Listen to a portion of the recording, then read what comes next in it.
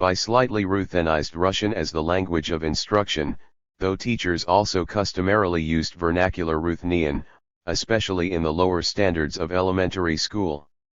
Curiously, unlike Slovaks, the Ruthenians did not receive their own national university, though the German minority was allowed to retain their German language University of Prague. Actually, no university-level educational institution was founded in Subcarpathian Ruthenia. Ruthenian secondary school leavers could continue education in the Free Ukrainian University in Prague, but this institution catered mostly to anti-Bolshevik Ukrainian émigrés from Soviet Ukraine. The Ruthenian, Russian, departments of law and pedagogy, established at the Slovak University in Bratislava, trained civil servants and teachers for Subcarpathian Ruthenia. Ruthenian students in Bratislava, training to become civil servants, acquired official Russified Ruthenian in addition to Galician, Western, Ukrainian, while those training to become teachers mainly Galician Ukrainian. After 1936, both groups of students were required to acquire Russian only. In the Ruthenian, Russian, theater established in Azerad, plays were produced in Ukrainian. Masaryk, however, funded the construction of the National House of Prosvita, a pro-Ukrainian educational organization whose name means enlightenment, education, as the center of Ruthenian culture, which included a library, museum, and cinema. In reality, it functioned as a center of Ukrainian national culture. Besides the state nations of Czechoslovakia, the language law protected the rights of recognized ethno-linguistic national minorities in line with Prague's international obligations. As in Hungary's 1868 nationality law, language protection was reserved for minorities in these communes and localities, in which they constituted at least 1/5 of the inhabitants. The rights included the use of a minority language as an auxiliary language in state and self-governmental offices, and on plaques with street, locality, and office names. Uniquely, when there was no traditional Czechoslovak name of a locality, the minority one could be used. There were no attempts at Czechoslovakization of each place name, unlike in Poland's section of Upper Silesia, where all German place names with no Polish/Slavic counterpart were Polonized immediately after Warsaw took control in 1922. In addition, in localities with 50% of the inhabitants belonging to a minority, full bilingualism was introduced. Minutes of self-government meetings were produced in the language, in which they were delivered, but the fragments in a minority language had to be translated into the state language and vice versa. In communes with at least 80% of the inhabitants belonging to a minority, the minutes and self-governmental administering could be conducted exclusively in a minority language without the necessity to translate anything into the state language. Later, this practice was allowed in localities with 75% of the population belonging to a minority. In the sphere of education, minority schools were to be established. 748. In each commune, where in the course of 3 consecutive years, there were at least 40 children of the same age, who belonged to a single minority. Last but not the least, civil servants of a minority background who were not fluent in Czechoslovak, or Ruthenian in Subcarpathian Ruthenia, were allowed 8 years of grace, through August 1926, to master this language. Dolichenko and Magoxy 2005, cf. Fallman 1880, 186, Magoxy 1979, 2004, Pop 2005, 124, Sobotin 1929, 14-16, 48-52, 1931, 73, 180, 215-243, 443-451, 1946, 117, Tichy 1938. Despite the shortcomings in actual practice, the liberalism of Czechoslovak minority language protection legislation mostly allowed for the maintenance of the minority language, culture, and education in the traditional areas of settlement of these minorities. Although the Allies imposed similar levels of legal protection of minority rights in Hungary and Poland, Forced assimilation of the minorities in both countries often progressed relentlessly. The increasingly authoritarian character of government in Poland after 1926, Pilsudski-led coup, and in Hungary after 1920, establishment of Miklos Horthy's regime, facilitated this process. Following the 1933 National Socialist takeover in Germany, authoritarianism became the standard mode of rule in Central Europe, and acceptance grew for the use of extra-legal measures to achieve a higher degree of ethno-linguistic homogeneity in the region's nation-states. It is not to say that Prague did not have these same desires, but the letter of the law and the democratic principles were observed in Czechoslovakia until the dismantling of the state in 1938. For instance, political refugees from Poland found safe haven in Czechoslovakia. However, where law permitted the legal course of Czechoslovakization, it was invariably followed. For instance, according to the largely massaged census, the Moravics, Holštíners, were classified as Czechoslovaks, so Czech language education was imposed on their children, despite their repeated requests to provide them with German language schools. The hardest test, which Czechoslovak democracy faced time and again from its inception, was setting up cabinets, which would enjoy a majority in the parliament. The actual multinational character of Czechoslovakia led to the political polarization along national lines. Within the national confines, parties were divided politically between social groups, peasants and farmers vs city dwellers, and ideologies, nationalists and autonomists vs fascists vs conservatives vs Christian Democrats vs socialists vs communists. A few parties, identified with the Czechoslovak project, secured 74 mandates out of 281 in the 1920 elections, 74 mandates out of 300 in 1925, 85 out of 300 in 1929, and 83 out of 300 in 1935. They could not hope to gather a majority, hence each time the forming of a cabinet entailed informal cooperation with other parties, which were usually Czech. The shadowy and extra-legal institution of the Czechoslovak democracy was the five PTK, or the leaders of the five most important Czechoslovak and Czech parties, which met with President Masaryk each week and decided on the cabinet's policies. The parties voted unanimously in the parliament. In 1926, 749. The further fragmentation of the political scene required the replacement of the five with the eight. The five facilitated the maintenance of political stability, but on the other hand, limited democracy and excluded Slovak, Ruthenian, and minority parties from actual decision-making.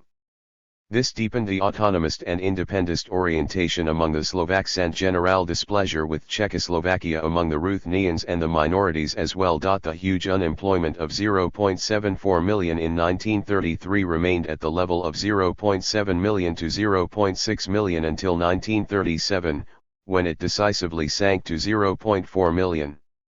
It hit most Lithe German minority in the Czech borderlands, and the underdeveloped provinces of Slovakia and Subcarpathian Ruthenia. This generated a considerable wave of emigration, especially among the Slovaks. In 1937, income per capita in Slovakia was half of that in the Czech lands, and even lower in Subcarpathian Ruthenia.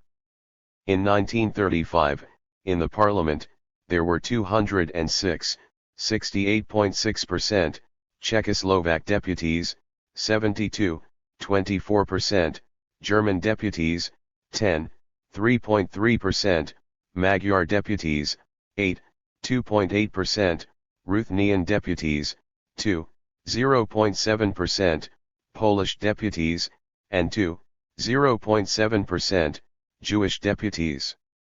In comparison with the official shares of the national groups and minorities in the population, the Czechoslovaks, 67%, Germans, 22.3%, and Poles, 0.6%, were slightly overrepresented while Magyars, 4.8%, the Ruthenians, 3.8%, and Jews, 1.3%, underrepresented.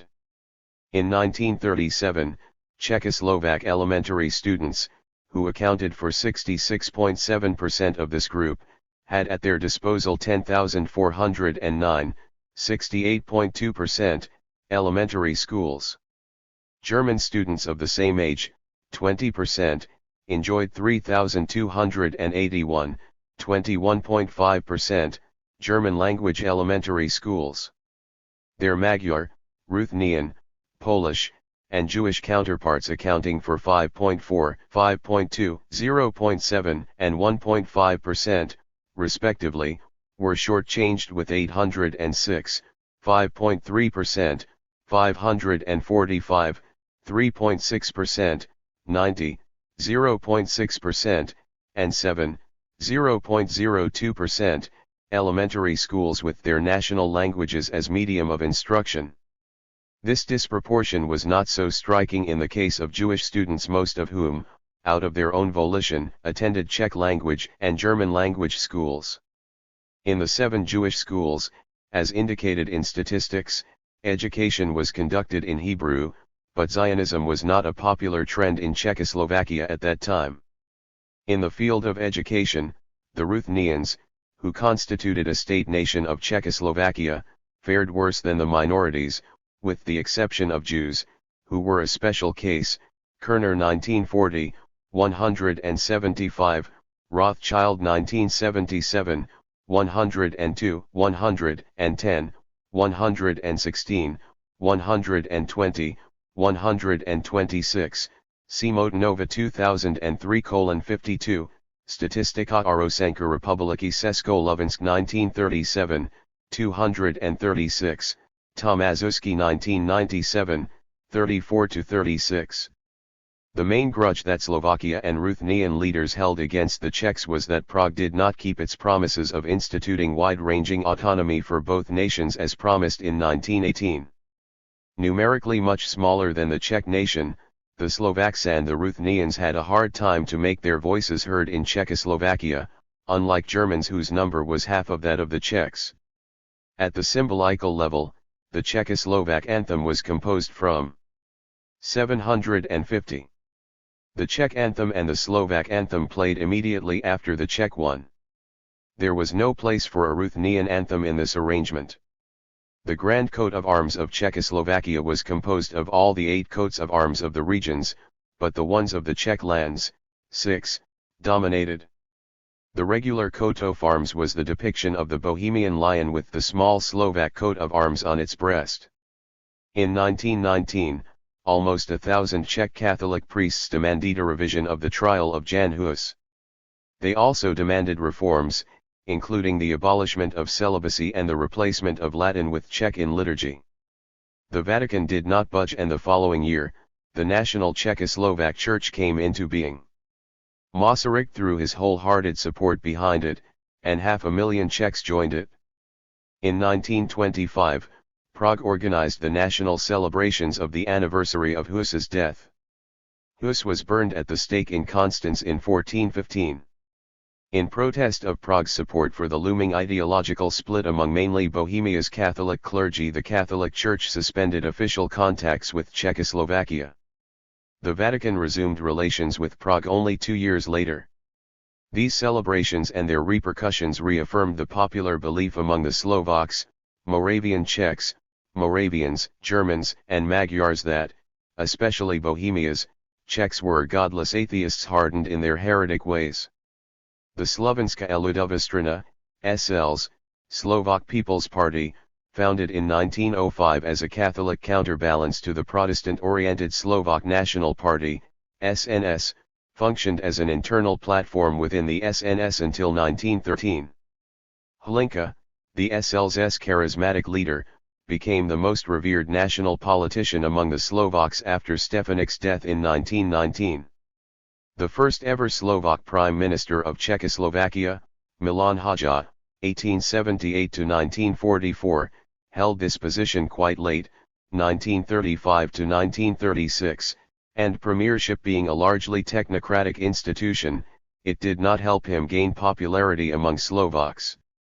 No Slovak was ever made president of Czechoslovakia. In 1935, the Czech, Beneš, succeeded octogenarian Masaryk. In 1925, In recognition of Hlinka's unique position and his endeavors to ensure autonomy for Slovakia, the SLs was renamed after him, as the Hlinkova Slovenska Ludová strana, HSLs, Hlinka Slovak People's Party. In the same year, the party garnered the most Slovak votes, clearly marking the shift of political power in Slovakia from the hands of pro-Czechoslovak Protestant SNS to the Catholic HSLs. Because the majority of the Slovaks were Catholics, it was a natural tendency after the introduction of popular male and female suffrage in 1918. SNS had no choice but to recognize this political reality, and in 1932, joined the HSL Synth Autonomist bloc.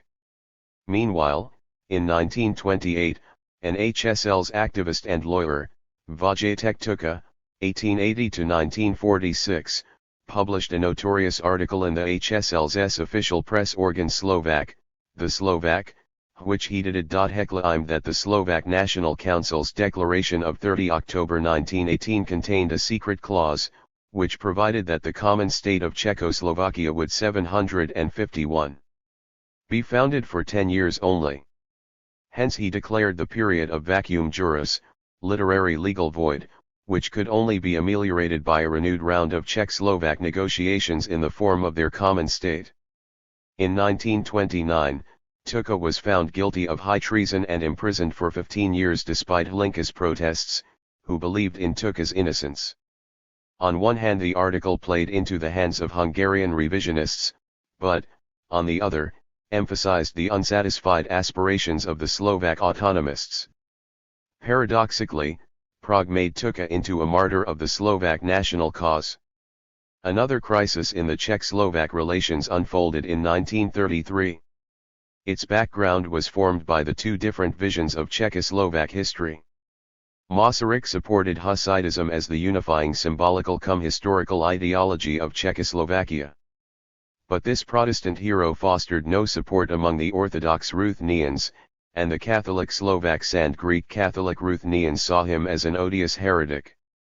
As a result, state-sponsored Hussitism deepened ethno-linguistic and national cleavages that had already crisscrossed Czechoslovakia. Palocki wrote about Greater Moravia, and Jan Halley created the mythologized national link between the Slovaks and this early medieval polity with its brief tradition of Cyrillo-Methodian Christianity.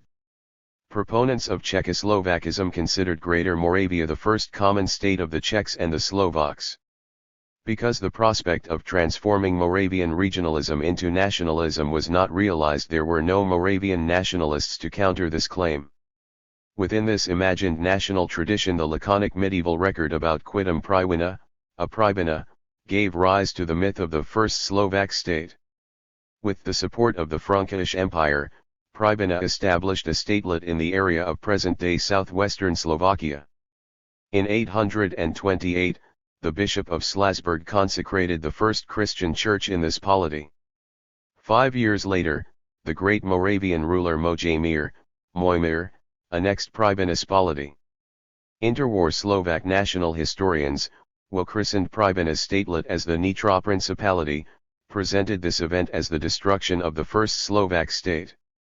This invested the Czechoslovak idea of Greater Moravia as the first Czechoslovak state with ambiguity, and allowed Slovak autonomists reinterpret it as the first instance of Czech dominance over the Slovaks. Hence, Slovak nationalists identified with the Nitra Principality and the Cyrillo-Methodian tradition, because this facilitated their differentiation vis-a-vis the common Czechoslovak tradition of Greater Moravia. The West-oriented Czechs of Bohemia associated the Cyrillo-Methodian tradition with Orthodox, Eastern, Christianity, rejected Catholicism in favor of the Hussite tradition, and sometimes perceived Greater Moravia as an empire that suppressed the nascent Czech Principality of Bohemia. This opened a cleavage between them and the Slovaks, as well as the Moravians, Moravian Czechs, and the Germans, German speakers, of the Czech lands. On the other hand, the Czechs of Moravia had no qualms about accepting Greater Moravia. 752. The Cyrillo-Methodian tradition and Catholicism as the pillars of their own Moravian Czech Slavic identity. In this respect, on the mythological plane, they were closer to the Slovaks, while their rejection of anti-Catholic Hasidism allowed for their affinity with Moravia's Germans, German speakers. When the first Slovak university was inaugurated in Bratislava, 1919, Slovak politicians agreed that it should be named after the 17th-century famous theologian and writer, Jan Amos Komenský, John Comenius. As a Protestant, he had to emigrate from the Czech lands in 1624. He was a member of the Czech Brethren Church, which arose from Hussite Christianity, but especially Protestant Slovaks saw him as a common Czech and Slovak writer. In the Czech eyes, he wrote in Czech and in the Slovak ones, in Old Slovak, that is, Biblitina. In the case of the Magyar minority, Catholicism and the millennium-long tradition of shared statehood in historical Hungary underwrote their commonality with the Slovaks. On the other hand, it was the Magyar incursion that destroyed Greater Moravia in the early 10th century, which allowed Czechoslovak politicians to drive a wedge between this minority and the Slovaks, by accusing the former of the destruction of the first Czechoslovak state. This nicely merged with interwar Hungary's attempts at regaining Upper Hungary, which Prague likened to the Magyar destruction of Greater Moravia. Ruthenian leaders and thinkers also sought to place their nation in this mythologized pattern of the early medieval Slavic past. In the 12th century Gesta Hungarorum Chronicle, a story of Prince Labarek, Labares in Ruthenian, was recorded. Perhaps a vassal of Greater Moravia, his castle might be located in the region of Uzhhorod. In 896, he unsuccessfully defended eastern Greater Moravia against the Magyar invasion. Incidentally, as he fled, Magyar troops managed to assassinate him in what today is eastern Slovakia. The 19th century Romantic writers, the Slovak, Bohus Nosak Nezabudov, 1818–1877, and the Ruthenian, Anatolii Kralitskyi, popularized this figure. In the interwar period, Ruthenian writers and poets made him into the national hero of the Ruthenian nation, parallel to the Slovak prince Pribina. Voloshin called him the last ruler of the independent land of the Ruthenians, Marchia Ruthenorum. Similarly, to the first Slovak state of the Nitra Principality, Labarek's march was made into the first Ruthenian state. As seen against this background, the 1933 clash of the proponents of Czechoslovakism and Slovak nationalists was not surprising. Hlinkon's Slovak Catholics organized in Nitra the purely ecclesiastical celebrations of the 1100th anniversary of the consecration of the first Christian church on the territory of Czechoslovakia. Obviously, this event was a politically motivated construct, because Pribina's original church had been consecrated in 828 or 829, not in 833. In an endeavor to repossess the Great Moravian, Pribina, and Cyrillo-Methodian complex of traditions for the mythological legitimization 753 of Czechoslovak statehood and nationhood, Prague transformed these celebrations into a state event. In the presence of Czechoslovak politicians, ecclesiastical hierarchs, and foreign diplomats, supporters of Hlinka and Slovak nationalists literally carried him to the official podium, where the HSL's leader read the declaration demanding separate Slovak national statehood within truly federal Czechoslovakia. Hence, it turned out that the tradition of the first common state of the Czechs and Slovaks could not be reclaimed for Czechoslovakia, and at the same time, neither the Slovaks nor the Ruthenians, Moravia's Czechs, and Czechoslovakia's minorities identified with the official Hussite ideology of Czechoslovak statehood. Kovasi 1998, 24–27, 202, 219, Krekovi Seattle. 2005, 30–31, Pop 2005, 20, 2005a. Rothschild 1977, 115, Simotinova 2003, 46, Tomaszewski 1997, 37, 45–46, 50–61, Trestik 1999, 172–174. The endgame of interwar Czechoslovakia commenced in the mid-1930s. The erstwhile Allies were not interested in reversing the authoritarian trend in Central Europe, and acquiesced to the existence of the Soviet Union, which was admitted to the League of Nations in 1934. Nor did the Allies enforce the treaties contracted with Germany and other Central European states. In 1933, Germany withdrew from the League of Nations. 2 years later, the Saarland was reincorporated into Germany after a plebiscite. Later, in the blatant breach of the treaties, Berlin remilitarized the Rhineland, 1936, and carried out the Anschluss of Austria, renamed Ostmark, Eastern March. The Czech lands became fully encircled by the territory of the Third Reich. This situation and the strengthening of cooperation between Berlin and Budapest encouraged Hungary to press for the realization of its plans of regaining some of former Upper Hungary, that is, Slovakia and Subcarpathian Ruthenia. The justification of Berlin's and Budapest's schemes on the Czechoslovak territory was the principle of national self-determination. At least in the Czech borderlands and in southern Slovakia, Germans and Magyars constituted the majority of the population. Konrad Henlein's National Socialist Party garnered most of the German votes, and entered the parliament as the second largest party in 1935. With Berlin's full support, Henlein complained about the mistreatment of the minorities in Czechoslovakia. In 1934, he appealed for decentralization of Czechoslovakia, and 2 years later, demanded that the state should be federalized along the ethno-linguistic lines. In April 1938, he sought full political autonomy for the Czech borderlands, renamed in his and German propagandist Sudetenland. One of the German-Austrian provinces of 1918, located in western Austrian Silesia and northern Moravia, had borne this name too. Similarly, in 1936, yielding to Budapest's pressure, Magyar minority parties in Slovakia united under the roof of a single party led by János Esterházy. Now their demands for more rights and autonomy for the minority were better heard on the international plane. Masaryk's resignation from the presidency required reshuffling of the established power patterns in Czechoslovakia, which weakened. 754. The state, because his successor, Beneš, did not muster a similar charisma. In March 1938, Warsaw informed Hlinka that Poland would support the independence of Slovakia. On September 29, 1938, Berlin, London, Rome, and Paris signed the Munich Agreement that demanded the cession of the Sudetenland to Germany. On the following day, Prague accepted the terms, and Warsaw issued the ultimatum demanding the eastern section of Czech Silesia complete with most of the industrial basin and the strip of adjacent Slovak territory. On October 1, Prague acquiesced. On November 1, Poland demanded 7 tiny areas from Slovakia, and on the following day, in the course of the so-called First Vienna Arbitration, Hitler and Benito Mussolini, 1883–1945, handed over southern Slovakia and southern Subcarpathian Ruthenia to Hungary.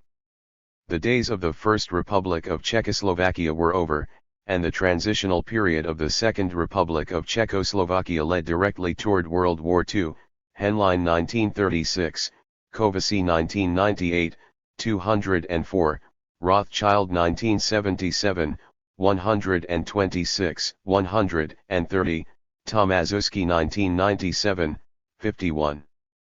Generally, interwar Czechoslovakia was the most modern and best developed state in Central Europe. This respectable record was marred by regional differences. Slovakia in its predominantly agricultural character was reminiscent of Poland and Eastern Hungary, and backward Subcarpathian Ruthenia could be compared to Poland's eastern regions on the border with Soviet Belarus and Soviet Ukraine. This emphasized even more the high level of development attained in the Czech lands, where 60 to 70% of former Austria-Hungary's industrial potential was concentrated.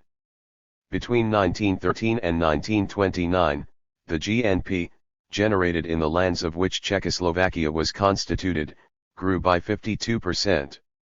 The same indicator for Austria was only 5%. Obviously, the Czech lands were responsible for this stupendous economic growth. In 1930, 34.6% of the Czechoslovak workforce was employed in agriculture, but it meant 25.5% for the Czech lands and 56.7% for Slovakia. Still, all these indicators compared very favorably with Hungary and Poland, where 49% and 61% were employed in agriculture in the 1930s. If one treated data on agricultural workforce as the index of national development, the ranking of those employed in the sector would be as follows: Jews, 13.6%, Poles, 16.2%, Germans, 23%, Czechs, 26.9%, Slovaks, 59.8%, Magyars, 63.8%, and Ruthenians, 82.1%. Naturally, the more members of a national group that were employed in agriculture, the narrower was its elite of the educated and industrial owners. This translated directly into the political and economic influence of a given state-nation, or minority in Czechoslovakia.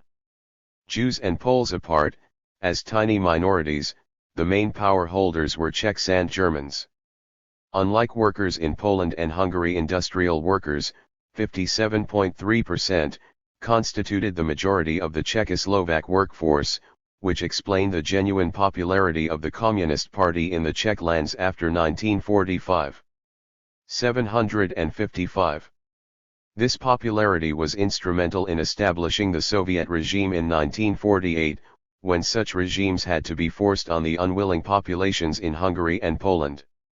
The elite, composed of professionals, 0.5%, white-collar workers, 6%, and managers, entrepreneurs and senior civil servants, 5.8%, accounted for 12.3% of the workforce and was concentrated in the Czech lands. Indicative of this phenomenon was the number of professionals and civil servants, who amounted to 5.7% of the Czech workforce, 3.5% of the Slovak workforce, and only 2.1% of the Ruthenian workforce. In the case of the minorities, this indicator was 6% among Jews, 4.3% among Germans, 3.8% among Magyars, and 2.3% among Poles. Not surprisingly, better educated Magyars bettered Slovak Synthes competition, and Jews surpassed everyone. However, unlike in Poland and Hungary, restricting access to higher education on the basis of ethno-linguistic, national, or religious basis was a practice unheard of in Czechoslovakia. It was the sole Central European state, where Jews could freely pursue university education. Illiteracy had been negligible in the Czech lands since the 1860s. Between 1921 and 1930, it further decreased from 2.5% to 1.3%. During the same period, it decreased in Slovakia from 14.7% to 8.2%, and from 50% to 30.9% in Subcarpathian Ruthenia. For all of Czechoslovakia, the overall decrease was from 7% to 4.1%. In the Czech lands, the general level of education was much better too. The percentages of males and females, generations of 25 to 29-year-olds are taken into consideration, who finished only elementary school were 63 and 74 in 1920, and 36 and 48 2 decades later. The same percentage ratios for Slovakia were 85 to 88, and 78 to 83, respectively. Moreover, in 1940, at least 1% of Slovakia's population still did not have any education, though such a phenomenon had not been observed in the Czech lands since the end of the 19th century. In 1940, in the Czech lands, 2% males and 1% females achieved university education, as well as 61% males and 40% females finished various types of schools of secondary education. In Slovakia, almost no women attended university. 1% males finished university education, and secondary education was achieved by 24% males and 15% females. Production of Czech books soared from 2,300 titles in 1913, to 4,600 titles in 1919. Afterward, it grew steadily to almost 6,000 titles in 1937. Between 1901 and 1918, the average number of 150 Slovak titles was published annually. The production grew more than fourfold to 650 titles in 1937. In the late 1930s, annual book production in Hungary and Poland amounted to 3,500 and 8,700 titles, respectively. In per capita terms, this meant 25 titles per 100,000 inhabitants in Poland, 35 in Hungary, and 44 in Czechoslovakia. Following only the United Kingdom, Czechoslovakia was the second European country with regular radio. 756 broadcasts, which began there in 1923. In the highly urbanized and industrialized Czech lands, radio sets became common household objects during the 1930s, while in Slovakia and Subcarpathian Ruthenia, ownership of radio sets was largely limited to the elite and well-to-do city dwellers, as could be seen in Hungary and Poland. Musil 1995, 26, 41, 43, Rothschild 1977, 91-92, Riesner and Croucher 1989, 39, 81, Simotnova 2003, 44, 52. As in Poland and Hungary, language became a significant instrument of politics in interwar Czechoslovakia. This was already visible from the preceding overview of language legislation, which emphasized the sought-after ethno-linguistic unity of the nation-state of the Czechoslovaks, in the context of the continued opposition of the comparatively large minorities of Germans and Magyars. The imposition of the legally and socially prescribed dominance of Czechoslovak, Czech, in the Czech lands was not such a big change for the German minority as the parallel imposition of Czechoslovak, Slovak, in Slovakia in the case of the local Magyars. The pre-1918 domination of German in the Czech lands was soft with a varying degree of official bilingualism, and even multilingualism. On the contrary, the domination of Magyar was near to absolute in Upper Hungary, that is, Slovakia and Subcarpathian Ruthenia. However, the overwhelmingly rural character of Upper Hungary translated into continuing traditionalism and weakness of the nascent national movements. This did not permit an easy instrumentalization of language into a weapon of politics, unlike in the Czech lands with the full-fledged popular educational system and a high degree of urbanization and industrialization. Schooling and constant interaction with those speaking other languages taught one to realize that one does not simply speak, but that one speaks something, which is a language. With not even an autonomous nation-state of theirs in Austria-Hungary, Czech nationalists took delight in the percental decline of Germandom in their capital of Prague. In 1880, Prague was a city of 266,000 inhabitants.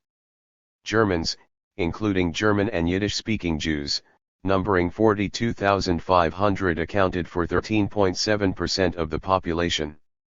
By 1921, Prague had grown to house 625,000 inhabitants, while the number of Germans decreased to 30,500, or 4.6% of the population. The invisible Sprachgrenze, language border, that exists exclusively in people's heads, not unlike the ethnic boundary, was reified time and again on administrative maps of Bohemia and Moravia. Any changes in the run of these imaginary lines, Czech and German nationalists interpreted as advances or losses of their nation, and appealed for active national struggle on the language front to prevent the latter. The ritualized standoffs between Czech and German promenaders confronting each other every Sunday morning in Prague's center became the symbol of this struggle and sometimes ended as language riots. The Czech concept of the Czech borderlands yielded the nationalist Usaji Obrany Aicr, literally, frontiersmen, 757. For Czechs living in these predominantly German areas.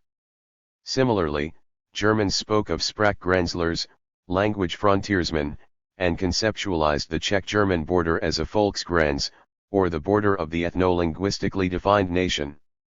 The de facto dominance of Czech within the constitutional scheme of the common Czechoslovak state language for the Czech lands and Slovakia, led to conflicts in the field of language between the Czech and Slovak elites.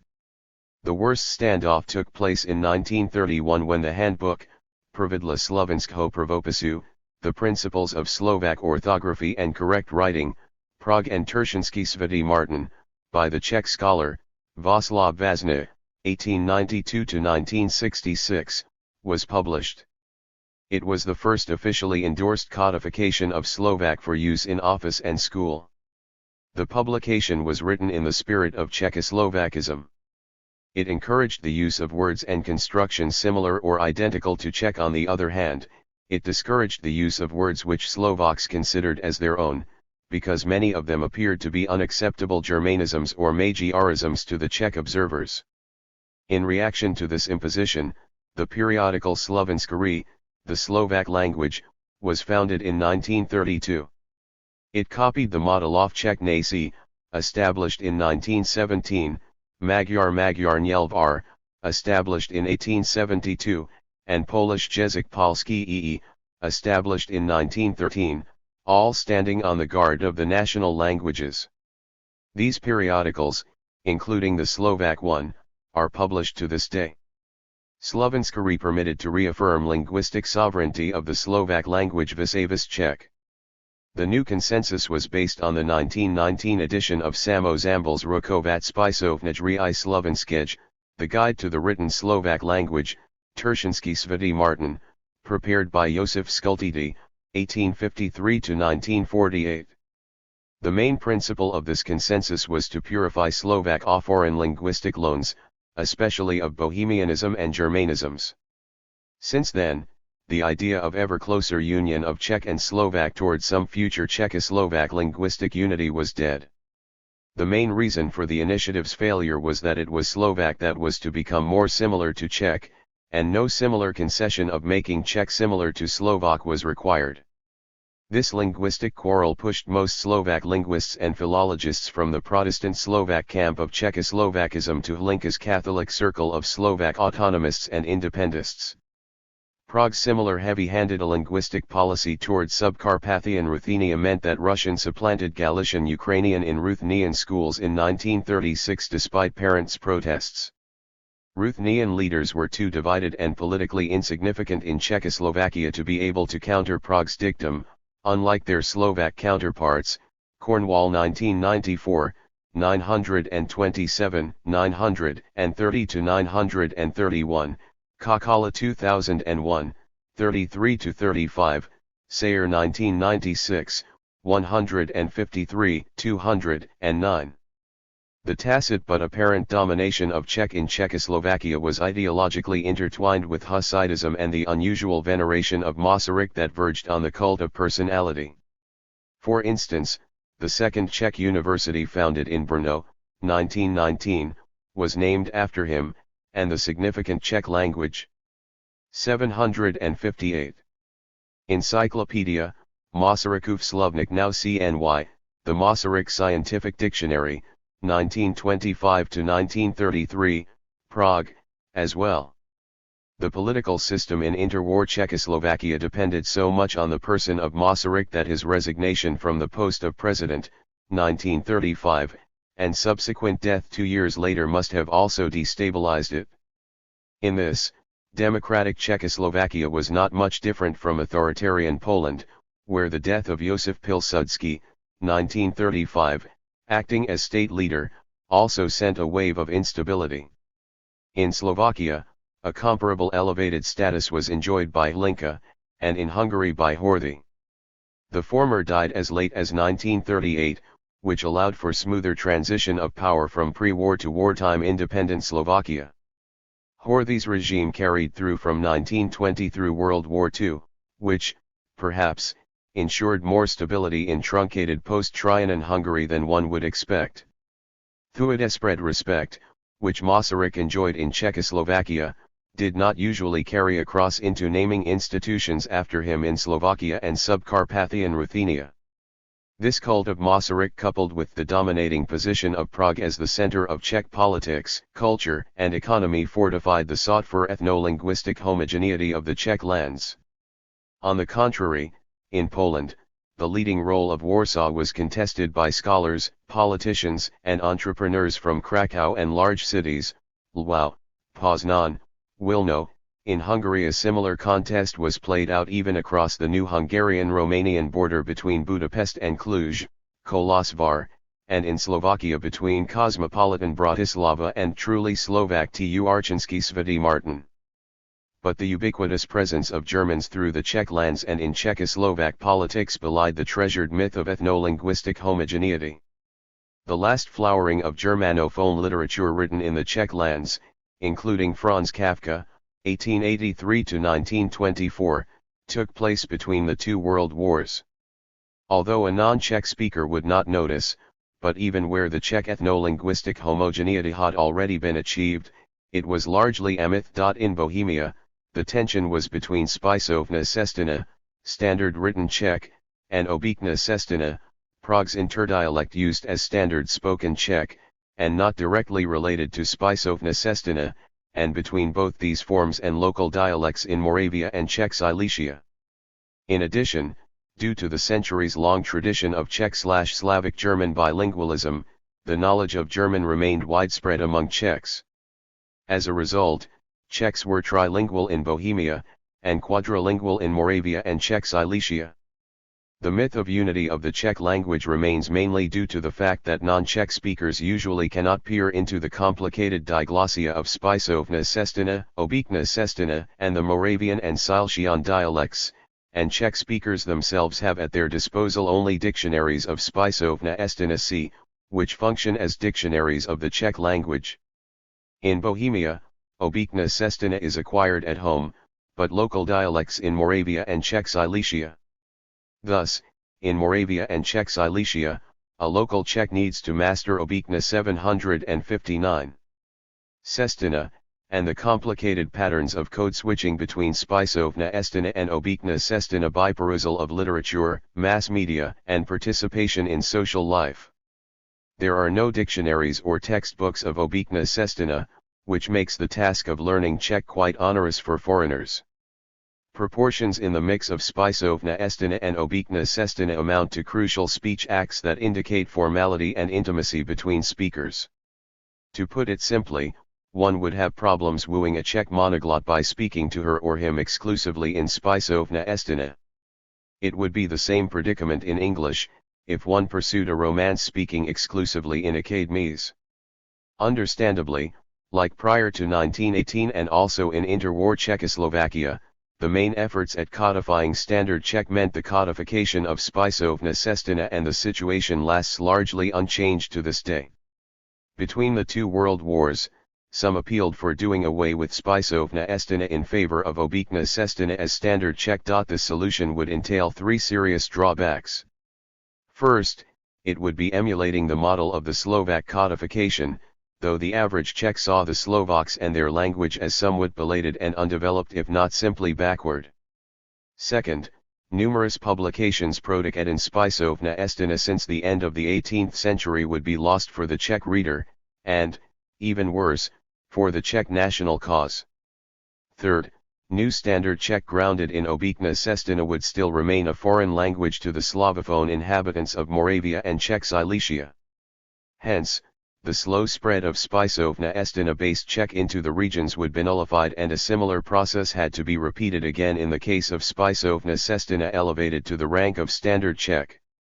It could be dangerous for Czech nation building because it would emphasize ethno-linguistic differences existing between the Czech lands. In the 19th century, these differences limited the thrust of Czech nationalism to Bohemia, and the spread of this nationalism to Moravia and Czech Silesia was completed only in interwar Czechoslovakia. Eckert 1993, 143–149, Harna and Pfizer 1998, 161, Taraj Lolopowska 1994, 91–93. The codification of Standard Czech as to be used at school and in office was achieved in the last 3 decades of the 19th century. The Matisy Seska s influential Brusjazyka Sesko, the whetstone of the Czech language, 1877, Prague, set the course equalizing correctness with Czechness, meaning purifying this language of Germanisms and other foreign linguistic loans. Further editions of this work followed in 1881 and 1894. This work replaced the more conservative Pravidla Českého pravopisu, the principles of correct writing in Czech, 1846, Prague, earmarked for use in secondary schools and teachers' colleges. Following the puristic principles of Brus Jazyka Sesko, the Moravian, František Bartas, 1837–1906, published his Rukovet Cestiny, the Handbook of Correct Czech, 1891, Telci/Telsk, for schools. Two further editions followed in 1893 and 1901. Jan Gebauer's Archaizing and Purist Mluvnai Seska. 760. Pro Skoli Estieredny a Ustavi Usidolsk, the Czech Grammar for Schools and Teachers' Colleges, 1890, Prague and Vienna, and officially adopted Pravidla hledisí k iskamusi pravopisu a t Verislovi, the Rules of Czech Orthography and Morphology, 1902, Prague, made the Dobrovsky-Gebauer codification of the Czech language into the standard. Subsequent editions of Gebauer's grammar, revised first by Václav Ertl, then after his death, by František Travníček, were used in Czech schools until World War II. In emulation of Gebauer's Pravidla hledisí k seskmu pravopisu a t Verislovi, the official textbook, I Pravidla Sesko pravopisu sab sednum seznamem slova t Varu, the Rules of Czech Orthography with the Dictionary of Words and their Conjugated Forms, Prague, was published in 1913. Re-editions followed in 1917 and 1919. The publication gave prescriptive guidance to be followed in Czech schools. In 1921, the Ministry of Schools and National Education officially espoused this textbook and sponsored the new edition, which underlaid the transformation of Czech into an official form of Czechoslovak language to be employed in the Czech lands. Decisions regarding Standard Czech were reached in Prague. There was neither Czech power or intellectual center to challenge them. Unexpectedly, Russian linguists who fled Bolshevik Russia, such as Roman Jakobson or Nikolai Trubetskoy, 1890–1938, and their Czech colleagues with broad Austro-Hungarian education, such as René Wellek, 1903–1995, or Bohuslav Havranek, formed the Prague Linguistic Circle in 1926. It remained active until the outbreak of World War II, and some of its members, having migrated to the United States, decisively influenced the development of linguistics, literary theory, and Slavic studies in the second half of the 20th century. Their international renown allowed the circle to lambaste prescriptivism and purism of Pravidla Sesko pravopisu and Gebauer's grammar propagated by the journal, Nace Risi in Spisovna Sestina Jazykova Kultura, written Czech and Language Culture, Prague, 1932, edited by Havranek and Milos Weingart. Significantly, they appealed to the Czech Academy of Sciences and Art that it should work out the new principles of Czech orthography and writing that would take into account the latest developments in linguistics. These appeals and new approaches to language standardization, though strongly reverberating across Czechoslovakia and Central Europe, did not elicit any official reaction. The Czech Academy of Sciences and Art took up the matter only after the war in No Vydání Pravidel Sesko pravopisu. Sprava pro diskuzi, the new edition of the Rules of Czech Orthography, an outline for discussion 1956, Prague, which became the standard prescriptive guidance already the following year when the academic edition of Bohuslav Havranek and František Travníček's Pravidla Sesko pravopisu, 1957, Prague, appeared. In 1958, the Schul edition, Zavadí Novik Pravidel Sesko pravopisu na Skolik, introducing the new rules of Czech orthography for schools, Prague, was published and reprinted. Frequently as Pravidla Sesko pravopisu until 1993, when 761. The completely new edition was published and approved by the Ministry of Education, Youth, and Physical Education. In 1918, the name of the Francis Joseph Czech Academy of Sciences, Literature, and Art, founded in 1890, was changed to that of the Czech Academy of Sciences and Art. No similar national academias were established for the Slovaks or Ruthenians. The Czech Academy was intended to function as the national academy of entire Czechoslovakia, though the role was not adequately reflected in its new name. This constituted another argument for Slovak and Ruthenian leaders that Czechoslovakia was a mere disguise for building a greater Czech nation-state, a project not much different from Berlin and Vienna's aspiration to forge a greater German nation-state by a union of Germany and Austria. The difference was that the German and Austro-German national programs converged, while Slovak and Ruthenian national aspirations diverged vis-a-vis those of the Czechs. As in the case of Magyar and Polish, history of the Czech language in the interwar period was marked by the increasing preoccupation with the prescriptive ideal of correctness. All the three languages were made into official languages in three brand new nation-states.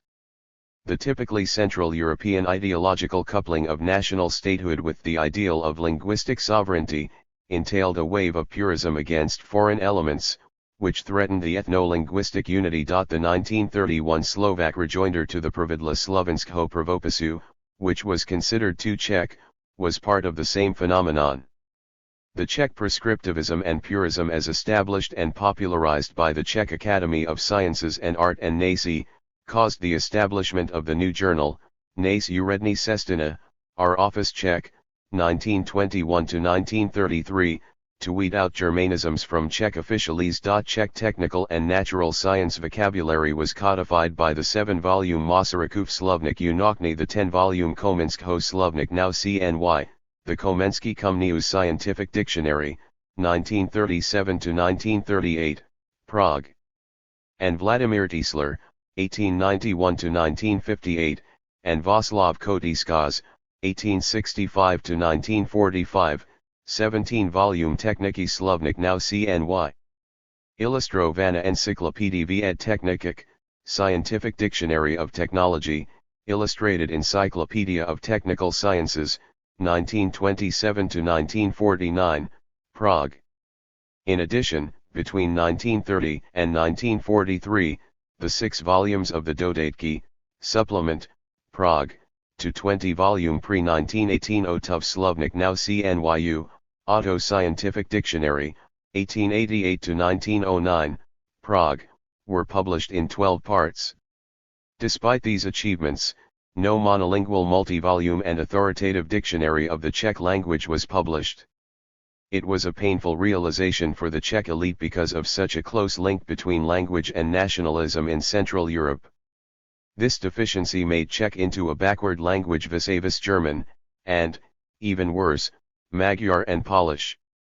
Stepan František Kot 7-volume Česko Německý slovník zvlášť grammatiko-phraseologický, Czech-German Grammatical and Phraseological Dictionary, 1878–1893, Prague, was not monolingual, and the 3 volumes of 762. Příspěvky, Supplement, 1897–1906, Prague, to this lexicographic work did not ameliorate this deficiency. In an endeavor to improve the situation, František Pasternak, 1853–1940, initiated in 1905 the action of gathering material for the intended Thesaurus Českého jazyka, Thesaurus of the Czech language. 6 years later, this initiative inspired the creation of the Chancery for the Dictionary of the Czech language in the Francis Joseph Czech Academy of Sciences, Literature, and Art. During the Great Depression, the work on the dictionary faltered but was resumed already in 1931. In 1935, on the centenary of the publication of the first volume of Joseph Jungmann's 5-volume Slovenské Česko Německé, Czech-German Dictionary, 1835–1839, Prague, the first fascicle of the 9-volume Tuprirocený Slovník jazyka Českého, the reference dictionary of the Czech language, 1935–1957, Prague, appeared. The publication of this first ever monolingual authoritative dictionary of the Czech language spanned the times of late interwar Czechoslovakia, World War II, and early communist Czechoslovakia. The interwar user of Czech had to content herself with Pavel Vasa and František Travnicek's 2-volume Slovník jazyka Českého Dictionary of the Czech language, 1934–1937, Prague. Another edition appeared in 1941. This dictionary's fate followed that of the Czech nation, and most surprisingly, was not discontinued. But its history was checkered. Between 1935 and 1948, the Czech Academy of Sciences and Art was the main overseer of this dictionary. When the communist regime was established in Czechoslovakia in 1948, the Academy's freshly founded Ústav pro jazyk český, Institute for the Czech Language, took over the control of this publication for the next 5 years. In 1952, the centralized Czechoslovak Academy of Sciences, Československá akademie věd, was established, and controlled the dictionary beginning in 1953. The governmental publishing house, Státní nakladatelství, printed the lexicographic work in 1935 to 1938 and 1945 to 1948. When the Rump Czech lands were organized as the Protectorate of Bohemia and Moravia within the Third Reich, this ambitious project was downgraded to an extensive school dictionary, and it was printed by the school publishing house, Školní nakladatelství. Following the 1948 communist takeover, the renewed governmental publishing house was downgraded to the rank of the state publishing house of textbooks, Státní nakladatelství učebnic, in 1948, before it was finally renamed as the State Pedagogical Publishing House, Státní pedagogické nakladatelství, in 1951. To make this dictionary acceptable to the changing regimes, the fascicles published during the period of the Protectorate of Bohemia and Moravia were purged of the terms Czechoslovak, Czechoslovak, and any other words, abbreviations, and acronyms derived from them. These restrictions were dropped in 1945, but the installation of the Stalinist regime demanded, following the genius of Stalin's contributions on Marxism in linguistics, as 763. Accordingly noted in THIRD Introduction to Volume 6. Similar linguistic ideological changes did not save the Dodatky Oftov Slovnik now CNYU, whose publication was discontinued in 1943, and the last 2 planned volumes never appeared. The Pryroceni Slovnik Jazyka Iskiho collected the entire vocabulary of Spisovna Estina, which appeared in Czech language publications between 1870 and the mid-20th century. It was reasoned that the gap between the 1830s, when Jungmann Sloan J.K. Skonemeki appeared, and 1870 was covered because Skonemeki Slovnik zvlast grammatiko-phraseologiky. Despite all odds, the completion of the Pryroceni Slovnik Jazyka Iskiho made the Czech language, at last, equal to German, Magyar, or Polish, as nationally minded linguists and linguistically minded politicians saw it. The brevity of the interwar period and the need of expanding resources in other fields of linguistics and lexicography did not permit the continuation of Gebauer's incomplete Slovnik Staročeský, Old Czech Dictionary, 1903 to 1916, Prague, which intended to gather Czech vocabulary from the Middle Ages to the mid-18th century. The publication of a similar Polish dictionary, Słownik Staropolski, Old Polish Dictionary, Warsaw, commenced only in 1953, but Magyar received its Magyar Nyelvtörténeti Zótár, Historical Dictionary of the Magyar Language, Budapest, between 1890 and 1893. In the case of Slovak, the publication of Historický slovník Slovenského jazyka, the Historical Dictionary of the Slovak Language, Bratislava, commenced in 1991, 2 years after the fall of communism. The rather unreliable Stručný slovník etymologický jazyka Československého, the short etymological dictionary of the Czechoslovak language, 1933, Prague, by Joseph Holub was published 6 years after the equally unreliable Słownik etymologiczny jazyka polskiego II, the etymological dictionary of the Polish language, Krakow and Warsaw, by Alexander Bruckner.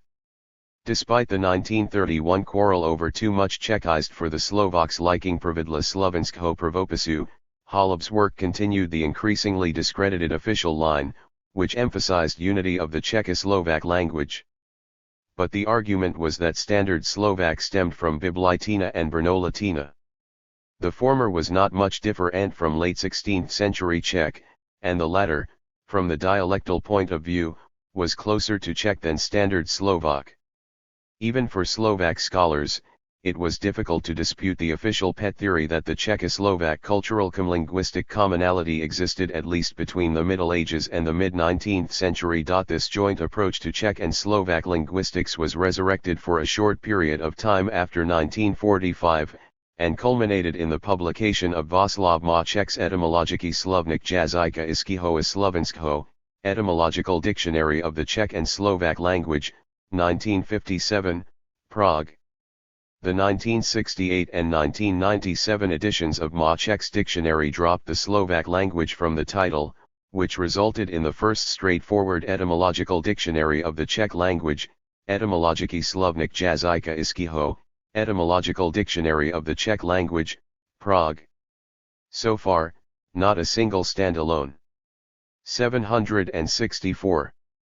Etymological Dictionary of Slovak has been published, whereas the never-completed publication of the over-ambitious Magyar Etymologie Zótár, Etymological Dictionary of the Magyar Language, Budapest, lasted between 1914 and 1944.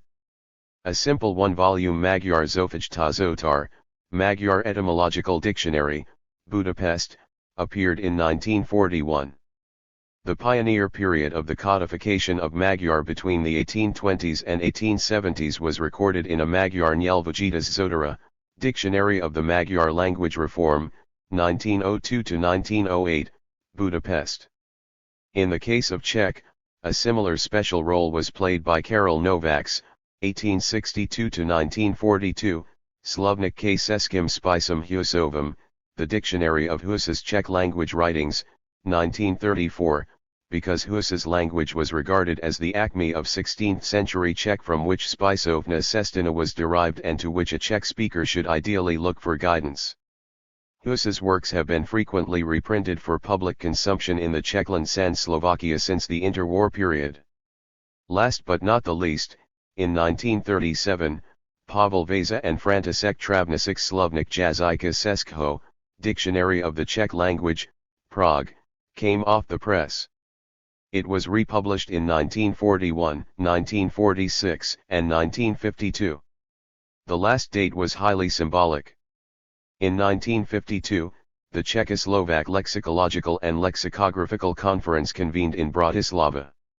Its task was to incorporate the tenets of Marxism into Czechoslovak linguistics, and to work out methods that would ensure ideological compliance of Czech and Slovak dictionaries, grammars, and language textbooks with the requirements of the communist system. The same process, which required full compliance of humanities, social sciences, and even natural sciences with the Marxist dogma, unfolded across the Soviet bloc, including Hungary and Poland. In practice, cultural elements, ideas, interpretations, terms, and words, perceived as incongruent with a contemporary version of Soviet Marxism, were either purged, suppressed, or criticized and branded as backward or bourgeois. Auty 1980, 180-181, Havranek and Weingart 1932, 250-251, Karlik etal 2002, 422, Newstupny 1989, 221, Weingart 1937, 30-33, 44-45. Again, the twilight of German-Czech bilingualism. The descent of Czechoslovakia into World War II commenced with the Munich Agreement, September 29, 1938, when the West betrayed the last Central European democracy. The Sudetenland and other territories ceded from the Czechlands to the Third Reich amounted to 28,600 sq.km and were populated by 3.18 million Germans and 0.32 million Czechs. Czech sources speak of at least 0.6 million Czechs living in these territories during the war. The Germans who remained in the Rump Czech lands amounted to 0.37 million, conservative Czech sources speak of 0.25 million Germans. Neighbors did not miss the opportunity to betray Czechoslovakia either. On October 1, in reply to the Polish ultimatum, Prague gave up most of its section of Teschen Silesia, 830 square kilometers, along with 65% of its black coal mining potential. A month later, on 765 November 1, Poland demanded 7 tiny pieces of the Slovak territory, and accordingly obtained them. On the following day, Hitler and Mussolini granted Hungary southern Slovakia and southern Subcarpathian Ruthenia. The former territory amounted to 8,900 sq km and the latter to 1,500 square kilometers. Their populations included 0.5 million Magyars and 0.27 million Slovaks and Ruthenians. Slovakia lost its second biggest city, Košice, and Subcarpathian Ruthenia its biggest, Uzhhorod, so that the region's capital had to be moved to Chust. As a consequence, Czechoslovakia lost 3/10 of its territory, 1/3 of its population, and 4/10 of its income. The truncation of Czechoslovakia did not produce the sought-for ideal of ethno-linguistic homogeneity either. Over 1.25 million Czechs, Slovaks, and Ruthenians found themselves on the territories ceded to Germany, Hungary, and Poland, while 0.5 million Germans and Magyars remained in Rump Czechoslovakia. On October 5, 1938, Benes resigned from the presidency and left the country. He was replaced by Emil Hácha, 1872–1945, President of the Supreme Administrative Court, who was elected as President of Czechoslovakia on November 30. Earlier, on 7 and October 11, autonomy was granted to Slovakia and Subcarpathian Ruthenia, respectively. This action came a little late, but at this point, Prague finally complied with the Czech-Slovak-Pittsburgh Agreement, 1918, and the promise of autonomy for the Ruthenians, as stipulated in the Treaty of Saint-Germain, 1919. But this could not save Czechoslovakia, just as Emperor Charles I's declaration on federalization of the dual monarchy, October 1918, did not save Austria-Hungary. After 1918, the Allies and most of the monarchy's variegated national movements turned against the polity, spelling its doom. In 1938 and 1939, not only the Western European powers, but also Italy, Germany, and the neighboring states, except Romania and the Soviet Union, were bent on dismantling Czechoslovakia. On November 19, 1938, the Acts on the Autonomy of Slovakia and Subcarpathian Ruthenia were adopted, and the name of Czechoslovakia was changed to the more appropriate one of Czechoslovakia. In early 1939, Berlin and Warsaw encouraged the Slovak leaders to declare independence of their autonomous region. In this manner, Germany's attention could focus exclusively on the Rump Czech lands, and the Polish-Hungarian alliance would face a weaker polity of standalone Slovakia rather than Czechoslovakia. Father Josef Tiso, 1887–1947, Hlinka's successor as the HSL's chairman, became president of autonomous Slovakia. On March 13, 1939, Hitler demanded of him that Slovakia declare its independence, and the following day, this event took place. Slovakia left Czechoslovakia, which separated Subcarpathian Ruthenia also from this state. Without any international or Czechoslovak opposition, the Third Reich occupied the Rump Czech lands on 15 March, and on the next day, they were incorporated into Greater Germany as the Protectorate of Bohemia and Moravia. Czech Silesia was not mentioned in the polity's name. 766. Because it had been almost fully annexed by Germany and Poland in 1938. On the same day, when German troops entered the Czech lands, the president of autonomous Subcarpathian Ruthenia, Voloshin, had no choice but to declare independence of its region following his telephone conversation with Hácha. The polity's name was changed to that of Carpathian Ukraine, and Voloshin requested Berlin to grant protection to the Ruthenian nation-state. Budapest would have none of that, and Berlin was too much interested in Hungarian support for its offensive politics in Central Europe to protect the independence of Carpathian Ukraine. Between 14 and March 18, 1939, Hungary annexed Carpathian Ukraine. On March 23, Germany extended its protection to independent Slovakia, but Berlin chose not to react when Hungarian troops entered eastern Slovakia on the same day and seized a territory of 1,900 square kilometers with an almost exclusively Slovak and Ruthenian population of 40,000. Bratislava had no choice but to accept the new Slovak-Hungarian border on April 4. Further border changes took place after Germany and the Soviet Union partitioned Poland in September 1939. Slovakia was only the third country that participated in this partition on the German side. In reward, Bratislava regained the Slovak territories ceded to Poland in 1939. The Czechoslovak section of Teschin Silesia, which had been incorporated into Poland at the same time, was annexed directly to Germany. Interestingly, between 1938 and 1939, Slovak diplomacy pressed Berlin hard to assist Slovakia in regaining Slovako, also Moravsk-Slovensko, or Moravian Slovakia, that is, the ethnographically differentiated region of southeastern Moravia, where the local dialect is closer to Standard Slovak than Standard Czech. The ethno-linguistic distinctiveness of this region, largely neglected and not acknowledged in Czechoslovakia, was to become the launchpad for the Moravian national movement after the fall of communism. Eventually, Bratislava's demands extended to entire eastern Moravia and a section of eastern Czech Silesia. Berlin did not budge, because this would unnecessarily antagonize Czechs in the Protectorate, and diminish the Protectorate's territory and economic viability.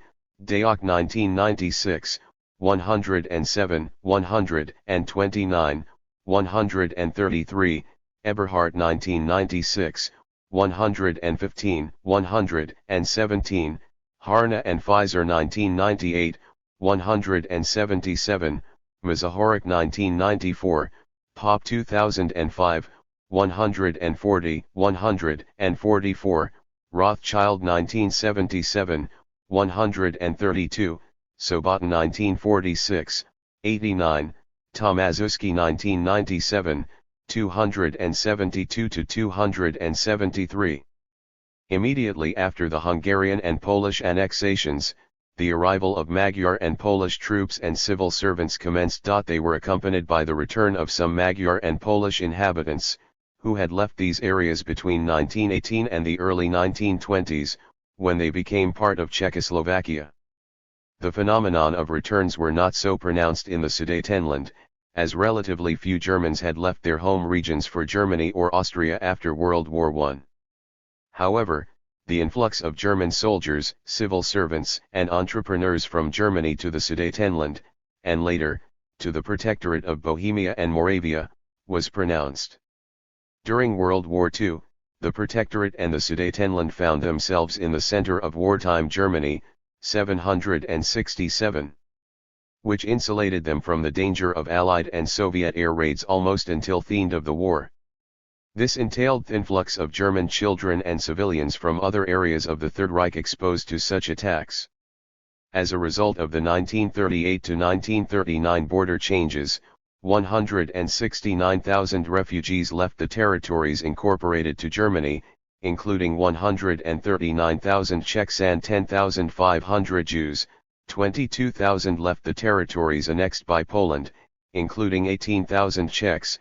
11,600 left the territories seized by Hungary, including 10,000 Czechs, and 8,200 left independent Slovakia, including 7,600 Czechs. Slovak sources claim that the number of Czech refugees and expellees was as high as 20,000. At first, the refugees usually fled to the Rump Czech lands. Later on, they came to the Protectorate, but many preferred to emigrate to Western Europe and Northern America. The majority of the participants of this exodus were Czechs and Czech Jews, which indirectly supported the usual Slovak, Ruthenian, German, and Magyar complaint that Czech officials dominated the structures and offices of entire Czechoslovakia. Because the Protectorate formed part of the all-German economy by 1945, 84,000 Czechs from this territory were employed in the Sudetenland and as many as 600,000 throughout the Third Reich. It should also be noted that following the Hungarian occupation of Carpathian Ukraine, 40,000 Ruthenians crossed the border to Poland's Galicia, where they joined the Ukrainian national movement, which was especially active later, when this region was incorporated into Soviet Ukraine, and then, into Germany's general government.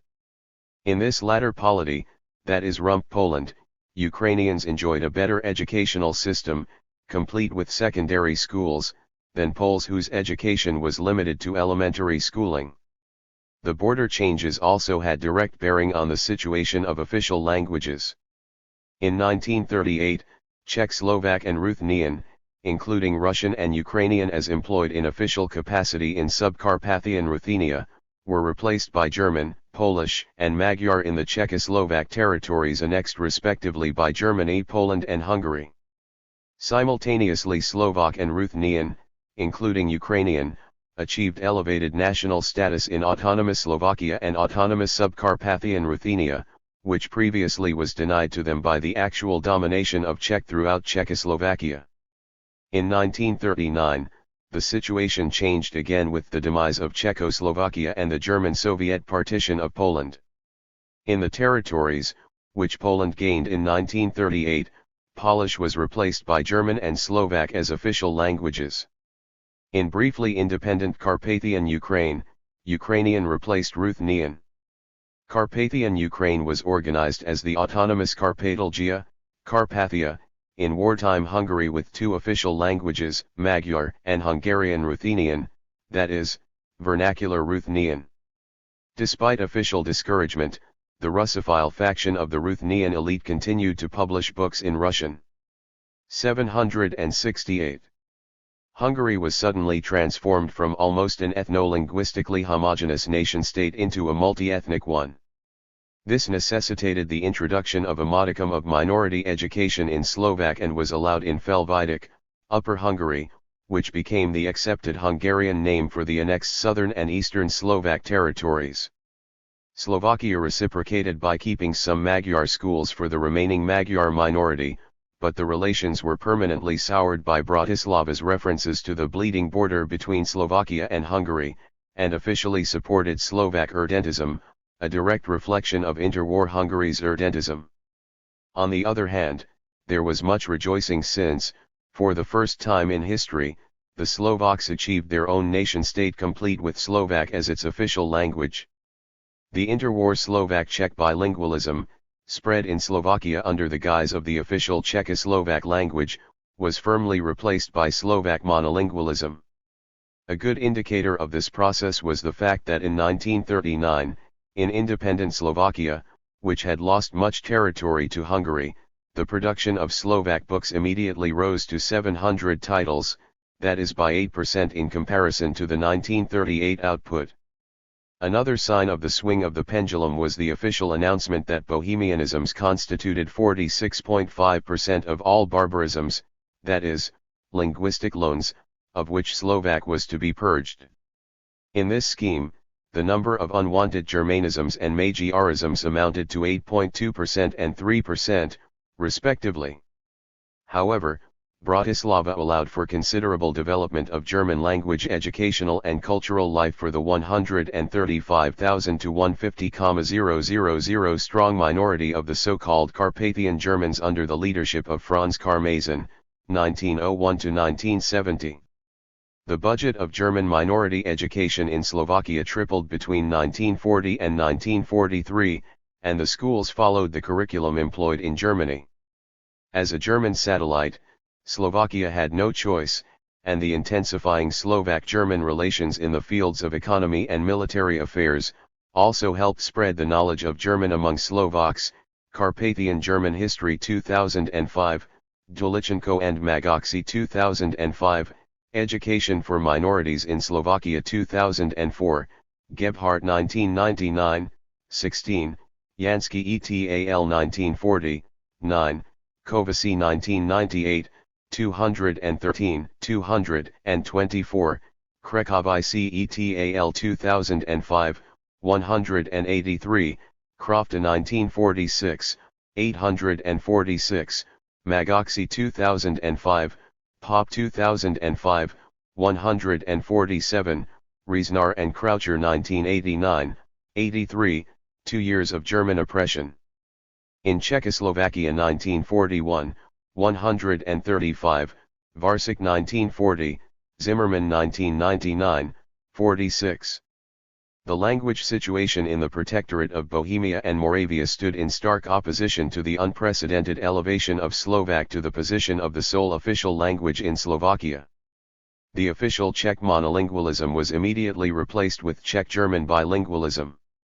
The vast majority of the Protectorate's population were Czechs, but due to the German political, economic, and cultural dominance, German was the dominant language and Czech found itself a weaker partner of this bilingual pair, like Slovak used to vis-a-vis Czech in interwar Czechoslovakia. The Czechoslovak government with Hacha at its helm remained in power as the Protectorate's government. 769. Despite incorporation into the Third Reich, the situation of the Protectorate was more similar to Vichy France than the general government. The bilingual German-Czech administration stopped at the levels of the center and regions. In counties and communes, pre-war Czech language administration remained. In the general government, a modicum of Polish and Ukrainian language administration was allowed exclusively at lowest local level. But Vichy France was largely left to govern itself as long as this did not clash with Berlin's interests. The German protector intervened directly in the Protectorate. Immediately, the left-handed organization of traffic was changed to right-handed. Czechoslovak politicians had not been able to agree on this change for 2 decades. Next, on November 17, 1939, all Czech university-level educational institutions were closed. The Czech University of Prague was merged with its German-language counterpart and German completely replaced Czech as the medium of instruction. Thereafter, a university education was available only through the medium of German, which was a drastic change. Until that time, the Czech Language University of Prague had been continuously catering to the educational needs of the Czechs already since 1882. The Czech Academy of Sciences and Art continued to function, but the Protectorate's authorities favored its German counterpart, the Deutsche Akademie der Wissenschaften, German Academy of Sciences, which was founded in Prague in 1941. Berlin did not attempt to liquidate Czech language secondary education as it did in Poland, but each educated Czech was expected to speak fluent German. Accordingly, the educational system began to teach this language intensively and the network of German national schools for the Protectorate's German minority and children of civil servants, who had arrived from Germany, too developed. On March 21, 1939, the commander of the German troops in the Protectorate announced German and Czech as official languages of the polity, but in reality, the Protectorate's German administration never employed Czech. On the contrary, the Czech administration was obliged to use both languages, with the exception of communes where civil servants could choose either Czech or German as the language of administration. On April 23, 1940, Czech civil servants were given 2 years of grace for mastering German. After January 22, 1941, German civil servants were no longer allowed to use Czech in administration. Full German-Czech bilingualism was demanded on plaques and signposts with names of localities and streets, as well as those of offices, companies, schools, and other public institutions. Any information on posters, banknotes, tickets, office forms, bills and so on, was given in German and Czech. This bilingualism was also used in cinemas, radio broadcasting, telephone services, and commerce and business correspondence and bookkeeping. German commissars delegated to 150 Czech communes ensured the observance of bilingualism. Wherever German students attended Czech schools, teaching had to be conducted in both languages, but certificates were issued to such. 770. Students exclusively in German. On June 1, 1940, it was prohibited to display and use any Czechoslovak national symbols or memorabilia, including the words, Czechoslovakia, Czechoslovakia, and adjectives, abbreviations, and acronyms derived from them. This entailed a widespread action of removing labels and inscriptions with such offensive words, including the term, made in Czechoslovakia, from machines, books, clothes etc. The penetration of German was such that it intruded even on Czech syntax and usage. The official terms, Führer, Reichsregierung, the government of the Third Reich, or GG Reichsprotektor in Bohemien und Mähren, the Reich Protector of Bohemia and Moravia, were featured in Czech texts in German, and often in Gothic characters, though Czech texts were published exclusively in the Antiqua script. A similar practice extended to using exclusively German-language versions of foreign place names in Czech publications, for instance, German Wien, Vienna, instead of Czech Vidian, Kovulok 1942, 99-100, Krofta 1946, 809, Protectorat 2005, Sobota 1946, 90-115. As in the rest of Europe under Berlin's control, most persecutions were directed against Jews and Roma under the framework of Endlösung, the final solution. In Poland and Lithuania, German forces killed 92% and 90% of the local Jews, respectively. The third highest percentage of Jews killed was in Czechoslovakia, where 85% Jews perished, or 270,000, specifically, 80,000 to 90,000 from the Czech lands, and similar numbers from Slovakia and Subcarpathian Ruthenia.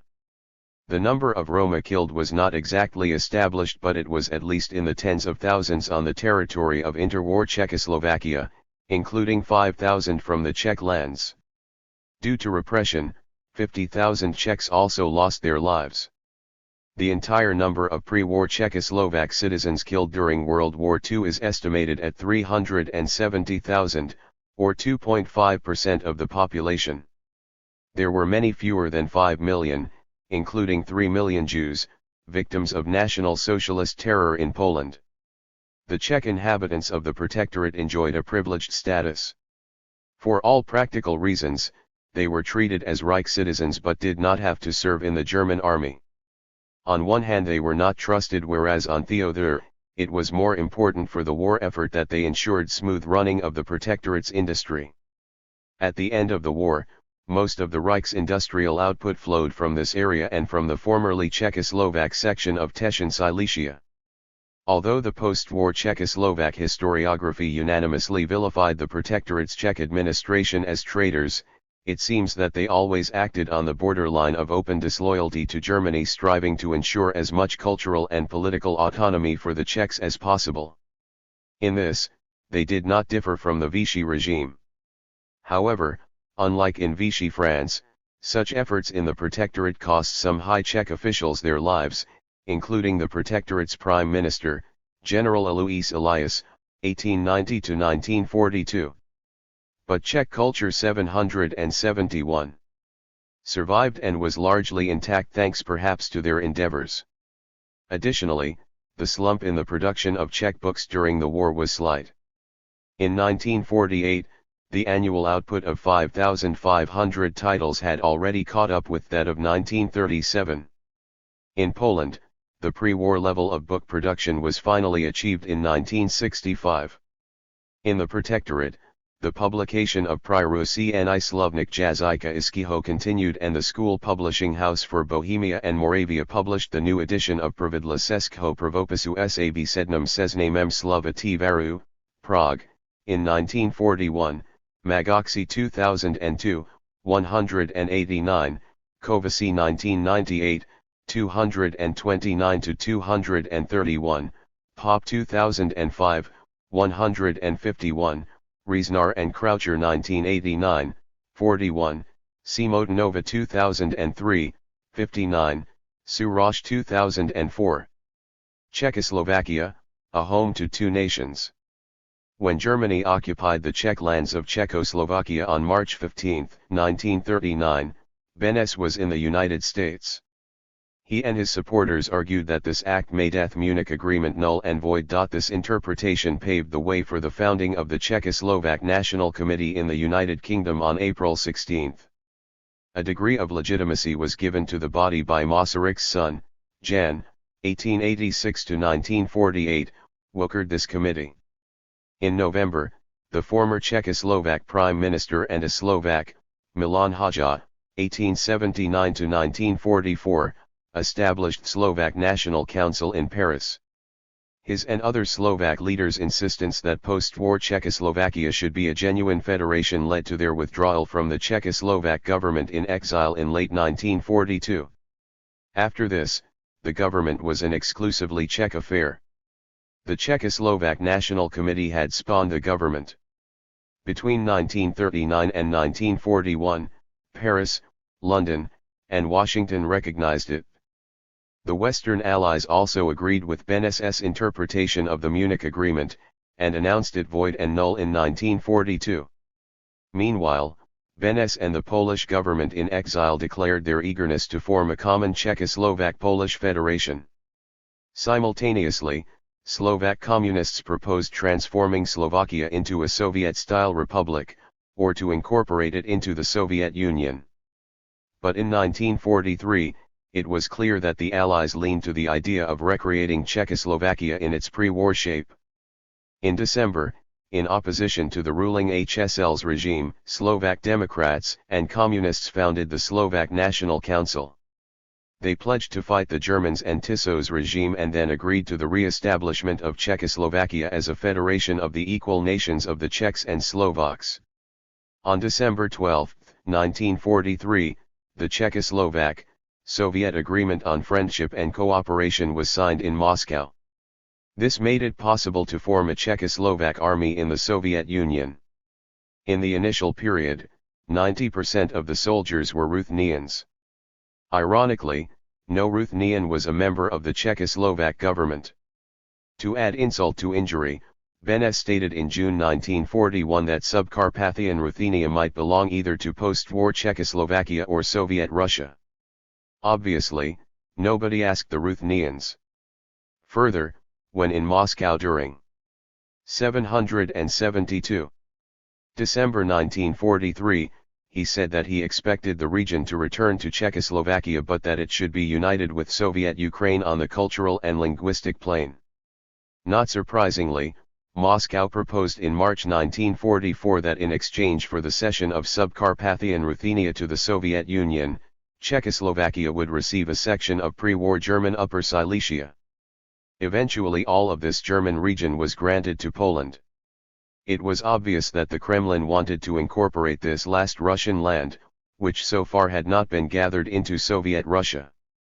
In this, the communist government took over the Tsarist political ideal of gathering all the Russias. Beneš's behavior projected an apparent happiness to be rid of it. Curiously, he pronounced in March 1945 that the Allies had forced Prague to incorporate Subcarpathian Ruthenia in 1919. Third Army reached Subcarpathian Ruthenia in April 1944. The Soviet propaganda immediately declared the Ruthenians to be part of the Ukrainian nation. The Czechoslovak administration was allowed to administer only one-third of the region. In November, the Soviet-controlled Ruthenian organizations demanded the reunification of their land, then renamed as Transcarpathian Ruthenia, with Soviet Ukraine. The Czechoslovak administration left the region in December. In the Czechoslovak-Soviet Agreement of June 29, 1945, Beneš ceded Transcarpathian Ruthenia to the Soviet Union, and 2 months later, issued Decree No. 60, which stripped the Ruthenians of Czechoslovak citizenship. Nobody consulted the Ruthenians. Žatkovič, the first governor of Czechoslovakia's Subcarpathian Ruthenia, who lived in the United States, protested and announced that the region was and continued to be part of Czechoslovakia. Ruthenians refer to the Soviet annexation as the Ruthenian-Munich Agreement. Meanwhile, Bratislava, located in the west of Slovakia, began to lose control of the state's mountainous center. On August 12, 1944, a state of emergency was declared. On August 29, the German troops entered Slovakia to help the HSL's regime. The following day, the Slovak National Council announced via the radio station in Banská Bystrica the outbreak of the Slovak National Uprising. And 60,000 Slovak soldiers and 18,000 guerrillas controlled much of central Slovakia until October 27, when Germans seized Banská Bystrica. The uprising continued as a guerrilla war, but troops withdrew to eastern Slovakia, where they could expect aid from the advancing Red Army, which had entered Slovakia on October 6. The uprising was the sign of popular support for renewing Czechoslovakia as an equal federation of both nations, and for cooperation with the Soviet Union. On April 4, Soviet troops entered Bratislava, the HSL's regime fled the country, and the German troops withdrew to the Protectorate. The following day, Benes and his government arrived in Košice, and announced the so-called Košice government program, whose basis was that post-war Czechoslovakia would be a common polity of the Czechs and Slovaks. It 773 was an unusual concession on the part of Benes, who was the staunch proponent of Masaryk's idea of Czechoslovakia, as a nation-state of the single Czechoslovak nation. On April 21, 1945, U.S. troops entered western Bohemia.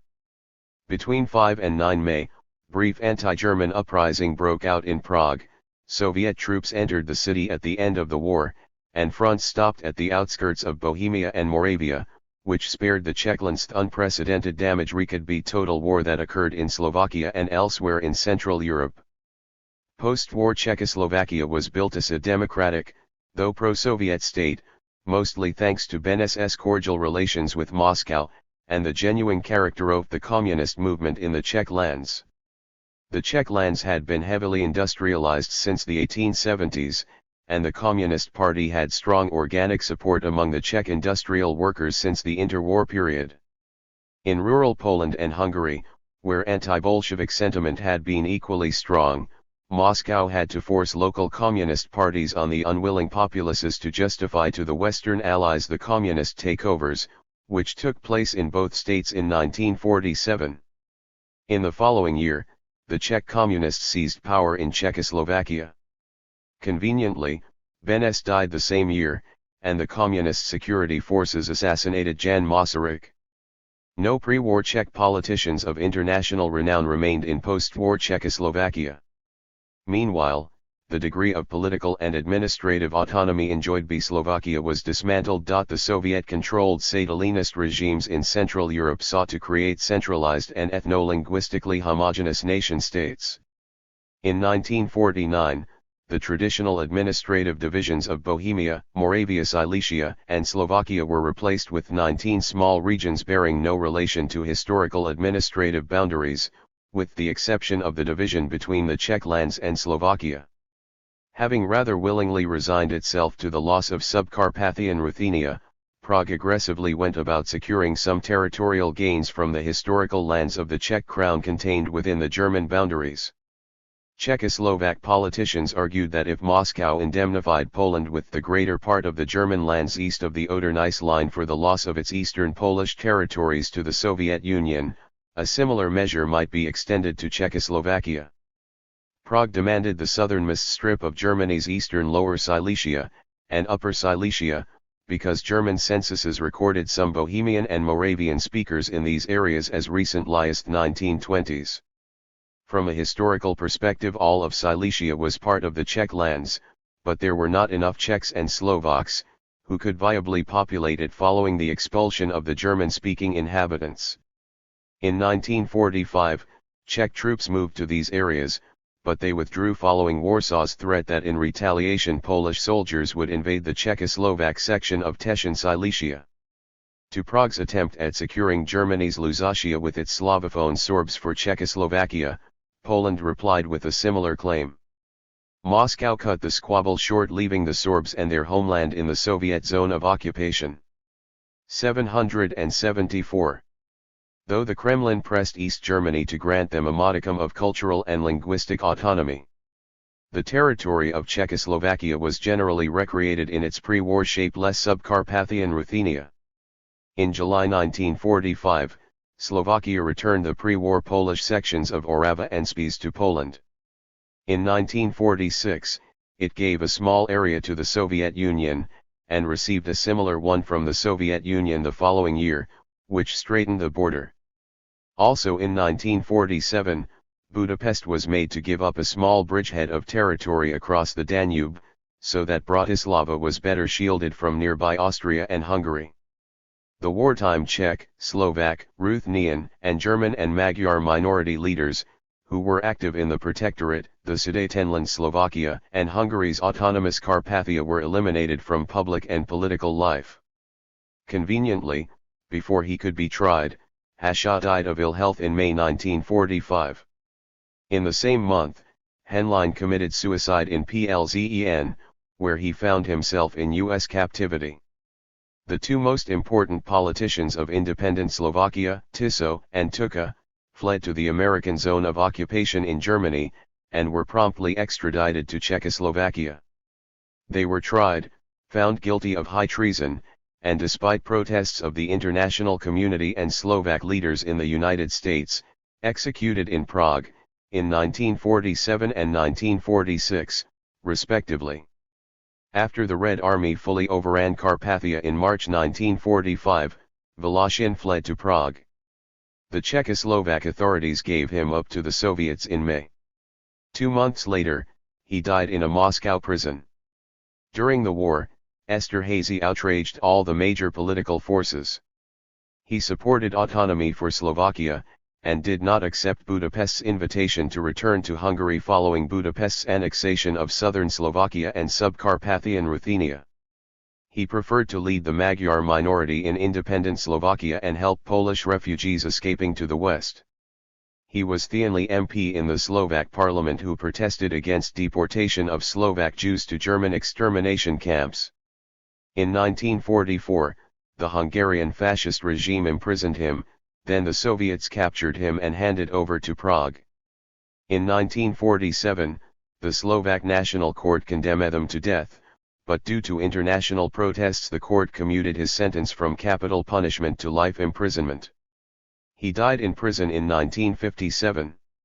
Like Germans in post-war Poland, the huge German and Magyar minorities were the biggest obstacle standing in the way of making post-war Czechoslovakia an ethno-linguistically homogeneous nation-state.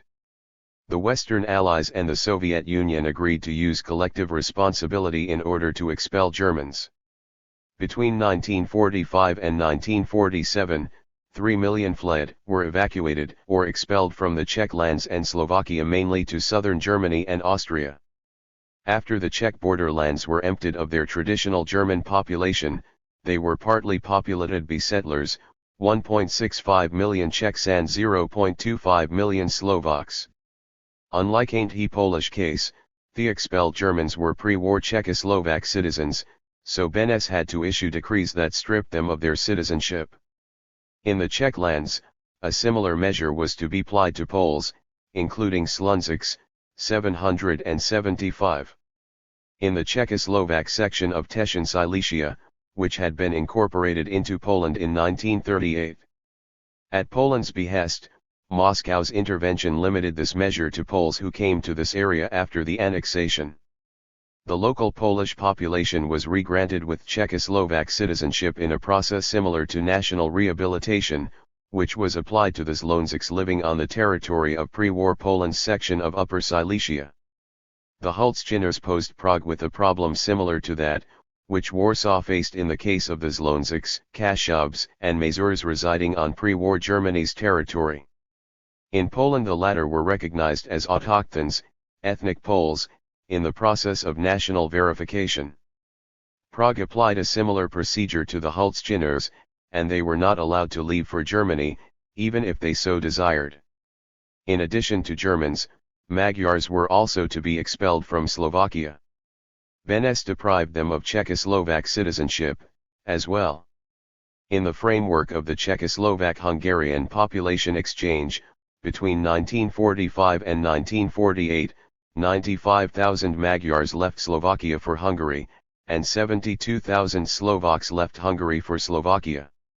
In the action of re-Slovakization, similar to that of re-Polonization directed at the autochthons in Poland, 382,000 stateless and terrorized Magyars applied to be recognized as Slovaks. 282,000 were granted the status, which caused the number of Slovakia's Magyars to sink to 451,000. But because Czechoslovak citizenship was not re-granted to them until 1948, the situation permitted the closure of Magyar language schools and cultural institutions. 45,000 Magyars were condemned to hard labor and dispersed across Czechoslovakia. The post-war population movements were rounded up by the arrival of 33,000 Czechs from pre-war Poland's Volhynia, and 20,000 from Transcarpathian Ruthenia, because they wanted to avoid living in the Soviet Union. Bielina et al. 1993, 211, Chassar 2003, 560-562, Chocolati 1991, Eberhardt 1996, 133, From Minority Status to Partnership 2005, Gorny 2005, Harna and Pfizer 1998, 193, 205, Kovasi 1998, 231-244, Magoxi 2002, 191, Matovsik et al. 1999, 340, 345, Paulas 1997, Placek 2000, Pop 2005. 152-164, Simotnova 2003, 62, 66-67, Stan Ek 1991, Sudaj 1999, 212, Tomazuski 1997, 140, 144-145, 273-275, Zaradnik and Ryskowski 1992. By the late 1940s, Czechoslovakia was re-established as a heavily centralized ethnically homogeneous nation-state with a Stalinist regime at its helm. The situation was similar in Hungary and Poland. As Soviet satellites, all three states had to closely follow the tenets of the system as worked out in the Soviet Union. Between 1948 and 1949, many members of the pre-war Czechoslovak elite, 145,000 Czechs and 82,000 Slovaks, who could not accept the communist regime, emigrated to Western Europe and Northern America. Bearing in mind the fact that there were almost 3 times as many Czechs as Slovaks in Czechoslovakia, the proportion of Slovak émigrés was nearly 2 times bigger than that of Czech émigrés. Anti-communist feeling was much more widespread in predominantly rural, traditional, and strongly Catholic Slovakia. 776. Than in the heavily industrialized and urbanized Czech lands. In this respect, the Slovaks shared more with the Polish than the Czech experience. Their opposition to the communist regime was deepened by the forced collectivization of the countryside and the liquidation of the Greek Catholic Church in 1950. The struggle against bourgeois nationalist deviation, which marked the epoch of late Stalinism in Central Europe, amounted in Czechoslovakia to political purges mainly aimed at Slovak leaders and the few remaining Jews. This prompted the latter to leave, and put control of Czechoslovakia firmly in the Czech hands. The 1948 Communist Constitution defined Czechoslovakia as a unitary state of the Czechoslovak people, in which equal rights were enjoyed by the 2 brotherly Slavic nations of the Czechs and Slovaks. Despite official Stalinization, in the mid-1950s, it was obvious that the Czechoslovak option led and implemented by Czech communists was in ascendance. The new constitution of 1960 renamed the Republic of Czechoslovakia as the Czechoslovak Socialist Republic. The facade Slovak autonomous institutions were liquidated, and in the new state coat of arms the Slovak one was removed from the Bohemian lion's breast, and his crown replaced with the communist red star. In Hungary the 1956 uprising and in Poland the 1956 events, marked the shift of power from Stalinists, internationally minded communists, to national communists. A similar process unfolded in Czechoslovakia rather late, in 1968.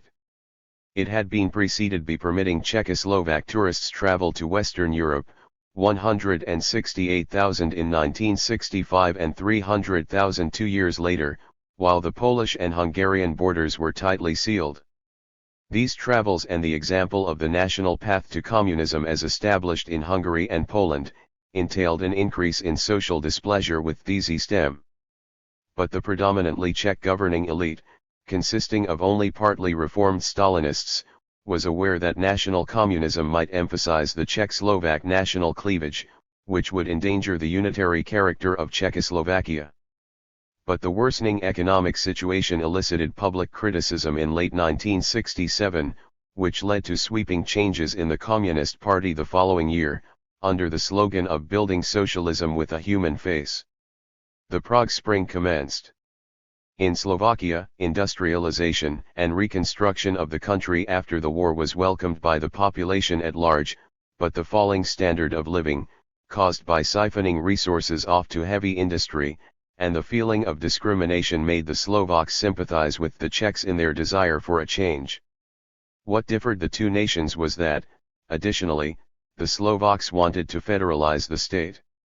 The discussions on federalization conducted in the Central Committee of the Communist Party in June 1968, brought to the fore the question of autonomy for Moravia and Silesia. But the idea of tripartite federation consisting of Bohemia, Moravia, Silesia, and Slovakia, was perceived by Slovak leaders as a 777. Czech ploy to belittle Slovakia. Unlike Czechs, the average Slovak is not aware of the long-established ethno-regional cleavage that separates Moravia and Silesia from Bohemia. The Slovak fear was that Bohemia and Moravia Silesia as two Czech entities of a tripartite federation, the Czechs would still prevail over the Slovaks. Meanwhile at Kremlin decided that institutional and political changes in Czechoslovakia endanger its grip on the Soviet bloc, and ordered the Warsaw Pact to intervene. On August 21, Bulgarian, East German, Hungarian, Polish, and Soviet forces invaded Czechoslovakia, giving the rise to the Brezhnev Doctrine, according to which Moscow could intervene in any Soviet bloc state that appeared bent on leaving the bloc. At the end of August normalization, set in Propt decision that Soviet troops would remain in Czechoslovakia indefinitely. Apart from sending a wave of several hundreds of thousands of refugees, who fled to the west, the normalization paved the way for national communists to power. Significantly, the leader of the Prague Spring, Alexander Dubček, 1921–1992, and the leader of the normalization, Gustav Husak, 1913–1991, were both Slovaks. On October 27, 1968, the parliament passed a constitutional act to federalize the state, which entered in force on January 1, 1969. Czechoslovakia was transformed into a dual federation of the Czech Socialist Republic and the Slovak Socialist Republic. The normalization rendered the political dimension of this federalization impotent already in 1970. Centralism was back, but with more formalistic devolution. Stalinists were finally out of power when Husak became president in 1975. He held this office until the fall of communism in 1989, and though a Slovak, he governed in the spirit of Czechoslovakism, which precluded any real possibility of political autonomy for Slovakia. This situation, and the fact that the interests and autonomous inspirations of Moravia and Silesia were not reflected on the political plane at all, led to the rise of popular resentment at Pragocentrismus, that is, centralization of power and economy in Prague and Bohemia. This feeling was widespread in Slovakia, Moravia, and Silesia. On the other hand, both Czechs and Slovaks perceived the federal institutions of Czechoslovakia, invariably located in Prague, as Czech. Barta 2003, 574, Belina etal 1993, 280, Kovaci 1998, 263 to 265, 268 to 269, 280, 294, 298, Musil 1995, 197, 209 to 210, Riklik 1998, 135, 233, Simotnova 2003, 73, Tomazuski 1997, 175, 189 to 194, 205, 209. In communist Czechoslovakia, Czech dominated as the official language of the state until 1968, though Slovak was consistently employed in the official capacity throughout Slovakia. This domination of Czech in the framework of de facto Czechoslovakism showed, first, in the stalling of the further codification of Slovak. Between 1946 and 1949, Anton Janosík, 1904 to 1971, and Eugen Jona published the fascicles of the first volume of the intended first multi-volume authoritative dictionary of Slovak, Slovník spisovného jazyka slovenského, the dictionary of the written Slovak language, Teršinský Svatý Martin. After 778. The communist takeover, the publication of this work was discontinued and the task of compiling an authoritative dictionary of Slovak transferred from the Matica Slovenska in Teršinský Svatý Martin to Bratislava, where the task was taken up by the Slovak Academy of Sciences, when it was re-established in 1953. The Matica Slovenska was perceived as the hotbed of anti-communism and Slovak bourgeois nationalism. 3 conferences on Marxist linguistics, 1960, 1962, and 1963, worked out the tenets on the basis of which an authoritative dictionary of Slovak should be compiled. These conferences copied the Soviet model of imbuing a language with the communist ideology, and Russifying it. In the case of Slovak, as in the cases of other official languages in the Soviet bloc states, this Russification usually amounted to the adoption of Russian words and concepts pertaining to Soviet-style communism. When Stefan Písier's 6-volume Slovník slovenského jazyka, the Dictionary of the Slovak Language, 1959-1968, Bratislava, was published, the circle of the Matica Slovenska immediately accused it of making the Slovak language too close to Czech. With the Prague Spring just around the corner, a conference in 1966 condemned the situation and worked out theses to emphasize the separateness of Slovak vis-a-vis Czech. Many Slovak intellectuals readily espoused these theses, which significantly contributed to the unprecedented political emancipation of Slovak after 1968. Subcarpathian Ruthenia was annexed by the Soviet Union and transferred to Soviet Ukraine, and largely disappeared from the Czechs and Slovaks' public memory. Only briefly in 1945, prior to the annexation, Ruthenian leaders had appealed for the making of post-war Czechoslovakia into a triple federation. In Soviet Transcarpathian Ukraine the Ruthenians, at least officially, were made into Ukrainians, and no concessions for the Ruthenian language were made. Ukrainian and Russian replaced Hungarian Ruthenian and Magyar, which had functioned as official languages in wartime Hungary's Carpathia. Moscow's de facto policy of Russifying Soviet Ukraine beginning in the 1930s also left its mark on Transcarpathian Ukraine. Prešov Ruthenia, located in eastern Slovakia, never featured in state politics. Unlike in the case of Moravia and Silesia, no politician proposed that the region could be made into a separate entity within federalized Czechoslovakia. The post-war Ukrainian National Council, 1945-1949, active in this region, appealed for Ruthenian territorial autonomy, but Slovak leaders disagreed, claiming that Prešov Ruthenia is part of the indivisible Slovak national territory. Bratislava denied the same concessions to the Prešov Ruthenians that it was seeking to obtain for Slovakia from Prague. After the war, Russian was used in Ruthenian publications and schools. In 1952, Prague declared them to be Ukrainians, hence the Ukrainian language replaced Russian. In the wake of the Prague Spring, some Ruthenian intellectuals appealed for at least limited use of the Ruthenian vernacular. Due to frequent language changes, the persistence of the vernacular in everyday life, and the domination of Slovak, in the 1950s and 1960s numerous Ruthenians adopted Slovak and 779. Began to send their children to Slovak schools. Soon they became Slovakized, and the process was facilitated by the abolition of the Greek Catholic Church, 1950, which had been the main axis of the Ruthenian national identity. In this, Prague followed Moscow, which had abolished this church in western, pre-war Poland, Ukraine in 1946, and in Transcarpathian Ukraine 3 years later. The situation of Slovak improved spectacularly after the introduction of the federalization package. Article 6 of the Constitutional Act No. 143 of October 27, 1968 provided that the Czech and Slovak languages should be used equally in the promulgation of laws, in the dealings of all state organs of Czechoslovakia and both republics, in proceedings held before them and in all their contacts with individual citizens. In practice it meant that federal laws were mainly written in Czech and then translated into Slovak, but the equalization of the status of Slovak with Czech spilled over to the mass media and cultural life.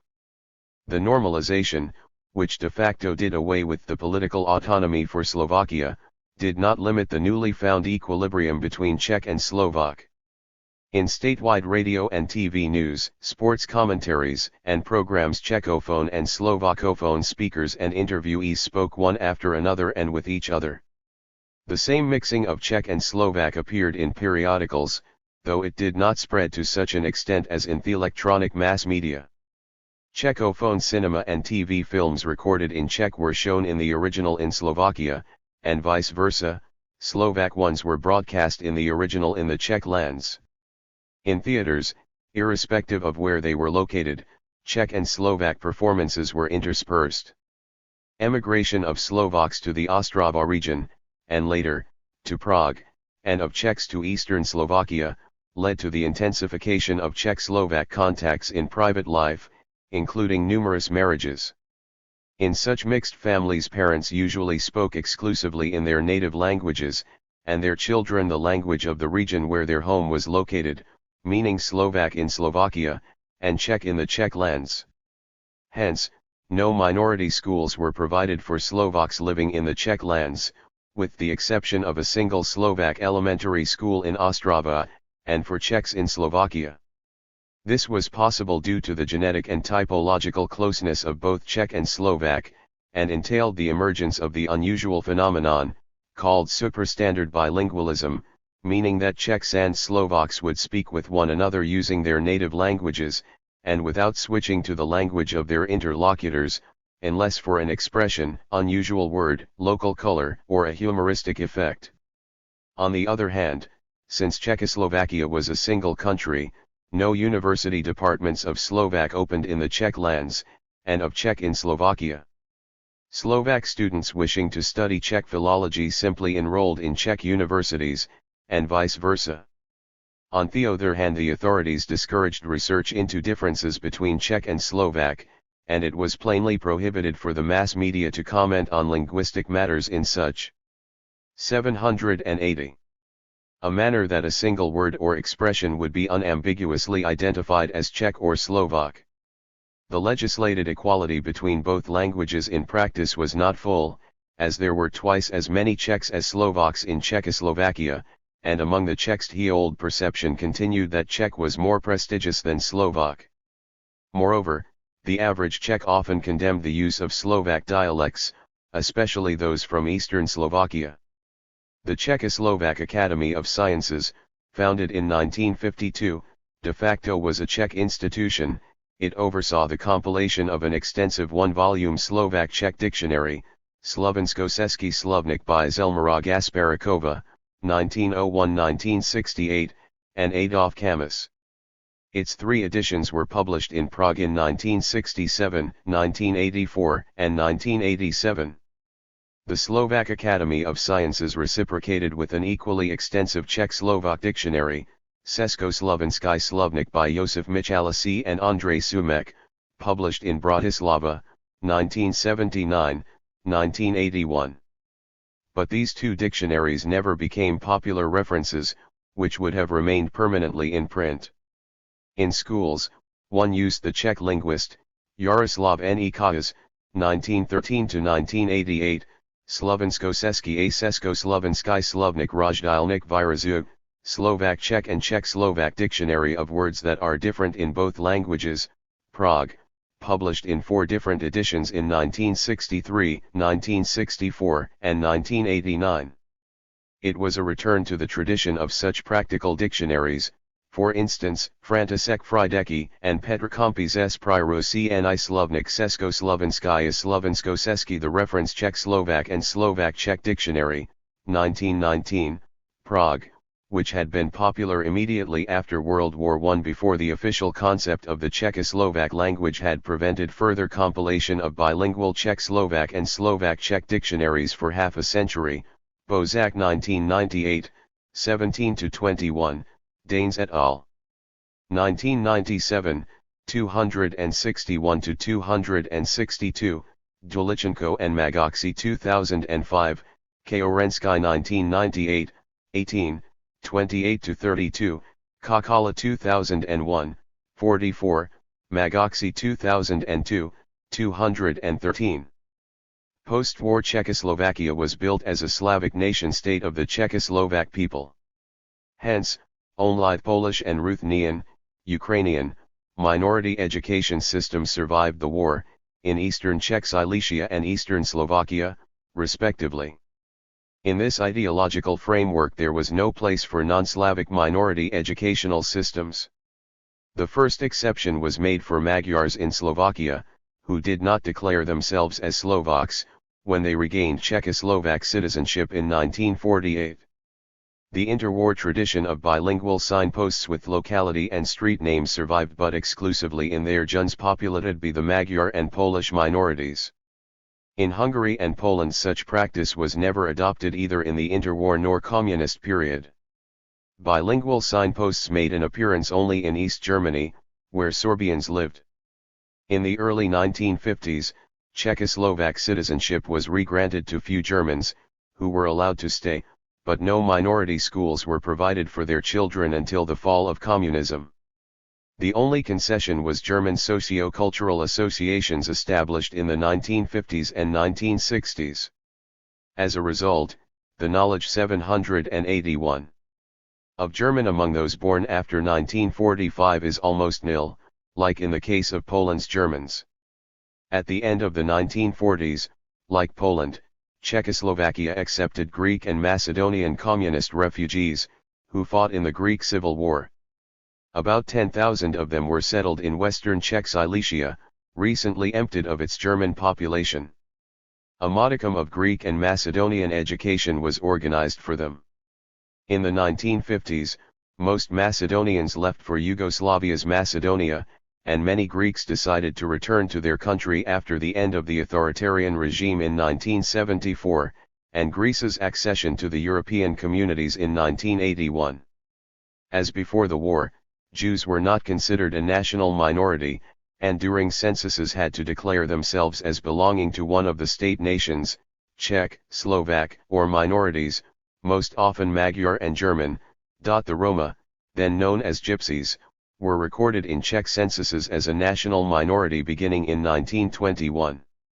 After 1945, like in Poland or Hungary, they were treated more as a depressed and parasitic social class, lumpenproletariat, than a national or ethnic minority. To productivize them, their traditional patterns of life and economy were abolished, they were dispersed and forced to take up occupations allocated by the authorities. As during the interwar period, no minority schooling in their Indic language of Romani was provided in communist Czechoslovakia. This reflected the Central European practice, which to this day remains largely unchanged. Lacking a sound command either of Czech or Slovak, Roma children received no schooling, in the blatant breach of legislation on compulsory education, which requires all citizens aged 16 and less to attend a school, or were sent to schools for the mentally retarded. As a result, from the linguistic, social, and economic vantage, they were made into the most isolated ethno-linguistic group in Central Europe. Despite the similarities shared by Czechoslovakia with Hungary and Poland in their approach to national minorities, Prague continued to publish statistical data on Czechoslovakia's minorities throughout the communist years, unlike the two other states, or Romania and East Germany, for that matter.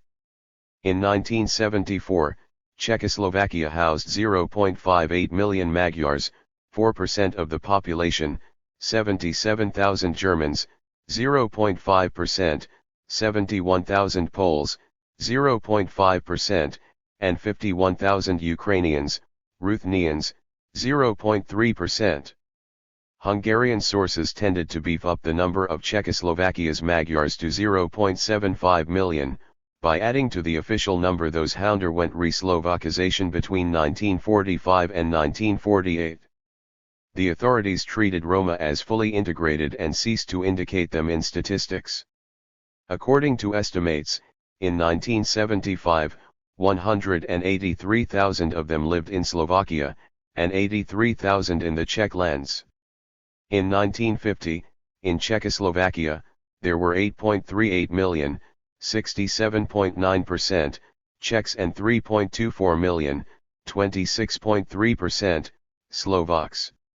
By 1991, the numbers grew to 9.83 million, 63.1%, and 4.83 million, 31%, respectively. Thanks to their higher birth rate, the Slovaks' share in the population grew steadily.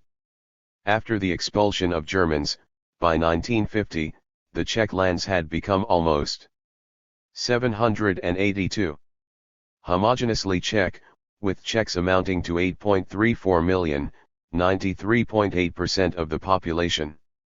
They were followed by 0.35 million, 2.9%, Slovaks, who, alongside Czech, settled in the borderlands of Bohemia, Moravia, and Czech Silesia, denuded of Germans, 160,000, 1.8%, Germans, 71,000, 0.8%, Poles, 19,500, 0.2%, Ukrainians, Ruthenians, and 13,000, 0.1%, Magyars. In the following decades, the relations remained unchanged except for those of Germans and Poles, whose number plummeted to 81,000 and 66,000 in 1980. In 1980, there were 9.73 million, 94.6%, Czechs in the Czech lands, and 0.36 million, 3.5%, Slovaks. Slovakia remained more ethno-linguistically heterogeneous, because most local Magyars were allowed to stay, which was not the case with the Germans, who were almost fully expelled from the Czech lands. Between 1950 and 1980, the number of Slovaks increased from 2.98 million, 86.7%, to 4.32 million, 86.5%. Magyars numbered 0.35 million, 10.3%, in 1950, but in the following decade many of those, who were re-Slovakized, returned to Magyarness, so there were 0.52 million, 12.4%, Magyars in 1961. By 1980, their number had grown to 0.56 million, 11.2%. Between 1950 and 1980, the number of Czech grew slightly from 40,500, 1.2%, to 57,000, 1%, and that of Ukrainians, Ruthenians, decreased slightly from 48,000, 1.4%, to 39,000, 0.8%. The interwar laws mainly governed the language and other rights of recognized minorities until 1968. On October 27, 1968, the Constitutional Act No. 144 recognized Magyars, Germans, Poles, and Ukrainians, Ruthenians, as minorities and granted them a modicum of minority rights, including education in their native languages. This law was never carried out to its fullest with regard to the German minority. No German language minority schools were founded. In 1990, there were 2 Slovak and 28 Polish language minority elementary schools in the Czech lands, and 257 Magyar language ones and 10 Ukrainian language ones in Slovakia. During the communist period, the number of Magyar language elementary schools decreased dramatically from 565 in 1955. Still, this Magyar language minority educational system ensured preservation of the language and the Magyar identity based on it. In the case of other minorities, the speech communities may be too small to preserve their languages. For instance, in 1991, in the Czech lands, out of 59,000 Poles, 52,000 claimed to speak Polish, and out of 48,000 Germans 41,000 claimed to speak German. Due to the specific dynamics of the Czech-Slovak bilingualism, it is obvious that most Slovaks living in the Czech lands, or their children, would soon and willingly become Czechized. In 1991, only 0.24 million Slovaks out of 0.31 million spoke Slovak. As a result, 9.77 million Czechs accounted for 94.8% of the population of the Czech lands, but the total number of all Czech speakers was 9.87 million, 95.8%. Due to the post-war action of re-Slovakization, a reverse phenomenon was observed in Slovakia. In 1991, 0.57 million people declared themselves as Magyars, but 0.61 million indicated Magyar as their native language. Similarly, 17,000 persons declared themselves as Ruthenians and 13,000 as Ukrainians, but 57,000 indicated Ukrainian as their native language. During the interwar period, Ruthenians, Ukrainians, exclusively professed Greek Catholicism and Orthodox Christianity. Their Greek Catholic Church was banned briefly after World War II, in emulation of the Orthodoxization action pursued in the Soviet Union against Greek Catholics/Uniats in the territories that had belonged to Poland and Czechoslovakia before 1939, but it was legalized in Slovakia during the Prague Spring. In 1991, there were 179,000 Greek Catholics and 34,000 Orthodox Christians. As in the case of Slovaks living in the Czech lands, the knowledge of Czech was dwindling among Slovakia's 59,000 Czechs.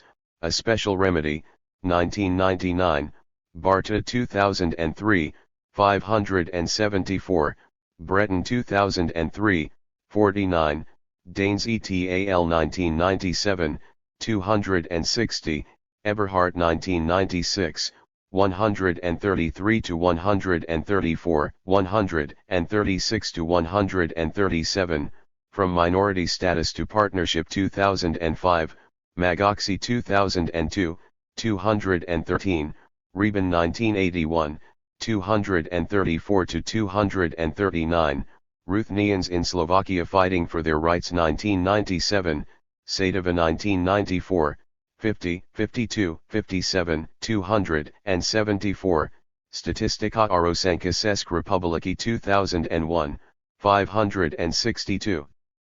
The post-war social and cultural development in Czechoslovakia followed the communist pattern imposed on Central Europe by the Soviet Union. Growing access to secondary and university education was coupled with indoctrination, which was to ensure imbuing the new generations and elite with communist values and loyalty to the state and the Soviet Union. After 1945, Czech-language universities were re-established and the Slovak one in Bratislava was purged of independentists. In 1946, a new Czech university was founded in Olomouc, and 13 years later, a new Slovak one in Košice. Numerous other institutions of higher learning without university in their names sprang up in Hungary and Poland.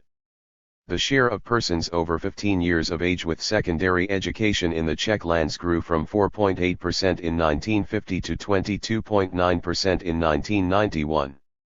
The corresponding numbers for Slovakia were 3.1% and 24.3%. In the Czech lands, people with university education amounted to 0.9% in 1950, and to 7.2% in 1991. The corresponding indicators for Slovakia were 0.5% and 7.7%. This slightly privileged status of Slovakia in access to secondary and university education commenced after the normalization, in the 1970s. Repression was not as harsh and widespread there as in the Czech lands. This transfer of intellectual capital from the Czech lands to Slovakia was even more clearly visible in book production. The level of 1937 production of 5,500 Czech titles was reached in 1948.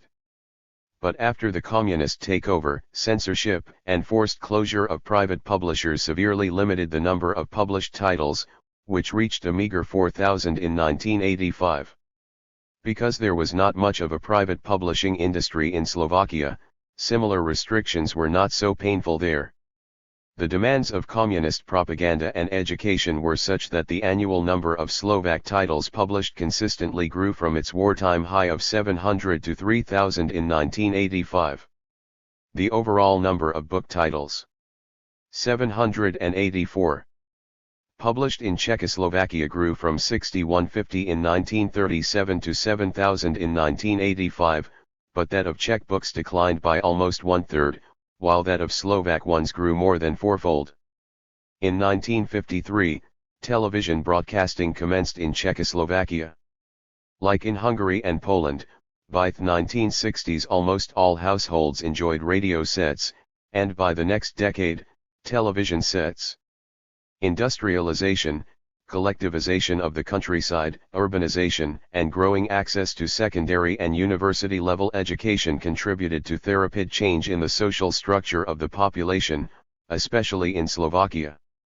Such changes had commenced in the Czech lands in the late 19th century, that is, earlier than anywhere in Central Europe. But the communist system accelerated them. In the Czech lands the share of workforce employed in agriculture decreased from 33.1% in 1948 to 9.4% in 1989.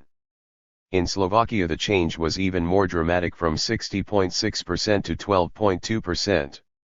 At 57.9% in 1970, workers attained the highest share in the population of the Czech lands, while a similar peak of 59.1% was reached in Slovakia a decade later.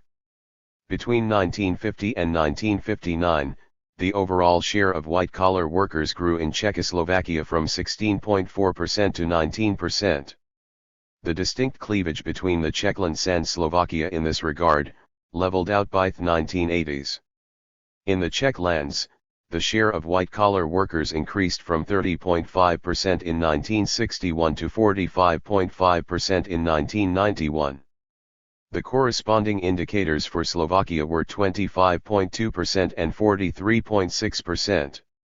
At the end of the communist period, the economic and educational development and structure of Czech and Slovak society became similar. Eventually, Czechoslovakia made good on its interwar promises to the Slovaks, short of genuine political autonomy. Ironically, this promise of better life and free national development for the Slovaks, pledged by democratic Czechoslovakia, was carried out by communist Czechoslovakia, Magoxi 2002, 208, Musil 1995, 32, 74, Riesnar and Croucher 1989, 41-42, 44, 84, Simotnova 2003, 67, 77. The codification of the Czech language was largely completed in interwar Czechoslovakia and was wrapped up with the publication of the first monolingual multi-volume authoritative dictionary of Czech, Prirocený slovník jazyka českého, 1935-1957. In the period immediately after the war, when a modicum of democracy survived, and communism had not been established enough, highlights of this pre-war codification were republished.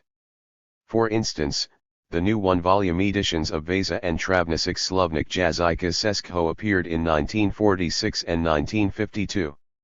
Travnicek's Mluvní spisov cestiny, the Grammar of Written Czech, 1948-1951, Prague, grew out from this interwar codification, and was reprinted in 1949 and 1951. However, at the beginning of the 1950s, following the Soviet model, the communist authorities took care to imbue the standard language with principles and values, which reflected the ideological interests of the communist system. The same process unfolded almost at the same time in Hungary and Poland. In Czechoslovakia the theoretical ground 785 for the changes was prepared in 1952, at the Czechoslovak Lexicological and Lexicographic Conference held in Bratislava. The butt of criticism issued by pro-communist party Marxist linguists, was the interwar bourgeois codification and its ultimate emanation, in the form of Prirocený slovník jazyka českého. The newly established Institute of the Czech Language, incorporated into the Czechoslovak Academy of Sciences, was entrusted with the preparation of a new codification of the Czech language that would comply with the communist ideology and the needs of the Soviet-style system. It was easier in Czechoslovakia than in Poland, because a sweeping language reform had been introduced in the latter country in 1936, so only a minor one could follow in 1956.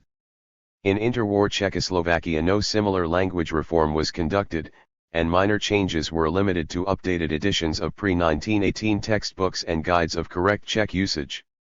Hence, the situation in post-war Czechoslovakia was better suited for a thorough change. Immediately, after the completion of the publication of Pryrosíný slovník jazyka iského, there began to appear the 4-volume Slovník spisovného jazyka iského, the Dictionary of the Written Czech Language, 1957 to 1971, Prague, edited by Bohuslav Havranek.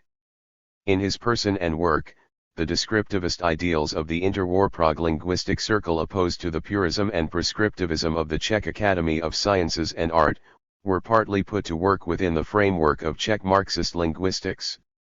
In 1957, Pravidla Českého pravopisu, 1957, Prague, was published, which amounted to the first language reform of Czech conducted in the 20th century. In the following year, an abbreviated school edition of Pravidla appeared. In 1951, Havranek and Alois Jedlia Seskum Lovnice, the Czech Grammar, Prague, was published, and superseded Travnicix Mluvnice Spisovn Cestiny, in preparation for the 1957 reform. The work's second edition, which appeared in 1960, became the standard work on Czech grammar for the entire communist period. In 1966, both authors published an abbreviated version of this grammar for schools and the general user. On the basis of Havranek's Slovník spisovného jazyka iského, Joseph Filipek, 1915 to 2001, and František Danes, 1919, edited the single-volume Slovník spisovn cestiny pro školu a vyježděnost, the Dictionary of Written Czech for Schools and the General User, 1978, Prague. Beyond the communist codification of Czech, lexicographic research into other aspects of this language was limited. In 1952, František Kopečný edited the new version of Holub's 1933 Stručný slovník etymologický jazyka Slovenského, titled as Etymologický slovník jazyka iského, the Etymological Dictionary of the Czech Language, Prague. Significantly, Holub's original Czechoslovak language was replaced with the Czech language.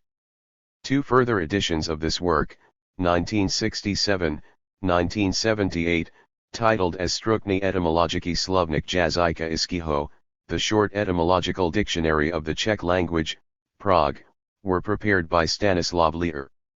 The concept of the Czechoslovak language, sanitized by mentioning Czech and Slovak separately on the cover, reappeared in the first original post-war. 786. Etymological Dictionary, Etymologický slovník jazyka Českého a Slovenského, the Etymological Dictionary of the Czech and Slovak Languages, 1957, Prague, by Václav Maček. In the next two editions of 1968 and 1971, the Slovak language was dropped from the title, Etymologický slovník jazyka Českého, the Etymological Dictionary of the Czech Language, Prague. The historical dimension of Czech was surveyed by two one-volume dictionaries, Slovní sixtér cestiny, the Little Dictionary of Old Czech, 1947, Prague, by František Simic, and Malý staročeský slovník, the Little Old Czech Dictionary, 1979, Prague, by Adolf Kamus, 1915-1991, and Karel Kusera, 1947. In 1956, Havranek worked out the principles, on the basis of which full-fledged Staročeský slovník, the Old Czech Dictionary, 1968, Prague, was compiled. Its fascicles reached the end of letter P in 2004. But the dictionary commenced with letter N, at which Gebauer's Slovník Staročeský was terminated in 1916. All the aforementioned dictionaries have attempted to gather the entire corpus of Czech words, which were attested in writing by the end of the 15th century. So far no dictionary has recorded the Czech vocabulary in use between the 16th and 17th centuries. By comparison, only the 17th century Polish vocabulary has not been recorded in a dictionary yet. Practically, the entire historical Magyar vocabulary was collected in the form of dictionaries, though a similar process in the case of Slovak began only after the fall of communism, in 1991.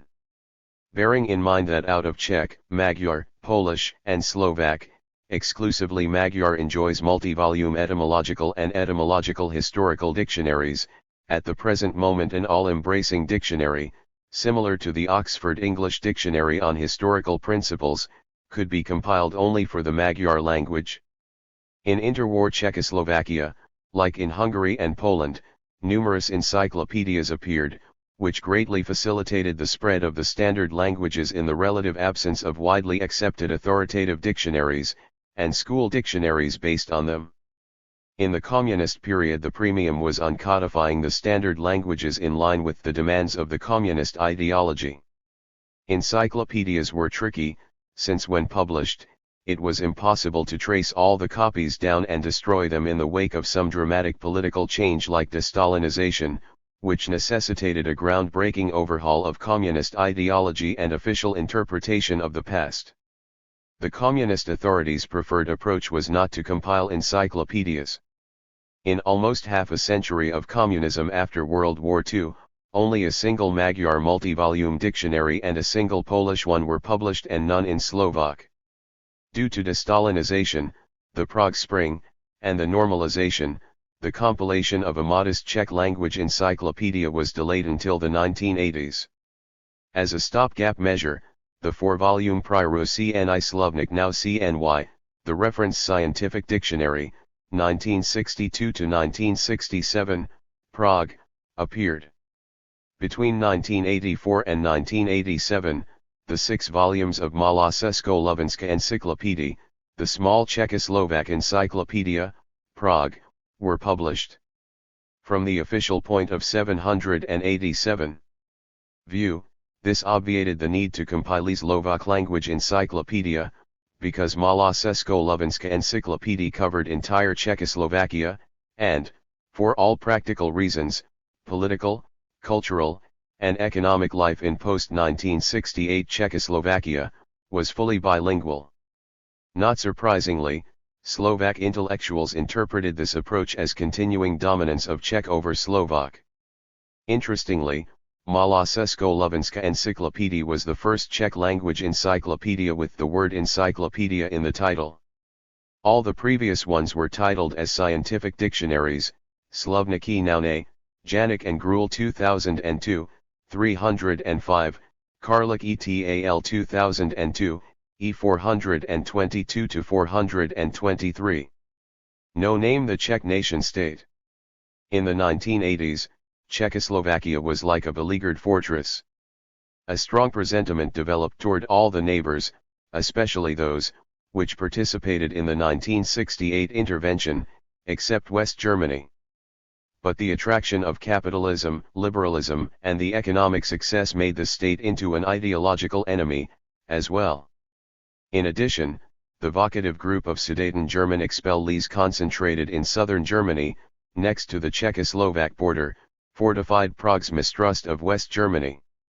The most scorn, however, was reserved for Polish traders, a pejorative term, popularly used by Czechs and Slovaks to refer to Polish tourists, who were seen to arrive in Czechoslovakia from their economically depressed country, to buy out the communist bonanza of consumer goods that were more freely available in Czechoslovak shops. This led to the imposition of stricter border entrance requirements for Polish citizens, which were duplicated in Hungary, as well. This official policy, and the dislike felt by the average Czech or Slovak to the Poles, and cultivated by the communist authorities, did not prevent the development of clandestine cooperation networks between Czechoslovak and Polish anti-communist dissidents. The relations developed especially in the 1980s, after the 1980–1981 eruption of freedom in Poland, which became an inspiration for oppositionists elsewhere in the Soviet bloc, and endangered the legitimacy of the communist rule. In Czechoslovakia, Václav Havel, 1936, symbolized the opposition movement, as much as Lech Wałęsa, 1943, did in Poland. In Poland, the negotiated transition from communism to democracy took place in 1988 and 1989. Moscow did not intervene, and seemed even to approve and encourage this transition. In the wake of these changes, Czechoslovak-Polish cooperation intensified in late 1988. In January the following year, the arrest of Havel caused a wave of protests. Like its East German counterpart, Husak's normalization regime did not wish to give in to the pressure of liberalization. Finally, on November 17, 1989, the mass student rally in Prague unseated the regime. On December 10, the mixed government was constituted with the representatives of the anti-communist opposition. 9 days later, 788, Havel became president of Czechoslovakia. Dubček, a Slovak and the moral beacon of the Prague Spring, returned to politics, but Havel would not follow the middle path of Dubček's favorite socialism with a human face. Havel stood for a fully democratic Czechoslovakia with a capitalist economy, and prevailed. Dubček died shortly afterward, in a car crash, 1992. In Slovakia this meant passing power to Slovak nationalists, organized in the Hnutie Demokratik Slovensko, HZDS, Movement for Democratic Slovakia, under the leadership of Vladimir Mečiar, 1942.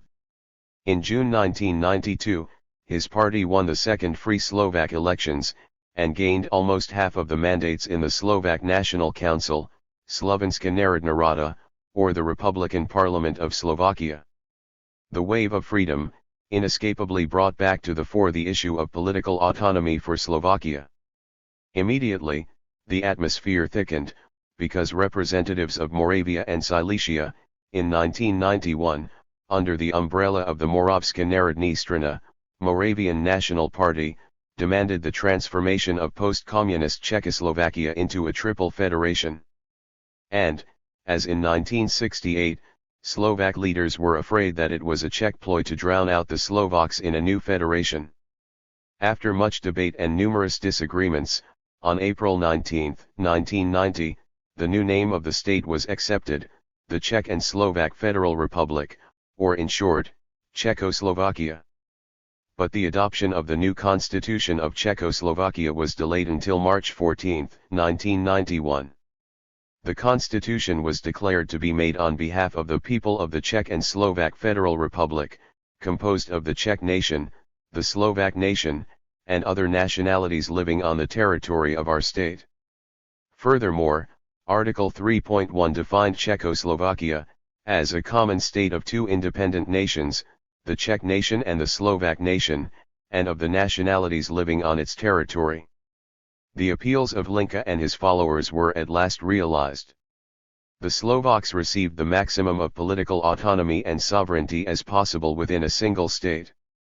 Despite this unprecedented achievement, the poll ratings of federal President Havel decreased in Slovakia from 60% in early 1990 to 52% in mid-1992. The plunge in Slovak trust for the federal government was even more dramatic, from 46% to 26%.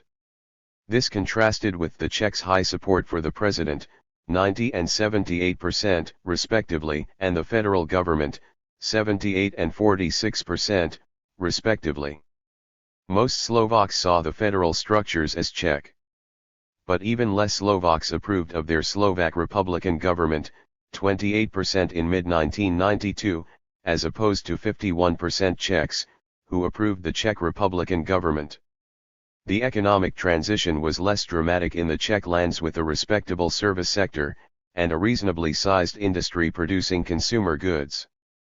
This was not the case in Slovakia, which had been developed in the Soviet manner. This promoted heavy industry at the expense of the other branches of economy, since production for a planned war effort to spread the communists 789. Revolution worldwide, took precedence before the consumer needs of the population. The drop in Slovak GDP was more dramatic and subsequent recovery slower, which produced high unemployment in Slovakia, of 14.4% in 1993, when the rate was of a mere 3.5% in the Czech lands, 5.1% for entire Czechoslovakia in 1992. The Slovak displeasure translated into insulting Czech politicians visiting Slovakia, including President Havel in the spring of 1992. Unlike Havel, Václav Klaus, 1941, Czechoslovak Minister of Finance between 1989 and 1992, and Czechoslovak Prime Minister between late 1991 and mid-1992, was not interested in preserving the federation. He deemed that letting Slovakia out of the federation would be a good idea, as this would terminate capital transfers from the richer Czech lands to Slovakia. In June 1992, his party, Občanská demokratická strana, ODS, Civic Democratic Party, won the Republican elections in the Czech lands. Klaus resigned from Czechoslovak premiership and became the Czech Prime Minister. He was an ideal partner for his Slovak counterpart, Mečiar. These two readily recognized that separation suited them both. Together, they negotiated the peaceful dissolution of Czechoslovakia. On October 11, the sovereignty of Slovakia was declared, and the Slovak constitution adopted. Without the promised referendum, on November 25, the Czechoslovak parliament passed the Act on the Dissolution of Czechoslovakia, to enter in force on January 1, 1993. The Czechs had no choice but to declare the sovereignty of their state, and adopt their own constitution on December 16. Neither Klaus nor Mečiar wished to leave the decision on the dissolution to a referendum, because in a July 1992 poll, the majority of Czechs, 53%, and a plurality of Slovaks, 42%, were for preserving Czechoslovakia. But in two separate nation-states, the number of cabinet, parliamentary, and ambassadorial positions doubled. From the point of view of ethnic entrepreneurship, this perspective was equally enticing for ODS and HZDS members. In the second half of the 1990s, independent Slovakia under Mečiar's HZDS leadership was dangerously gravitating toward becoming an authoritarian state with political supremacy guaranteed for ethnic Slovaks, to the detriment of the national minorities. This stalled the progress of Bratislava's accession negotiations with NATO and the European Union. Only the Czech Republic, Hungary, and Poland participated in the first NATO enlargement following the end of communism, 1999. This endangered the privileged status of Czech-Slovak relations on which Slovakia's economy remained highly dependent, and disenchanted the population at large. The parliamentary elections in late 1998 brought the opposition to power, and it could form its government unhindered thanks to the coalition of Magyar minority parties, which garnered 9.12% of the vote. They did so willingly, as Mečiar's ethno-nationalist policies had alienated Slovakia's national minorities. Thanks to his change, in early 2004, Slovakia joined NATO along with Bulgaria, Estonia, Latvia, Lithuania, and 790. Romania. Hence, on May 1, Slovakia was also able to accede to the European Union alongside the Czech Republic, Hungary, Poland, and 6 other new member states. The biggest fear was that if Bratislava had not managed this feat, it would have entailed clamping the requirement of Schengen visas on Slovak citizens, which would have terminated the nadstandardní vztahy, superstandard relations, between Slovakia and the Czech Republic. Basically, after the dissolution of Czechoslovakia, citizens and enterprises from both states were enjoying a wider range of legal, economic, social, and employment privileges than their counterparts from any third states. In this manner, a trace of former Czechoslovakia survived in the practice of superstandard relations between the Czech Republic and Slovakia, Bielina et al. 1993, 312-315, Hochman 1998, 76-77, Kolsar 2003, 45, 47, Kovasi 1998, 320, 338, Musil 1995, 229, 233, Riklik 1998, 326 to 328, Simotnova 2003, 80, Tomaszewski 1997, 280. Before 1993, the Czech nation-state had never existed separate of Czechoslovakia. What is more, unlike in the case of Slovakia, no single short name developed for referring to the Czech lands. The compromise enshrined in the 1992 Czech Constitution named this state as the Czech Republic. When a Czech wants to refer to her country in brief, she speaks of the Republic, or of Česko, literally, Bohemia, if she is from Bohemia. But the latter form is rarely used by the inhabitants of Moravia or Silesia, who are indignant at the Bohemian practice of referring to the Czech Republic, as if it were just a greater Bohemia. The popularity of the Moravian Silesian parties and pressure groups showed in the 1991 census, in which 1.36 million, 13.2%, people declared their nationality as Moravian, and 44,000, 0.4%, as Silesian. Their voice could not be disregarded. The Czech Constitution was made on behalf of the citizens of the Czech Republic in Bohemia, Moravia, and Silesia. Nowhere the concept of the Czech nation was mentioned. Similarly, the 1997 Polish Constitution limited the previous political thrust of ethno-linguistic nationalism, when it equated the Polish nation with all the citizens of the Republic of Poland. On the contrary, the Slovak Constitution was made on behalf of the Slovak nation, and the Hungarian one on behalf of the Magyar people, with provisions for ethnic Magyars living outside Hungary. This concession toward Czech Moravians and Silesians, and the Moravians and the Silesians, was largely of symbolic value, as reflected in the current Czech coat of arms composed of two Bohemian lions, and the Moravian and Silesian eagles. The appeals for transforming the republic into a dual federation fell on Prague's deaf ears. Czech politicians feared that such a dual federations would sooner or later split, like that of Czechoslovakia. Perhaps, they were right, as today there are no examples of extant dual federations in the world. Prague also resisted the attempts to change the name of the state to Bohemia Moravia, or even Bohemia Moravia Silesia. The 2000 decentralization of the republic, required as a preparation step before joining the European Union, yielded 14,791 regions unrelated to historical administrative borders. On the contrary, the historical borders of Bohemia, Moravia, and Czech Silesia are largely reflected in the 1990 territorial organization of the Czech Roman Catholic Church. However, this is of little social importance, as the 1991 census showed that 40% of Czechs did not profess any religion. In the 2001 census, this percentage grew to unprecedented 59%, whereas it was a mere 13% in Slovakia. In addition, Moravian Silesian parties declined, and ceased to be a significant political force in the second half of the 1990s. In 2001, the number of Moravians plunged to 0.38 million, 3.7%, and of Silesians to 11,000, 0.1%. The Moravians are concentrated in southern Moravia, that is, the historical region of Slovakia, and the Silesians, that is, Slunziks, in Czech Silesia. Two factors explain this decline.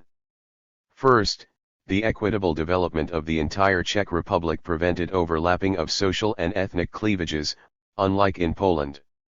Second, unlike Poland's Silesians, Slunziks, many of whom indicated their language as Silesian, the Czech Republic's Silesians, Slunziks, declared Czech as their mother tongue, which actually changed the possibility of ethno-linguistic cleavage into a mere regional one. This phenomenon stemmed from interwar Czechoslovakia, where, for instance, Slunziks were not allowed to declare their own Slunzakian language, and had to choose between Czech, German, and Polish. In its preamble, the Czech constitution legitimized the statehood of the Czech Republic, relating it to those of the Crown of the Czech lands and of Czechoslovakia. Surely enough, No mention of Czechoslovakia was made in the Slovak constitution. On the political plane, Czechoslovacism is a dead idea in Slovakia. However, the Czech constitution pays mere lip service to Czechoslovacism. For instance, in the 1991 census, 3,500 persons declared themselves as Czechoslovaks, but the Statistical Office did not accept these declarations, and did not indicate them in the census's results. Last but not the least, the preamble also stated that the founding of the Czech Republic amounted to the renewal of an independent Czech state. This verges on the mythic, because no state going by this name, or any sovereign Czech nation-state, for that matter, had existed prior to the Czech Republic. This ambiguity, which riddles the concept of Czech national statehood and the lack of any popularly accepted brief name for this polity, shows in titles of books devoted to Czech history. Some refer to České dějiny, Czech history, which makes it unnecessary to mention the name of the country, while others speak of the Zemi Korony Česk, lands of the Czech crown, or Zemi Česk, Czech lands. In Slovakia, this complication does not exist, and one comes across works straightforwardly titled, as History of Slovakia, or Slovak History. To add to this onomastic cum ideological schizophrenia, after the breakup of Czechoslovakia, not a single book titled History of Czechoslovakia, or Czechoslovak history was published either in the Czech Republic or Slovakia, though works going by these titles were numerous in Czechoslovakia between 1918 and 1992. Should a reader like to find a 792 recent book titled in this way, she could easily purchase one either in Poland or Germany. Dolazalik 2006, Lemberg 1993, Magoxi 2002, 198, Nekvapel 2000, 685, 687, Narodnostní Složení obyvatelstva 2005, Population and Housing Census, May 26, 2001, Basic Data 2005, Sadova 1994, 50, Simotnova 2003, 77. In Czechoslovakia, minority rights were guaranteed in Articles 24 and 25 of the Charter of Fundamental Rights and Freedoms adopted by the Czechoslovak Federal Assembly on January 9, 1991. The Charter in its entirety was incorporated into the Czech Constitution. In the linguistic field, they included the right to education and contacting administration in minority languages. Due to the aforementioned slump in the number of Moravians and Silesians, Slunziks, the number of Czechs in the Czech Republic grew from 8.36 million, 81.2%, to 9.25 million, 90.4%, between 1991 and 2001. In 2001, Moravians and Silesians together amounted to 0.39 million, 3.8%, and continued to declare Czech as their mother tongue. Between 1991 and 2001, the number of Slovaks sank from 0.31 million, 3.1%, to 193,000, 1.9%, mainly due to their moving to Slovakia. Moreover, Slovaks born in the Czech lands did not have their own minority language schools, and having become proficient only in Czech, they decided to declare themselves as Czechs. The specific Czech-Slovak bilingualism, which existed in Czechoslovakia, also allowed 15,000 Slovak speakers to declare themselves as Czechs. The number of Poles dropped from 59,000, 0.5%, to 52,000. But the drop is not so significant if one takes into consideration only Polish speakers, who numbered 52,000 in 1991 and 51,000 in 2001. Most of those, who did not speak Polish and declared themselves as Poles in 1991, preferred to refer to themselves as Czechs 10 years later. The same phenomenon was observed in the case of the German minority. The number of its members decreased from 48,500 to 39,000, but the gap between the corresponding numbers of German speakers, 41,000 and 41,300, was negligible. The biggest discrepancies occurred in the case of Roma. Their number plunged from 33,000 to 12,000, while the number of Romani speakers remained almost constant at 24,000 and 23,000, respectively. Like in Hungary, Poland, or Slovakia, the Czech Republic's Roma have been plagued by unemployment, social marginalization, rampant discrimination, regular denial of Czech citizenship, and ghettoization. To limit the brunt of social exclusion directed at them, they preferred to declare themselves as Czechs. Hence, whatever the number of Czechs in the Republic, in 1991, the number of Czech speakers amounted to 9.7 million, 97%. For all practical reasons, the Czech Republic, like post-communist Hungary and Poland, is an ethno-linguistically homogeneous nation-state. Slovakia is still the only exception to this pattern, mainly thanks to the Magyar minority. In 2001, it amounted to 0.52 million, 9.7%, persons, and practically all of them spoke Magyar. The same was true of Slovakia's 90,000, 1.7%, Roma, who continued to speak Romani. Hence, the size of the Slovak speech community added up to 4.6 million, 85.8%. Between 793, 1991 and 2001, the number of Polish-language elementary schools remained constant at 28, but the number of students plummeted from 3,200 to 2,400. In 1991, there were 2 Slovak-language elementary schools, one remained in 1995, and even it was dissolved in 2000.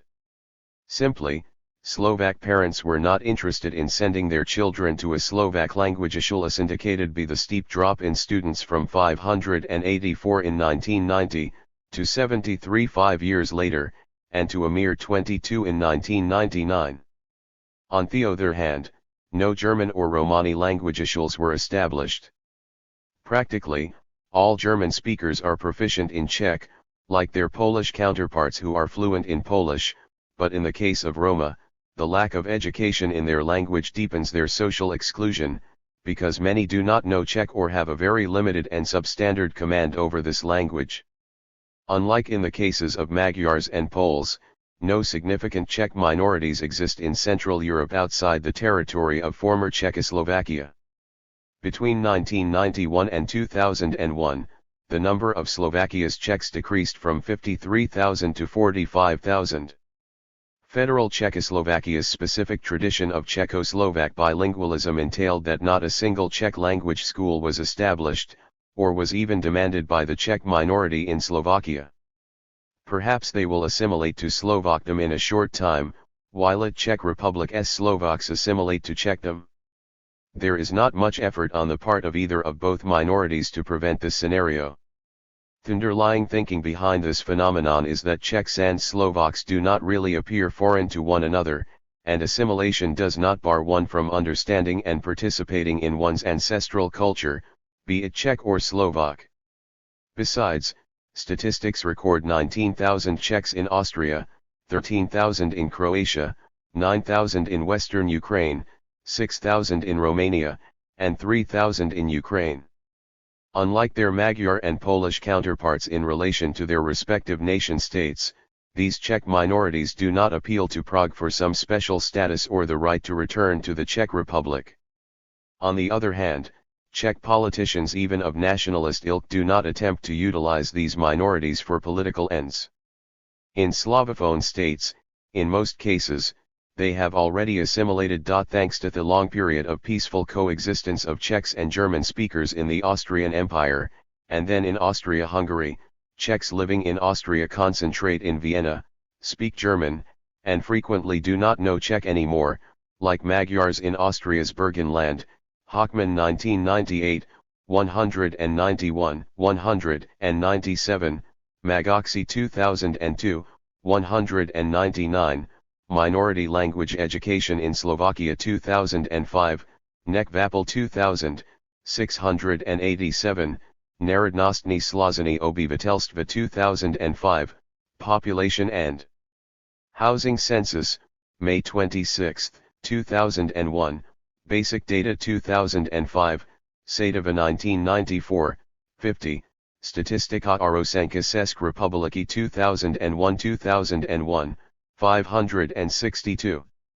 During the post-communist years, social changes in the Czech Republic were similar to those that occurred elsewhere in Central Europe. Significantly, they were not as sweeping, because the Czech lands had been already better developed than Germany and Austria in the interwar period. Additionally, development has been more equitable in the Czech lands from the social end. 794. Geographical perspective than elsewhere in the region. Between 1990 and 2000, the share of the workforce employed in the service sector grew from 42.7% to 55.4%, in industry declined from 45.9% to 39.5%, and in agriculture from 11.4% to 5.1%. Numerous new universities and higher education institutions were established, so the overall number of students almost doubled from 96,000 in 1990 to 157,000 in 1999. On average, access to the Internet is easier and the penetration of mobile phone networks is deeper in the Czech Republic than elsewhere in Central Europe. Book publishing increased at a higher rate than elsewhere in all of Central Europe.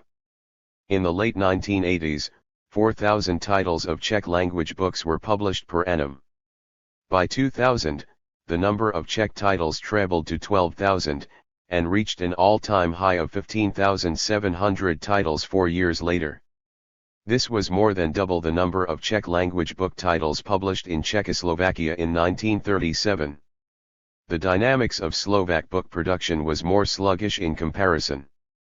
The late 1980s annual output of 3,000 book titles was basically maintained. The production grew to 4,000 titles in 1996, but fell to 2,500 the following year.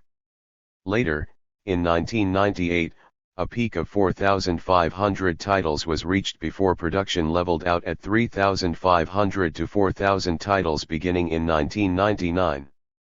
In 2002, 140 book titles were published per 100,000 inhabitants in the Czech Republic, while the indicator was 100 for Hungary, 60 for Slovakia, and a mere 50 for Poland. Per capita, in 2002, the Czech Republic produced more book titles than Germany, 90, France, 100, or the Netherlands, 120. This places the Republic squarely in the center of the Western European development trends, which is not that much true for Hungary, Poland, or Slovakia. Essential facts about the Czech book production in the year 2004-2005, Informationen zur politischen Bildung, Tschechien, 2002, 29, 34, Lakatos etal 2005, 8, Mandis 2005, 91, Publishing Market Watch 2004, 18. The split of Czechoslovakia into the Czech and Slovak nation-states terminated the unique post-1968 tradition of super-standard bilingualism. Apart from few publications, which attempted to preserve this tradition, the mass media, education, administration, and other fields of public life became exclusively monolingual, that is, Czechophone in the Czech Republic, and Slovakophone in Slovakia, obviously, with the exception of various linguistic concessions granted to minorities. Usually, when some Czechoslovak films or radio programs are rebroadcast, they are not translated either into Czech or Slovak, if the originals were in the other language.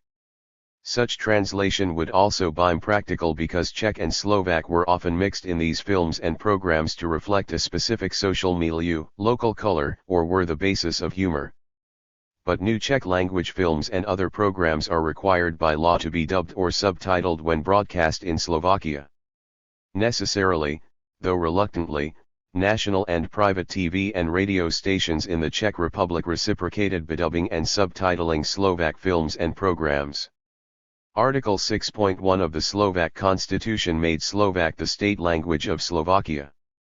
This language attained the 795 status for the second time in the 20th century, the first being the period of the short-lived independent Slovakia during World War II. However, in the case of the Czech language, its post-1993 situation is unique. Czech has never been the sole language of any polity before. Despite its de facto dominance, Czech shared the status of official language with Slovak in communist Czechoslovakia, and with Slovak and Ruthenian in interwar Czechoslovakia. In the Protectorate of Bohemia and Moravia, and beginning in the early 1880s in Austria-Hungary, Czech shared this position with German. Earlier, the official use of Czech had been limited to education, culture, and some local official needs. In the Czech Republic, the constitution did not confer any special status on the Czech language. What is more, the Czechoslovak Charter of Fundamental Rights and Freedoms, incorporated into this constitution, referred exclusively to the linguistic rights of minorities. The position of Czech as the de facto official language of the Czech Republic was established through a plethora of low-rank acts and laws issued between 1991 and 1993, which regulated the use of the medium of education, language of contracts, language of administration, language of courts and so on. The Czech-Slovak superstandard relations permitted the continuation of the strong presence of the Czech language in Slovakia. In part, this explains the phenomenal growth of book production in the Czech Republic. It is not only targeted at the Czech market, as numerous Czech language books and periodicals are exported to Slovakia, where they are eagerly purchased.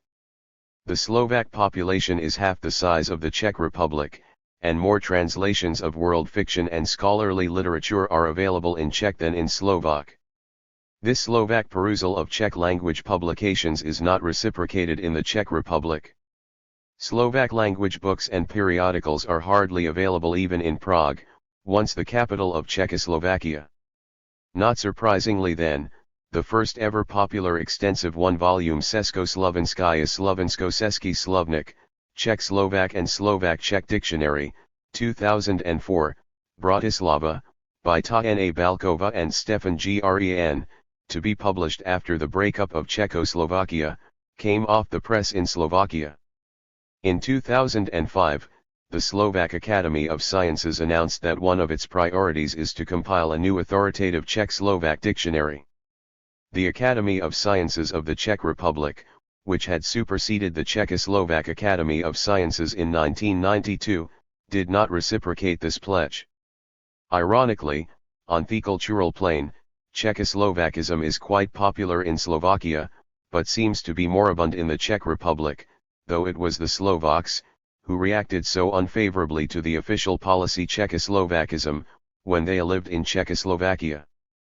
The Czech Prime Minister's 2005 proposals to renew the pre-1993 custom of broadcasting mostly Slovak language programs on Czech public television on Mondays and of reintroducing the common label Made in Czechoslovakia for Czech and Slovak products failed. But Czech and Slovak radio DJs usually speak of Czechoslovak rock and songs, when referring to pre-1993 hits, Korenský 1998, 100 to 101, Minowiecki 2006. 796. At the very end of communism in 1989, the reprint of Havranek Slovnik Spisovního jazyka Českého, 1957–1971, appeared in 8 small volumes. Even more significantly, in 1989 and 1990, Joseph Jungmann Slovenské Česko Německy, 1835–1839, was reprinted for the first time since its publication. The situation resembled the early 1950s in Poland when Samuel Bogomil Lindis and Jan Karlowicz's authoritative dictionaries of the Polish language were reprinted prior to the 1956 communist language reform and the compilation of the new authoritative dictionary of this language by Witold Doroszewski. Strangely enough, no reprint of the best authoritative dictionary of Czech, Pryrosiený slovník jazyka Českého, appeared. But the ground was prepared for the new language reform, which would free Czech from the straitjacket of communist and Soviet linguistics. In 1993, the new edition of Pravidla Českého pravopisu was published and approved by the Ministry of Education, Youth, and Physical Education. Thus, the new norm of Czech was officially introduced to schools and offices. The following year, in line with the new principles, the new edition of Filipek and Danes S. Slovnik Spisov Cestiny pro Skalu Nost came off the press. Unlike in the case of Polish, no attempt has so far been made at compiling a new, post-communist multi-volume authoritative dictionary of the Czech language. The sole new dictionary, not directly drawing from some earlier works, was Gri Rejek Český etymologický slovník, Czech Etymological Dictionary, 2001, Vojnes. Interestingly, no atlas of the Czech dialects was published during the existence of Czechoslovakia. It was perhaps due to a realization that the compilation of such an atlas would have shattered the concept of Czechoslovak language, so dear to the hearts of the Prague governing elite at least until 1968. On the other hand, it had already become apparent in the 1920s that the Slovaks would not have supported the compilation of any dictionary or atlas of the Czechoslovak language, perceiving this possibility as a stealthy attempt at the eventual Czechization of the Slovak language. Similar considerations delayed the publication of Josef Stalk's 4-volume Atlas Slovenského jazyka, Atlas of the Slovak Language, 1968–1984, Bratislava. It was certainly the 1968 federalization of Czechoslovakia, which entailed de jure and de facto equality of Czech and Slovak in the state, that made the publication of this Slovak atlas possible. Hence, the 5 volumes of Jan Balhar, 1931, and Pavel Jankak's Český jazykový atlas, Atlas of the Czech Language, 1992–2006, Prague, came off the press in the wake of the dissolution of Czechoslovakia. The lack of any new post-1989 multi-volume authoritative dictionary of the Czech language is also reflected in the similar fact that no publisher has successfully endeavored to produce a new multi-volume universal Czech language encyclopedia. Between 1999 and 2001, the 10-volume Universum Všeobecná encyklopédia, Universum, the Universal Encyclopedia, Prague, was published, and its 4-volume reprint followed 2 years later.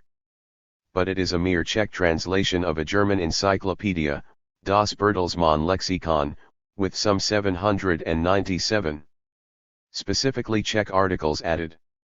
Beginning in the mid-1990s, the reprint of Otov Slovnik now CNY Unov Doby commenced and was completed in 2004. This is still the best and most comprehensive Czech language and, in general, Central European encyclopedia. Hence, not surprisingly, Otov Slovnik now CNY Unov Doby was also published on several CD-ROMs between 1997 and 2003. In 1998, the publishing house Diderot brought out the 4-volume encyclopedia, the Encyclopedia, Prague, which, in 1999, was followed by the 8-volume Všeobecná encyklopédia, the Universal Encyclopedia, Prague, and the 2-volume Velký Slovník now CNY, the Great Scientific Dictionary, Prague. In 2000, Diderot began to publish the 20-volume Velká Všeobecná encyklopédia, the Great Universal Encyclopedia, Prague, which was planned to be completed by 2006, but its publication stalled at Volume 4 in 2001. Otherwise, the Czechs would have already received their first post-communist authoritative Encyclopedia 4 at almost the same time, when the publication of the first ever Slovak authoritative encyclopedia, the 12-volume Encyclopedia Biljana, Biljana Encyclopedia, 2001, Bratislava, was initially planned to be completed. The difference is that Diderot's is a private capital undertaking, whereas the state and the Slovak Academy of Sciences support the publication of the Encyclopedia Biljana. In Slovakia, the latter work is treated as a national priority, because in the paradigm of ethno-linguistic nationalism, the Slovak nation seems to miss a significant element of its identity and national culture, namely such an encyclopedia. Thanks to this official national support, the first volume of the new authoritative dictionary of Slovak, Slovník súčasného slovenského jazyka, the Dictionary of the Contemporary Slovak Language, 2006, Bratislava, was published in 2006, Hartmanova 2001, Janik and Gruhl 2002, 304–305. The Czech thirst for ideologically laden symbols in the form of authoritative national encyclopedias and dictionaries appears to have been satiated by the numerous encyclopedias and dictionaries, which were published between the 1830s and 1970s. The Slovaks still crave for such works, while, in this respect, the Magyars and the Poles are of two minds about the ethno-linguistic dimension of their respective nationalisms. The strange Czech aloofness toward the traditional ethno-linguistic definition of Czechness may be explained on several counts. First, the ethno-linguistic continuity of the Czech nation has never been severed since the Czech nation emerged in the first half of the 19th century. The Polish-Lithuanian natio, which spawned the Polish nation in the last decades of the 19th century, retroactively interpreted the late 18th century partition of Poland-Lithuania as the first great breach in the ethno-linguistic continuity of the Polish nation, and proposed the cultivation of the Polish language as an ersatz, first, of statehood, and then, of nationhood. The second severance of the continuity came with the German-Soviet partition of interwar Poland. The Magyars, who emerged as a nation between the 1820s and 1840s, saw the first discontinuity in the ethno-linguistic dimension of their nation following 798. The suppression of their War of Independence, 1849. The Ausgleich annulled this crisis, but not fully, as Hungary did not gain independence. It came in 1918, but at the cost of truncating historical Hungary to the ethnic Magyar nation-state with one-third ethnic Magyars left outside the polity. This discontinuity was partly ameliorated during World War II, but in 1945 it was repeated, and the Magyars are still coming to terms with it to this day.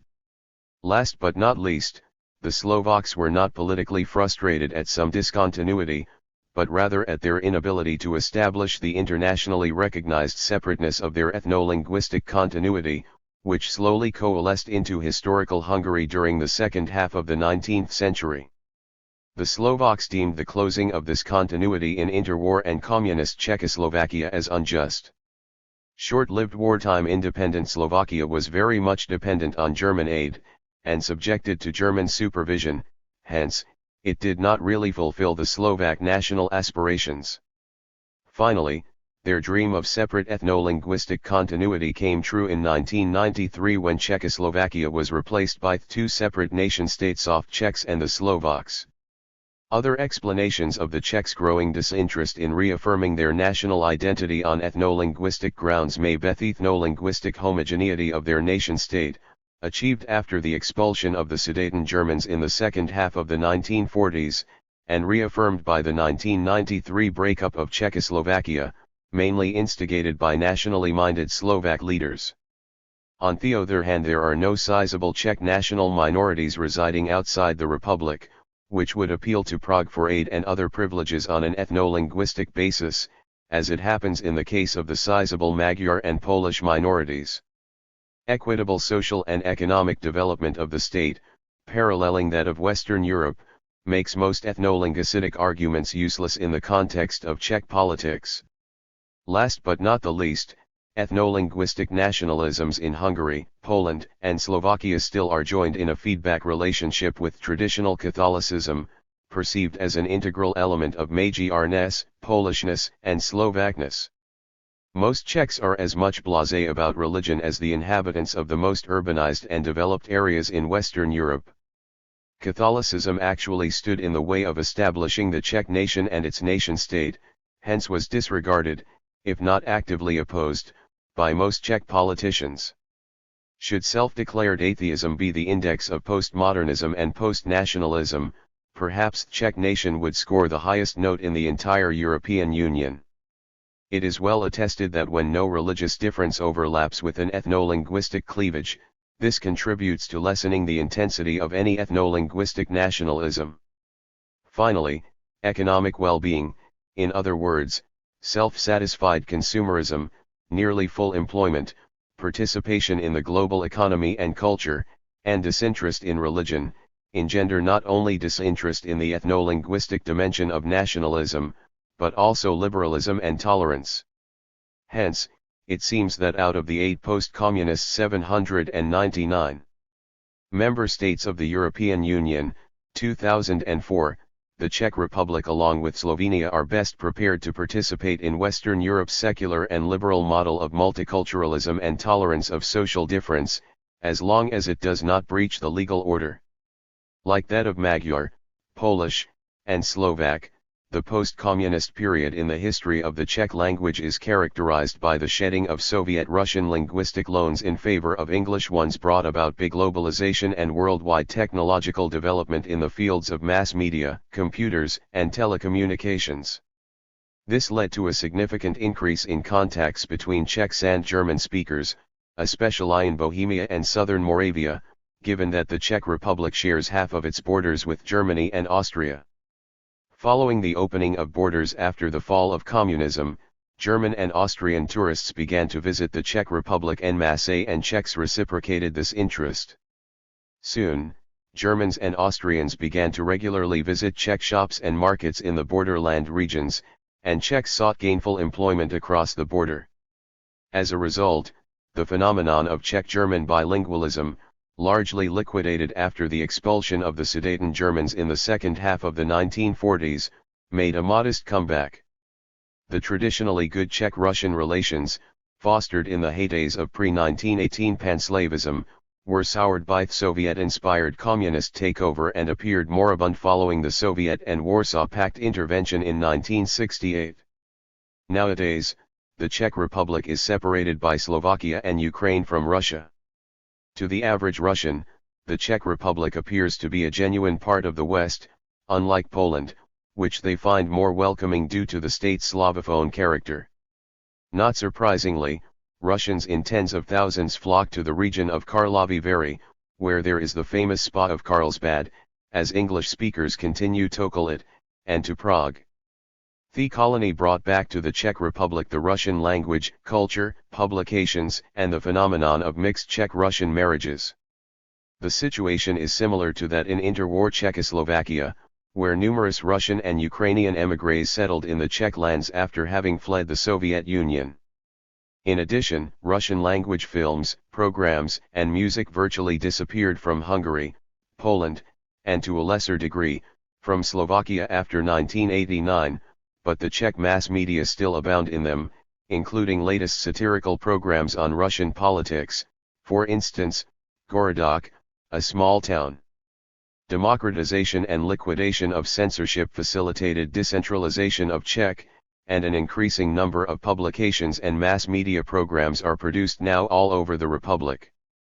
But the unique position of Prague, similar to that of Budapest in Hungary, is still felt in each aspect of Czech life, unlike in Poland, where there are numerous large urban centers, Krakow, Gdansk, Wrocław, which contest Warsaw's elevated position.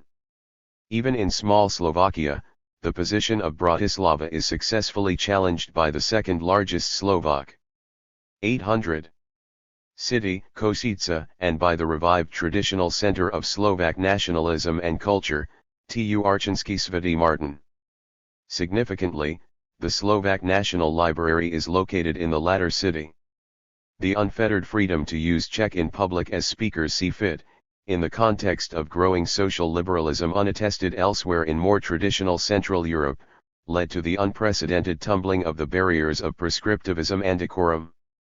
Anecdotes, gossipy books and celebrities, including Havel and his new wife, and comic cartoon series published in the most important political weeklies, for instance, Zelený Rahul, Green Rahul in the weekly Reflex, regularly feature profane and explicit sexual language.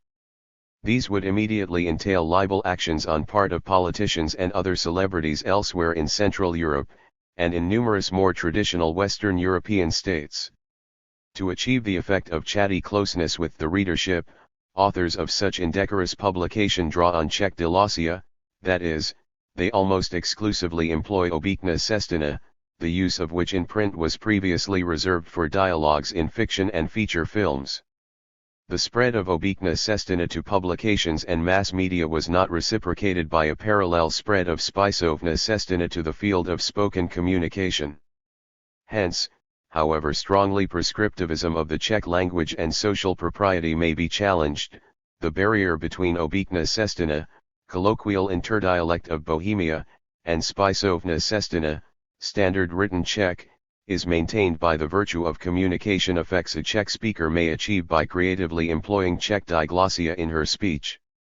Sadly enough, the forceful entry of Obecna Sestina into printed and electronic mass media, increasingly more on par with Spisovna Sestina, has not left a mark on dictionaries and Czech language school textbooks, which almost exclusively record the vocabulary and syntax of Spisovna Sestina. A partial exception to this rule is Patriko Urednik's Smerbuk Jazyka Seskho.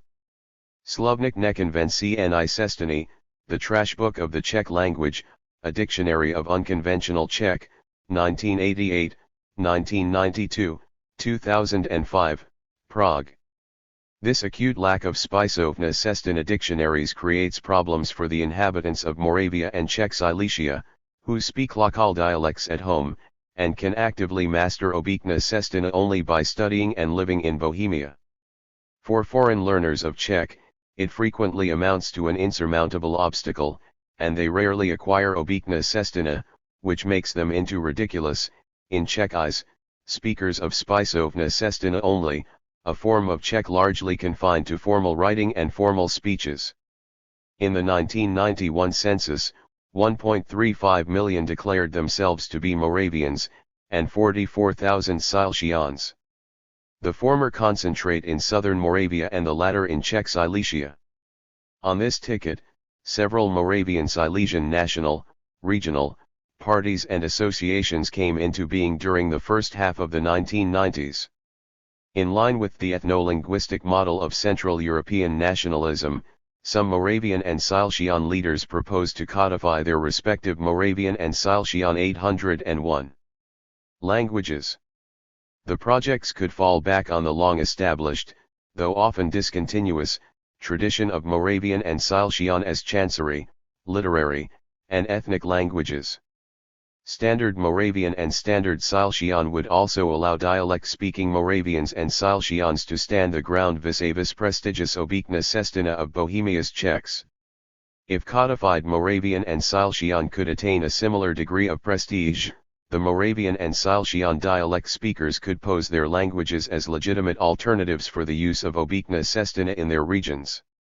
Numerous local publications in dialects followed, but the demographic base was too small to consider a codification of Silesian. The Moravian movement, however, began the codification of the Moravian language. It flowered in the form of several bilingual Moravian Czech glossaries, also available on the Internet. In 1998, a project of a Moravian grammar was published. However, the Moravian and Silesian movements lost social support in the second half of the 1990s, hence the plan to codify Moravian was abandoned. Interestingly, the use of the northern Moravian Silesian dialects of Opava, Hlocin, 5 Ostrava, and Český Týzen in the function of Obecna Sestina revived at the beginning of the 21st century. Although the dialectal differentiation is at its strongest in this corner of the Czech Republic, Spisovna Estina and Obecna Sestina made their presence felt via the mass media and education.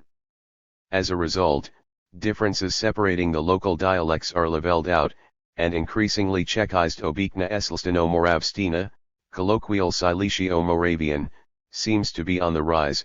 Danes et al. 1997, 18-19, Dolichenko 2004, 358, Janicek 2005, Korensky 1998, 50, Modil 2006, Oudnik R 2005. The 1993 breakup of Czechoslovakia entailed the full equalization of statuses between Czech and Slovak, which now function as separate official, state, and national languages in the Czech and Slovak nation-states, respectively. On the international plane, the situation was reaffirmed in 2004, when the Czech Republic and Slovakia joined the European Union along with 8 other new member states. Among others, Czech and Slovak automatically became official languages of the Union. This development, as in the case of Magyar and Polish, ensures an elevated status for both Czech and Slovak throughout the European Union, and simultaneously increases their importance across the world. Bearing this unique achievement in mind, the high and equitable socio-economic development of the Czech Republic, and also widespread social liberalism, it comes as a surprise that Klaus, the Czech president since 2003, should be the most Eurosceptic among all the heads of state in the enlarged EU. In his pre-accession speeches, he advised Czech citizens that in the accession referendum they ought to vote against their country's joining the Union, and nowadays, 2005, he regularly proposes that the EU should be transformed, and accordingly renamed into a loose union of European states. Similar opinions are voiced in the more traditional Central European states of Hungary, Poland, and Slovakia by radical parties of populist and ethno-linguistic nationalist leanings. Klaus, being 802. An economic liberal, and these populists and nationalists, often with programs steeped in popular Catholicism, make for strange bedfellows. Although this phenomenon may be not so strange at all, when the societies of the Netherlands and Germany, even more liberal than the Czechs, react negatively against immigrants and demand official reaffirming of their national cultures and identities, as construed in ethno-linguistic terms. 11. The Slovak nation, from Czechoslovakia to Slovakia. The National Council declares that it alone is entitled to speak in the name of the Czechoslovak nation living within the frontiers of Hungary. From the vantage of language, culture, and history, the Slovak nation is a part of the homogeneous Czechoslovak nation. The Martin Declaration, October 30, 1918. Bielina 1993:158. Here is no Slovak nation or language, it is an invention of Hungarian propaganda. 1921, in Korbel 1977, 98. Czechoslovak President Tomáš Garrigue Masaryk. He claimed that the Slovak language was never a part of the Czech or the so-called Czechoslovak language was proven correct by scholarly research beyond any doubt. Kirschbaum 1960, 49. Slovak is the state language on the territory of the Slovak Republic. Article 6.1 of the Constitution of Slovakia, October 1, 1992. This chapter differs in composition from the two previous ones devoted to the politics of language in Hungary and Czechoslovakia in the short 20th century. With the exception of the brief wartime interlude of independent Slovakia, 1939 to 1945, the Slovak nation found itself residing in Czechoslovakia between 1918 and 1992. This necessitated the representation of much Slovak history, and the vicissitudes of Czech-Slovak relations in the previous chapter, which nominally was devoted to matters Czech. It would soon be demonstrated that the past of the common state of the Czech and Slovaks could not be seamlessly 803. 804. Divided into separate Czech and Slovak parts. Likewise, numerous international events of importance for the Slovaks occurred either in Hungary or on the plane of Czechoslovak-Hungarian relations. Understandably, these were dealt with in the two prior chapters. In order to avoid repetition, here the historical background is kept to a minimum, assuming that the reader has already acquainted herself with it. However, while focusing on Czechoslovakia in previous chapters, I could not do justice to independent wartime Slovakia, or to independent post-communist Slovakia. The aim of the chapter is to address this gap, therefore it is more closely focused on matters Slovak.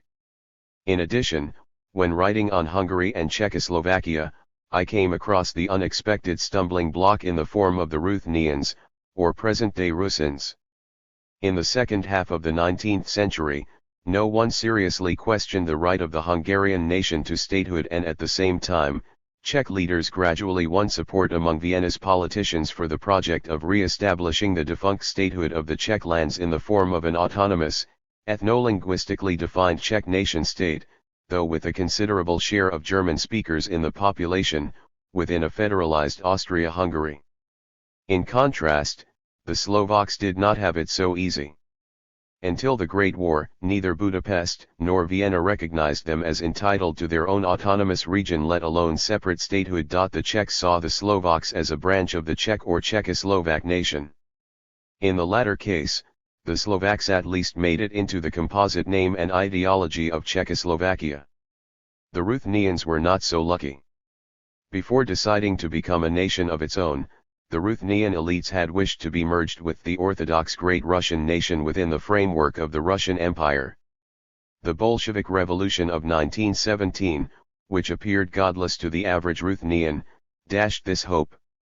The emergence of independent Ukraine in 1917 appeared to afford another option, but this state proved to be too short-lived. In 1918, the breakup of Austria-Hungary led to the partition of the Ruthenians between Czechoslovakia and Poland. At that time, the vast majority of Ruthenians were peasants and transhumant pastoralists, still more attached to their localities and Orthodox Christianity than to the concept that they constitute a separate nation.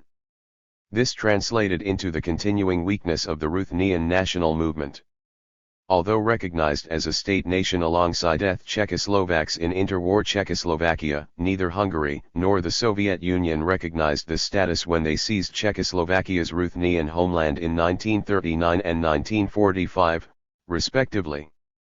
Because of its aforementioned weakness, Ruthenian nationalism could not exercise political autonomy or stage any effective opposition to Hungarian authoritarianism, Soviet totalitarianism, or the nationalisms of the Poles, Slovaks, and Ukrainians.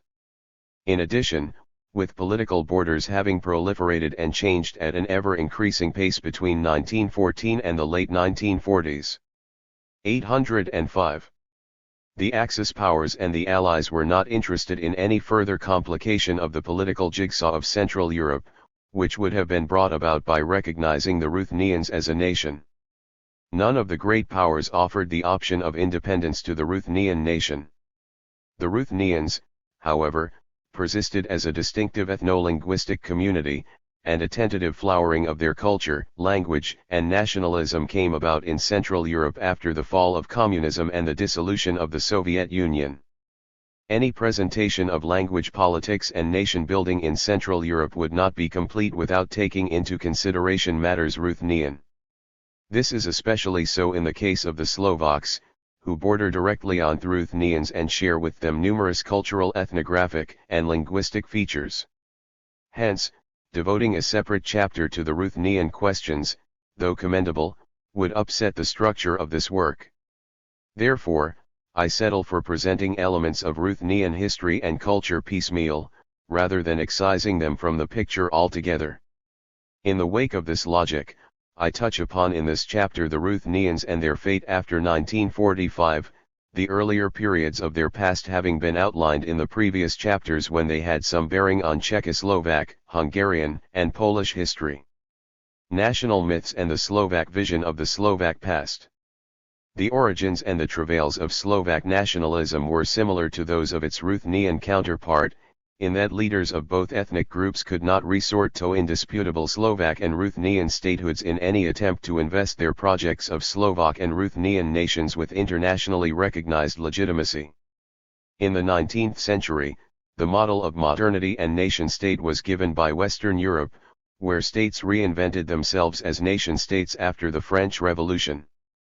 However, many scholars of nationalism, for instance, Leah Greenfeld 1992, 27-87, confer the badge of the first ever nation-state to 16th century England. In Europe, the model of nation-state spread eastward when the Kingdom of Italy and the German Empire were established as nation-states in 1861 and 1871, respectively. German and Italian nationalists drew on Herderian thought that, in later reinterpretations, was used to equate language with nation. This linguistic definition of nation was an instrument and glue that allowed for forging the Italian and German nation-states from the multitude of statelets, which had straddled Europe from the Apennine Peninsula to the Low Countries since the Middle Ages. Here, the continuity and antiquity of statehood conferred legitimizing significance in the Western European model of nation-state. Italian nationalists evoked the glories of the Roman Empire, and their German counterparts, that of the Ottonian Empire, that is, the Holy Roman Empire as founded in 962 by Otto I the Great on the basis of the eastern section of Charlemagne's Frankish Empire. 806. The German-Italian model of ethno-linguistic nation-state, steeped in the tradition of vividly evoked, though defunct statehood, was easily adopted in Central Europe.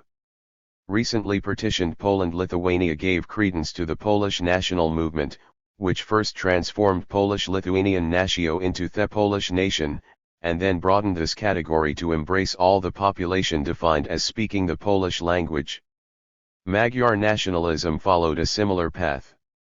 The Kingdom of Hungary survived as a separate political entity within the Habsburg lands and later within the Austrian Empire, complete with its Hungarian natio. Magyar nationalists not only broadened the category of the Magyar nation to take all Magyar speakers, but hoped to Magyarize all the non-Magyar speaking population of historical Hungary so that to make them into part of such a wider or greater Magyar nation. This latter option was closed to Polish nationalists, as there was no Polish state to support such a policy, though it did not stop Polish politicians from proposing such projects, unlike in the Magyar case, which was boosted by the creation of the dual monarchy of Austria-Hungary in 1867. Czech nationalism was an intermediate case between its Hungarian and Polish counterparts on one hand and Slovak nationalism on the other. The composite character of the Czech crown was indicated by the fact that no unitary, realm-wide Czech natio ever developed. This was somewhat similar to the case of the Polish-Lithuanian natio or nations. But in the latter case, common interests and institutions, the Polish language and latter, Catholicism actually molded both nations of Poland-Lithuania into a single one, in all but name. Tremendous territorial changes in the actual shape of the lands of the Czech crown and religious differences prevented the emergence of a unified Czech natio out of Bohemian, Lusatian, Moravian, and Silesian nations. The core nations of Bohemia, Moravia, and partly, Upper Silesia were unified by their use of the Bohemian Chancery language, though religious issues tended to separate them. Following the 1620 standoff with the Catholic Emperor, which the Protestant nations of Bohemia and Moravia lost, the nobles had to convert to Catholicism or leave the Habsburg lands. As a result, a new pan-Austrian nobility developed, united by Catholicism and German. This process was facilitated by the fact that the Czech lands had been firmly embedded in the broader framework of the Holy Roman Empire since the 10th century. The political union of the Czech lands disappeared for all practical purposes by the mid-18th century, and the separateness of the Czech lands grew, engendering Landish patriotism, regional patriotisms, which, in turn, further accelerated this process. Czech nationalists did not emerge from among the nobility, as in the Magyar and Polish cases, but stemmed from the bourgeois who spoke the Slavic vernacular, or cherished it as spoken by their, frequent lipiescent, parents or grandparents. Initially, these nationalists were mainly concentrated in Bohemia. In line with their traditional Landish patriotismus, numerous Bohemian nobles, 807, supported Czech nationalists, because this seemed to contribute to the glory of the Kingdom of Bohemia. The first project of the nascent Czech national movement was to resurrect 16th-century Chancery Bohemian as Standard Czech. Only in the mid-19th century was the concept of recreating the unity of the Czech lands formulated as an integral part of the Czech national project.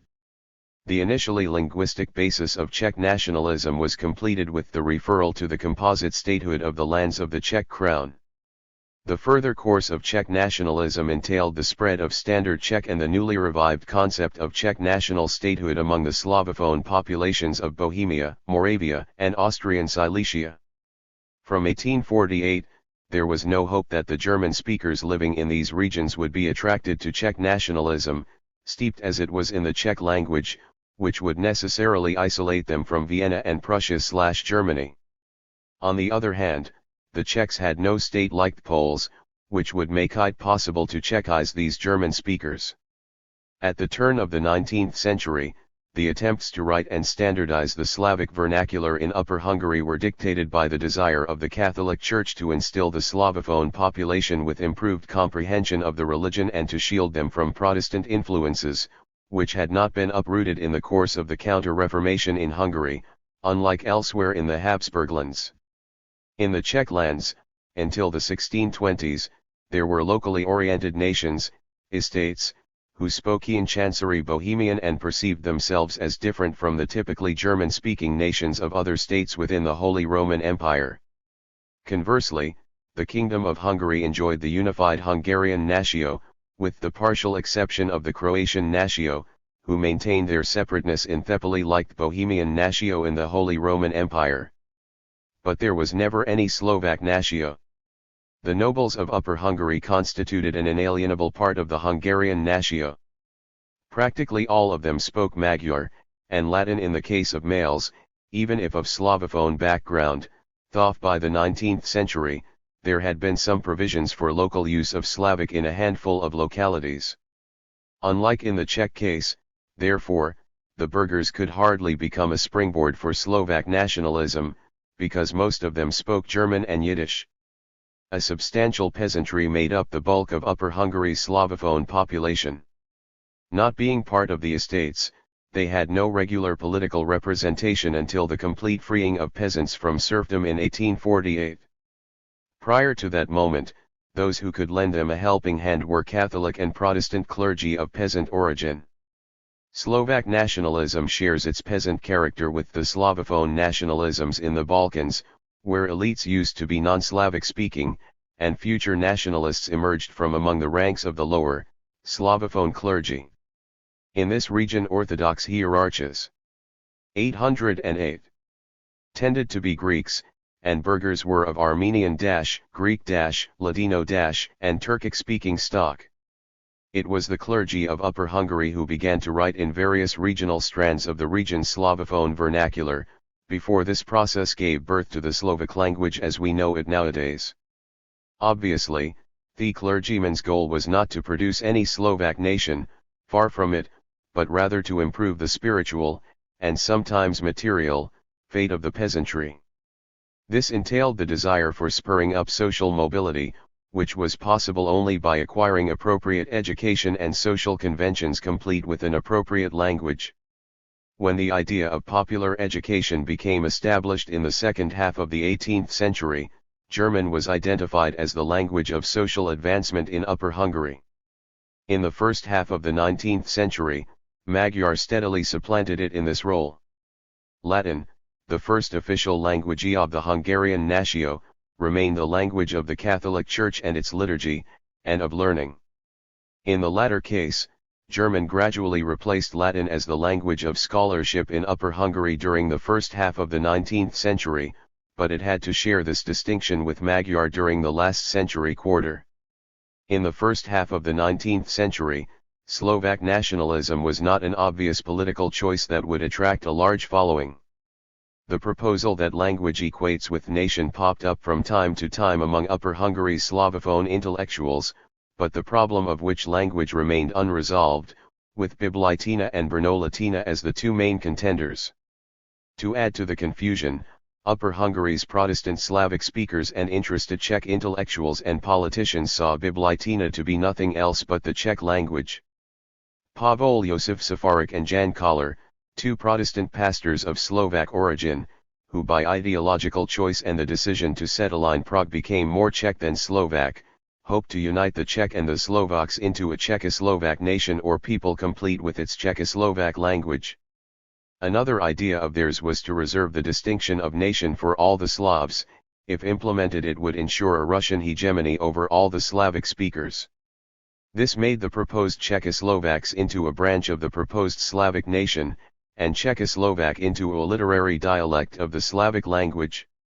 Czech leaders sometimes tuned in, but more often than not maintained that Slovaks were just Czechs living east of Moravia.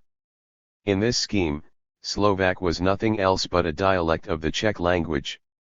These ideological constructs and squabbles were too abstract and impractical to appeal to the spatially and socially immobile peasantry, who still did not realize they and their descendants would become a Slovak nation. First of all, they were Catholic and Protestant peasants and shepherds, who lived their lives in their localities and excelled in loyalty to the emperor. After serfdom was done away with and a modicum of elementary education secured for some of them, the idea of being part of the Hungarian Natio, construed as a multi-ethnic and 809. Multilingual, all-embracing civic Hungarian nation, was an obvious source of collective identity. The problem was that the leaders of the Hungarian nation decided to make it into an ethno-linguistically homogeneous Magyar nation. This barred Upper Hungary's Slavic speakers from any easy commonality with the Magyar nation, and simultaneously, caused them to coalesce into a separate Slovak nation. Czech ideological, educational, and organizational aid, though appreciated, did not make much difference beyond the narrow circle of Upper Hungary's Protestant Slavophone elite. In the 1840s, the young generation of Slovak national activists, who took over the leadership of the movement from wavering Safarik and Koller, did not wish to make the Slovaks into an appendage of Czech or Czechoslovak nation. First, they were ethnic entrepreneurs, whose assimilation would have deprived them of the status and privileges belonging to the fathers and leaders of nations. These distinctions would have mostly passed to Czech politicians. Second, even if they had agreed to the submerging of the Slovaks in a greater Czech/Czechoslovak nation, Czech leaders from distant Prague would have been unable to address Slovak problems and desires as proactively as Slovak leaders on the ground in Upper Hungary. Another Protestant leader, Ludovit Stur, decisively divorced Slovak nationalism from the possibility of it becoming part of Czech/Czechoslovak nationalism, when he codified the Slovak language as separate from Czech in 1843. Despite Koller's angry statements aimed at nullifying this achievement and František Palacký's prediction that this codification would not last and Slovaks would return to Czech, the ethno-linguistic logic of Central European nationalisms ensured that thanks to its standard language, the Slovak nation became a gradually accepted and lasting political entity. The separateness of the Slovak nation and its national movement thus confirmed that what was missing was a tradition of statehood, which would confer Slovak nationalism with a legitimacy equal at least to that enjoyed by Czech nationalism. In the 1850s and 1860s, reaction set in throughout the Austrian Empire as elsewhere across Central Europe, which contributed to the temporary suppression of national movements. In this context, Palacký softened the ideological thrust of Czech nationalism with Austroslavism, or the vision of the Austrian Empire as the promoter and protector, against Russian autocracy, of the polity Slavic peoples. After the 1866 defeat at Prussia's hands, Vienna lifted the clamp on the political aspirations of the Magyars in order to secure more legitimacy and popular support for the weakened empire. The 1867 founding of Austria-Hungary was of serious repercussions for the Czechs and the Slovaks. The concession of separate autonomous national statehood extended to the Magyars was denied to the Czechs. To mollify their anger, Vienna granted broad cultural and linguistic rights to Czechs, complete, in the 1880s, with a Czech language university in Prague and the status of co-official language given to Czech in Bohemia and Moravia. Czech leaders wanted the establishment of an autonomous Czech. 810. National statehood out of Bohemia, Moravia, and Austrian Silesia. Vienna could not agree to this, because it would entail losing the Magyars' support and loyalty for the empire. In 1879, the Czechs were further antagonized by the dual alliance contracted by Austria-Hungary and the German Empire. To them, the founding of the German Empire in 1871 looked ominously like a precursor to the creation of a great German nation-state, composed of the Austrian half of Austria-Hungary and the German Empire. In such a polity the Czechs would have been marginalized, which, in turn, would have facilitated their complete Germanization. The 1867 Ausgleich, compromise, placed the Slovaks in the Hungarian half of the dual monarchy, and thus in a position worse than that of the Czechs, who lived in the empire's Austrian part. The slow development of the Slovak elementary and secondary educational system in the 1850s and 1860s, when Magyar nationalists were busy opposing Germanization applied by Vienna in the kingdom, was cut short when the official policy of increasingly forced Magyarization began to unfold in the 1870s. What is more, the transformation of the Austrian Empire into Austria-Hungary replaced the purely administrative border between the Czechlands and Upper Hungary with an internal but, nevertheless, state border. This added a degree of spatial isolation to the growing disinterest of Czechs in all matters Slovak. Between 1874 and 1875, the Hungarian authorities dissolved the Slovak language secondary schools and the Matica Slovenska. The sole organizational basis of the Slovak national movement liquidated, aspiring Slovak students could receive sought-for secondary and university education in a language close to Slovak, only in Prague. The political hopes of the Czech national movement repeatedly frustrated, the Czech-Slovak political cooperation developed on the plane of Czechoslovakism in the 1880s. And when the Czech language university was founded in Prague in 1882, Czech leaders facilitated the establishment of the Association Dětvan that catered mainly for Slovak Protestant students attending this university. Soon, Tomáš Garrigue Masaryk, a professor at this university, became a mentor of the students. At the same time, numerous other students of Slovak background, including most Catholics, pursued university education in Budapest or Vienna, which distanced them from the idea of Czech-Slovak cooperation if not from identifying with the goals of Slovak nationalism altogether. When the Slovak students who graduated from the Czech language university in Prague entered adult life and various professions across Upper Hungary and the Czech lands, they became recognized leaders of the Slovak national movement and, together with their Czech colleagues, established the organization Československá jednota, Czechoslovak Unity, in 1895. In non-Czech and non-Slovak publications, the name of this organization is often incorrectly translated as Czechoslovak Unity, because there is just a difference of a single 811 letter between Československý, Czechoslovak, and Československý, Czechoslovak. Initially, in line with the concept of Slavic reciprocity, this organization aimed to facilitate cooperation between the Czechs and all other Slavs. But in reality, this cooperation was limited to that between Czechs and Slovaks. 3 years later, this intensification in Czech-Slovak contacts led to the founding of the influential Slovak monthly Hlas, Voice, on the initiative of Dětvan members.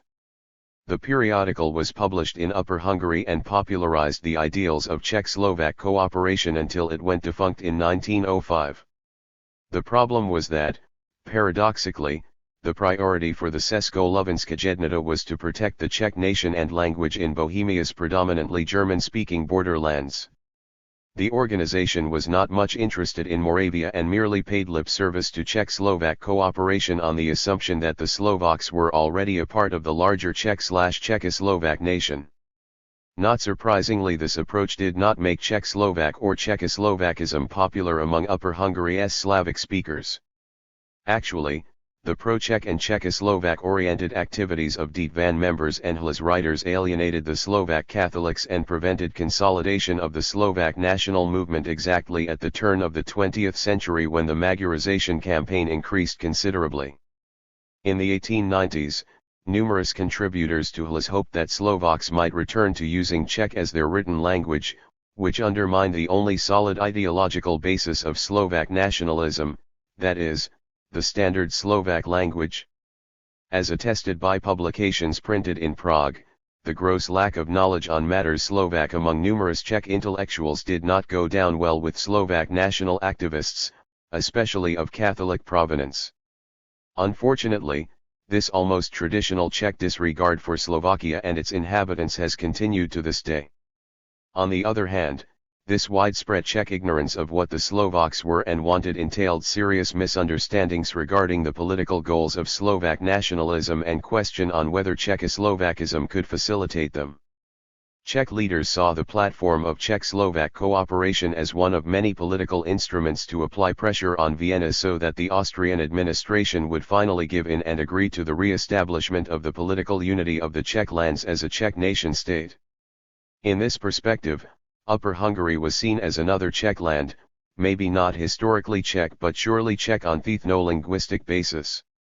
Most Slovak leaders could not disagree more, but their voice was not heard, as Catholic Slovaks lacked any unified organizational framework to express their views, while their Protestant counterparts, often dependent on Czech aid and support, tended to acquiesce Czech views on Slovaks. Hence, Not only the average Czech but many a Czech politician failed to realize that Slovak leaders hoped that the Czechs' help would stem Magyarization and convince Budapest to grant cultural or even regional autonomy to the Slovaks. 812. In the situation, Upper Hungary's Slavic speakers did not face the choice between becoming Slovaks or Czechs/Czechoslovaks, as many Czech intellectuals mistakenly believed, but between becoming Slovaks or Magyars. This dimension of the Slovak dilemma was lost even on Masaryk, who as late as 1896 criticized Stur for his radicalism and the unplanned ferment of Slovak nationalism expressed in Stur's codification of the Slovak language as separate from Czech. All this was despite his earlier view in 1887 that it was impossible for Slovaks to return to the Czech language. Masaryk's political pragmatism remained colored by his ideological attachment to Czechoslovakism. Suitably, he shared a similar ethno-original background with Safarik and Koller, who had created this ideology. Masaryk's father was a Hungarian Slovak, and Masaryk converted from Catholicism to Protestantism, which later earned him the dislike of Andrej Hlinka, the leader of Catholic Slovaks in interwar Czechoslovakia. From the Slovak perspective, Masaryk was a Slovak who became completely Czechized. Although his Moravian Upper Hungarian background gave him a better insight into matters Slovak on the ideological plane, Masaryk persisted in treating the Slovaks as an integral part of the Czech nation. Beginning in 1895, Slovak leaders undertook political cooperation with their Romanian and Serbian counterparts in an effort to jointly limit the excesses of Magyarization. Croatian politicians, enjoying cultural and elements of political autonomy in Hungary like the Czechs in the Austrian half of the dual monarchy, did not join them. But this cooperation did not amount to much in the face of Budapest's hardline Magyarizing and centralizing policies underpinned by limited suffrage, which concentrated on decision-making in the hands of the Magyarophone aristocracy and bourgeoisie. Thus, Slovak politicians, unable to receive effective support from Vienna, Budapest, or Hungary's non-Magyar-speaking minorities, had no choice but to cooperate closely with their Czech counterparts. Annual Czech-Slovak meetings, inaugurated during 1908 in the South Moravian resort of Luhakovice, Luhachowicz, midway between Prague and Upper Hungary, were conducted until the outbreak of the Great War in 1914. Slovaks were a junior partner in this intensifying Czechoslovak cooperation, which entailed that they had to, at least tacitly, agree with the Czech ideology of Czechoslovakism as a common political program. When Magyarization accelerated after 1905 and the number of Slovak-language elementary schools plummeted dramatically, the Slovaks hoped to preserve their Slovakness in a symbiotic relationship with the Czechs. Not surprisingly, even Hlinka approved, as evidenced by his 1908 statement, that Slovaks and Czechs constitute a single nation. Following Masaryk's political pragmatism, the Československá jednota agreed in 1908 to accept the linguistic reality, which meant abandoning its efforts to entice Slovaks back to the Czech language. Simultaneously the traditional 813 Russophile pan-Slav tendency, dating back to Safarik and Koller, continued among some Slovak leaders as a weak counterweight to the dominant Czechoslovakism. In this scheme, the Czech lands, Poland, that is, mainly Russia's share of this country, and Slovakia were to be formed into a union state incorporated into Russia under the protection of the Romanovs. When the Great War erupted, Masaryk fled Austria-Hungary, and began to propagate the idea of a Czech-Slovak state. This concept was popularized by his acquaintance, the British scholar Robert William Seton Watson, 1879–1951, who developed and described it in detail for Masaryk. The latter used this expertise in his memorandum, Independent Bohemia, 1915, London, forwarded to his British friends and the United Kingdom government. The United Kingdom Foreign Office approved it as part of anti-Central Powers propaganda, but the basic assumptions of this plan appeared to be wholly unrealistic at the beginning of the war. First, the Central Powers had to be utterly defeated. Second, the Allies, free to decide the post-war political order in Central Europe, would agree to break up Austria-Hungary and to establish a Czech-Slovak state. The unthinkable became reality at the end of World War I. In 1916, the Conseil National des Pays Tchèques, National Council of the Czech Lands, was founded in Paris by Masaryk, Edvard Benes, and the sole Slovak representative, Milan Rastislav Stefanik, Masaryk's former student. In Czech and Slovak historiography, the body is known as the Czechoslovak National Council, but its original and internationally accepted name relegated Slovakia to the status of one of the Czech lands.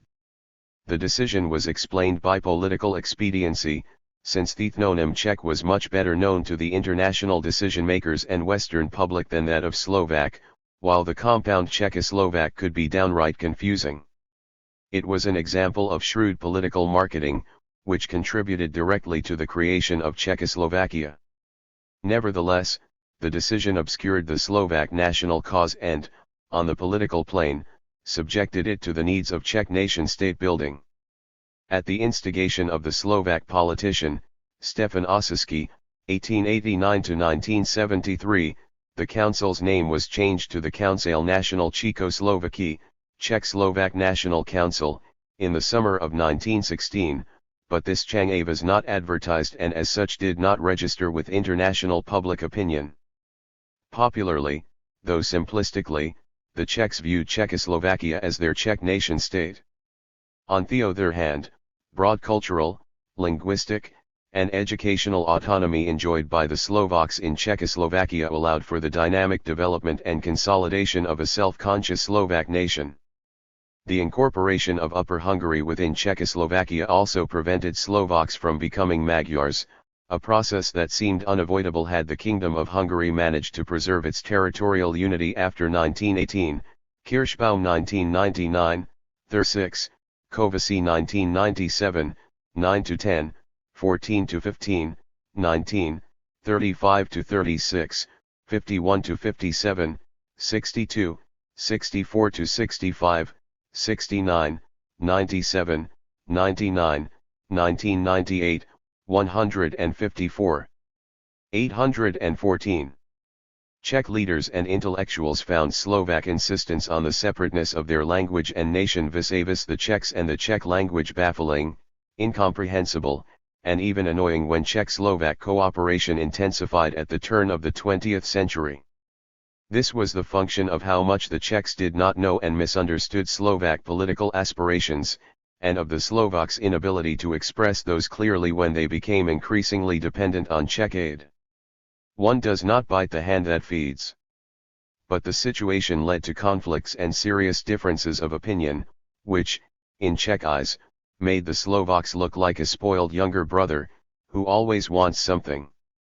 In turn, the Slovak stereotypical portrayal of the Czechs, made the latter into a scheming big brother, who always manipulates the Slovaks for his own ends, and never delivers on his promises, for instance, by turning a common Czech-Slovak state into Czech-controlled and centralized Czechoslovakia. Not surprisingly, Czechs, like Magyars, opposed the fledgling Slovak national historiography in its efforts to supply the Slovak national movement with the tradition of statehood that would invest the Slovak national project with more legitimacy. The obvious choice was Greater Moravia, about which Juraj Papanek and Juraj fondly wrote at the end of the 18th century, in the context of the history of the Slavs, and wishing to boost landish patriotismus in Upper Hungary by identifying the core of this medieval polity with their home region. In the 1830s, Jan Halley wrote Greater Moravia and the tradition of its Cyrillo-Methodian Christianity into the paradigm of Slovak nationalism with his epic poems in Brno Latina, which, in standard Slovak translations, to this day are assigned reading in Slovak schools. The beginnings of modern Slovak national historiography date back to the 1870s and are associated with Czech historians appreciative of the Slovak national project. At that time, the Slovak elite was so narrow that it could not specialize beyond pastoral services, education, politics, and journalism. In 1875, František Viktor Sasenek, 1830–1914, proposed in his work Die Slovaken. In Ethnografisk skiz, The Slovaks, an ethnographic outline, Prague, that Greater Moravia was the common state of the Slovaks, Moravians, and Czechs. In his 1881 article, O Method Digipisu Slovenska, on the methodology of Slovak historiography, published in the monthly Slovensk Polody, Joseph Ladislav Pici, 1847–1911, identified Greater Moravia as the state of the Czechoslovak nation, but agreed that the separate Slovak nation emerged after the Magyars destroyed the polity. Finally, in 1906, the Slovak historian Julius Bado Jr., 1848–1926, claimed that Greater Moravia was exclusively a Slovak state in his Slovacy. Vyvinich Národního Povdomia, the Slovaks, Development of Their National Consciousness, 1906–1910, Turok St. Martin. This matter provided a legitimizing function to prove that this Slovak statehood did not completely disappear after the establishment of the Kingdom of Hungary. Both, autonomous Croatia within the broader framework of 815 Hungary, and the similarly autonomous Crown of the Czech lands in the Holy Roman Empire, offered a ready model to emulate. In 1784, the Upper Hungarian historian, Jurij Skulner, located the core of Greater Moravia in Bulgaria and maintained that Upper Hungary was incorporated into this polity by treaty. First, this allowed Slovak statehood to be disentangled from the broader framework of Greater Moravia which, from the territorial viewpoint, had been a vast state. Then, in 1837, Stur's colleague, Alexander Boleslav Verkovsky, 1812–1865, proposed that the medieval Hungarian magnate Matthias a Trencsén, Matksak, Matasiak Trencsánszky, 1260–1321, was a Slovak king. At the turn of the 14th century, centralized royal rule collapsed in Hungary. Actual power went into the hands of regional magnates. The most powerful of them all was Matthias a Trencsén, who controlled Upper Hungary. In the second half of the 19th century, numerous Slovak poets and writers claimed him for Slovak national history, like their Magyar counterparts for Magyar national history. Sándor Petőfi wanted to write an epic on the magnate, and in 1860, the Hungarian Academy of Sciences granted Karoly Zsász financial support to this end. But from the Magyar perspective, Matthias a Trencsén was one of numerous historical figures who could be mythologized into the national pantheon. Hence, Magyar historians and writers did not claim him as intensively as did their Slovak counterparts. In his 1881 article, Pici identified the magnate's realm as Slovakia independent of the Hungarian king. Ergo, even though Matthias's realm broke up after his death, its very existence inspired Slovak and Czech historians to write about Slovak nobility and natio as separate from their Hungarian counterparts. At that time, there also arose the myth of a vague treaty signed between the Slovaks of Greater Moravia and the invading Magyars, which supposedly guaranteed territorial and political autonomy for the latter, similar to that enjoyed by the Croatian Natio I. This anachronistic interpretation provided the Slovak national movement with an argument that the Slovak statehood, identified with Greater Moravia and survived one millennium of Magyar occupation, submerged in the Kingdom of Hungary. In 1938, the Slovak academic and journalist Josef Skultidi wrote the magnate into the Slovak national pantheon with his monograph, Matasiak Trencsánszky a Jehovy Lada na Slovensku, Matasiak Trencsánszky and his rule in Slovakia, Prague. It was also Skultidi who decisively opposed Czechoslovakism, and in 1913, stated that language was the main feature of a nation. At that time, Czechoslovakists and Czech nationalists had already accepted the separateness of the Slovak language, but claimed that a close, though different, language did not make Slovaks into a separate nation.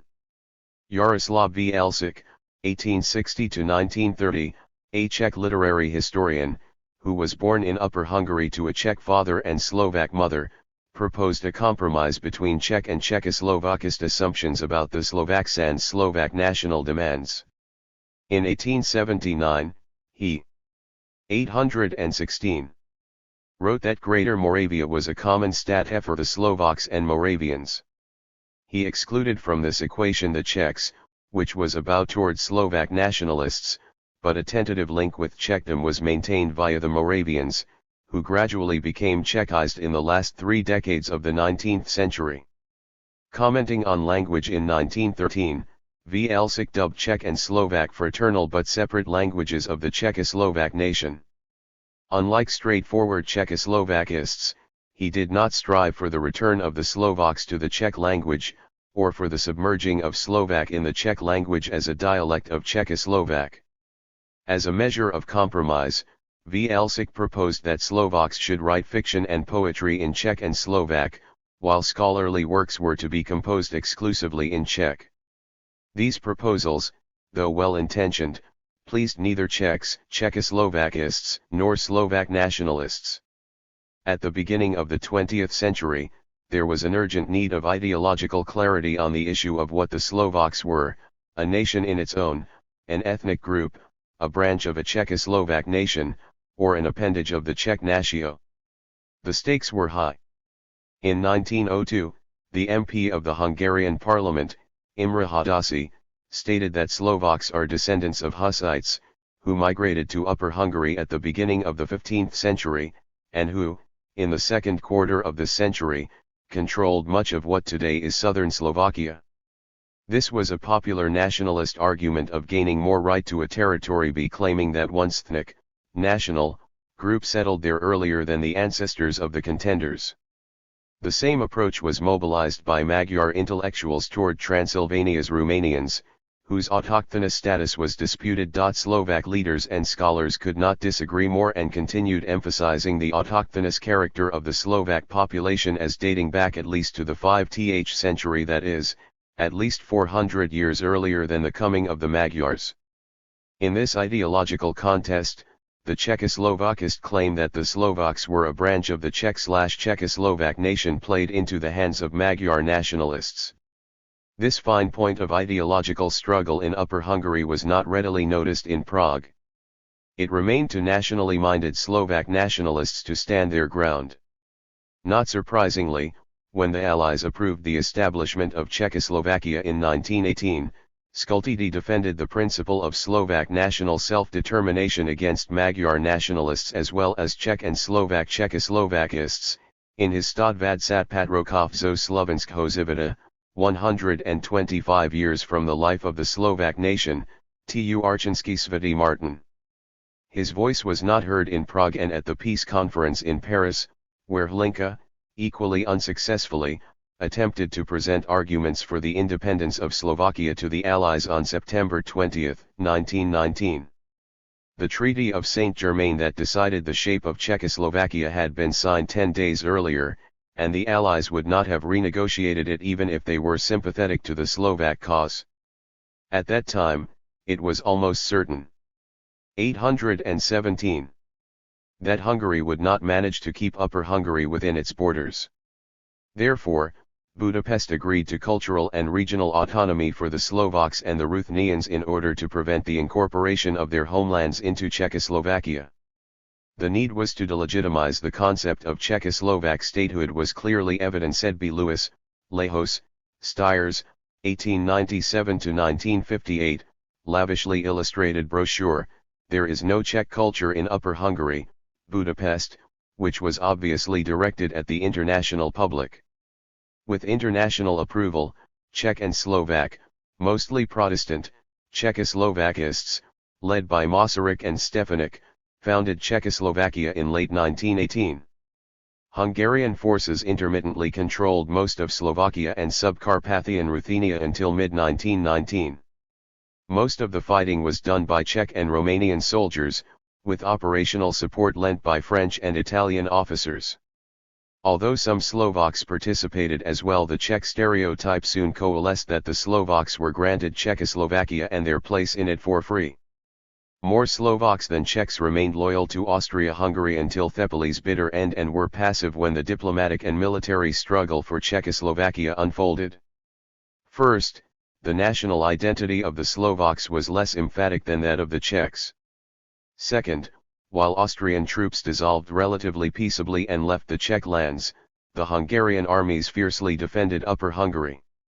Much less numerous than the Czechs, the Slovaks were not in a position to confront the Hungarian military. Third, unlike among the Czechs, the Protestant idea of Czechoslovak state was not popular among the Slovaks. But when Czechoslovakia was founded, most Slovaks accepted it, though with disbelief, because hardly any of them had imagined that would be the outcome of the war. Initially, Masaryk had to gain support and legitimacy for Czechoslovakia among Czechs and Slovaks in the United States. Czech and Slovak politicians in the Czechlands and Upper Hungary subscribed to the program quite late in 1918, when it was obvious that Austria-Hungary would not survive. In order to ensure swift cooperation, Czech politicians repeatedly promised their Slovak colleagues that they would receive whatever they wanted. The Slovaks clearly expressed their wish in the Cleveland Agreement, 1915, the Pittsburgh Agreement, 1918, and the Martin Declaration, 1918, that they wanted a federal state, Czechoslovakia, which would consist of the politically autonomous Czech and Slovak nation-states. Slovaks saw the initial centralization of Czechoslovakia as necessary to preserve its territorial unity in the face of military conflicts with the Magyars, Sudeten Germans, and Poland. When this centralization continued and even deepened, the Slovaks resented it as a blatant breach of the Cleveland and Pittsburgh agreements. They never thought that the tactical move of presenting Czechoslovakia to the international public as the nation-state of the Czechoslovaks would be acted upon. But the 1918 Declaration of Independence and the 1920 Constitution set the legal framework for the construction of 818. A unitary Czechoslovakia, which was carried out during the interwar period.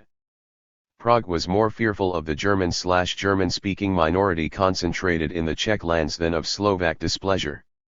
The minority numbered more than 3 million persons, that is, more than 2 million Slovaks. 7 million Czechs did not ensure ethno-linguistic homogeneity for Czechoslovakia. But such homogeneity was seen then as the ultimate legitimization of statehood. Czech and Slovaks constitutionally merged as the Czechoslovak nation accounted for 65.5% of the state's population. Hence, they constituted a safe demographic majority. In the interwar period, the average Czech did not bother much about Slovakia, and even less so about Subcarpathian Ruthenia, hence Czechoslovakia appeared to him or her as a Czech nation-state. Not so in the case of the Slovaks, who continued to see the Republic as a Czech-Slovak state, in which they were cheated out of the autonomy that they were promised. This frustration of Slovak political hope spread the myth of Stefanik, according to which, Stefanik would have ensured autonomy for Slovakia had he not died in a plane crash in 1919. Some even accused the Czechs of assassination.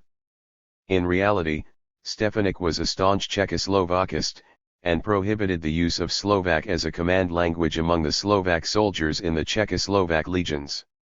As Minister of War, in 1918, he introduced Czech as the sole language of command in the Czechoslovak army, Hromadin 1969, 450, Kantler 1999, 84, Kovasi 1997, 5, 10-13, 16, 18-20, 30, 66-67, 69-71, 123, 1998, 38-39, Krekovici 2005, 104-108, 169-171. Finally, besides the usual Central European recourse to separate language, nation, and statehood traditions, the legitimacy of Slovak nationalism had to be propped up with the myth of national martyrdom. This trope became a de rigueur element of the ideological repertoire of nationalisms in this region. Polish nationalists decried the late 18th century partition of Poland-Lithuania, and in the Romantic decade of the 1840s came up with the image of Poland as Christ of nations, destined to win independence not only for the Poles but for all the other, historical, nations deprived of their states. Drawing on the past of Hungary, the Magyars claimed that they had suffered under the Ottoman and Austrian yoke since the Battle of Mohacs, 1526.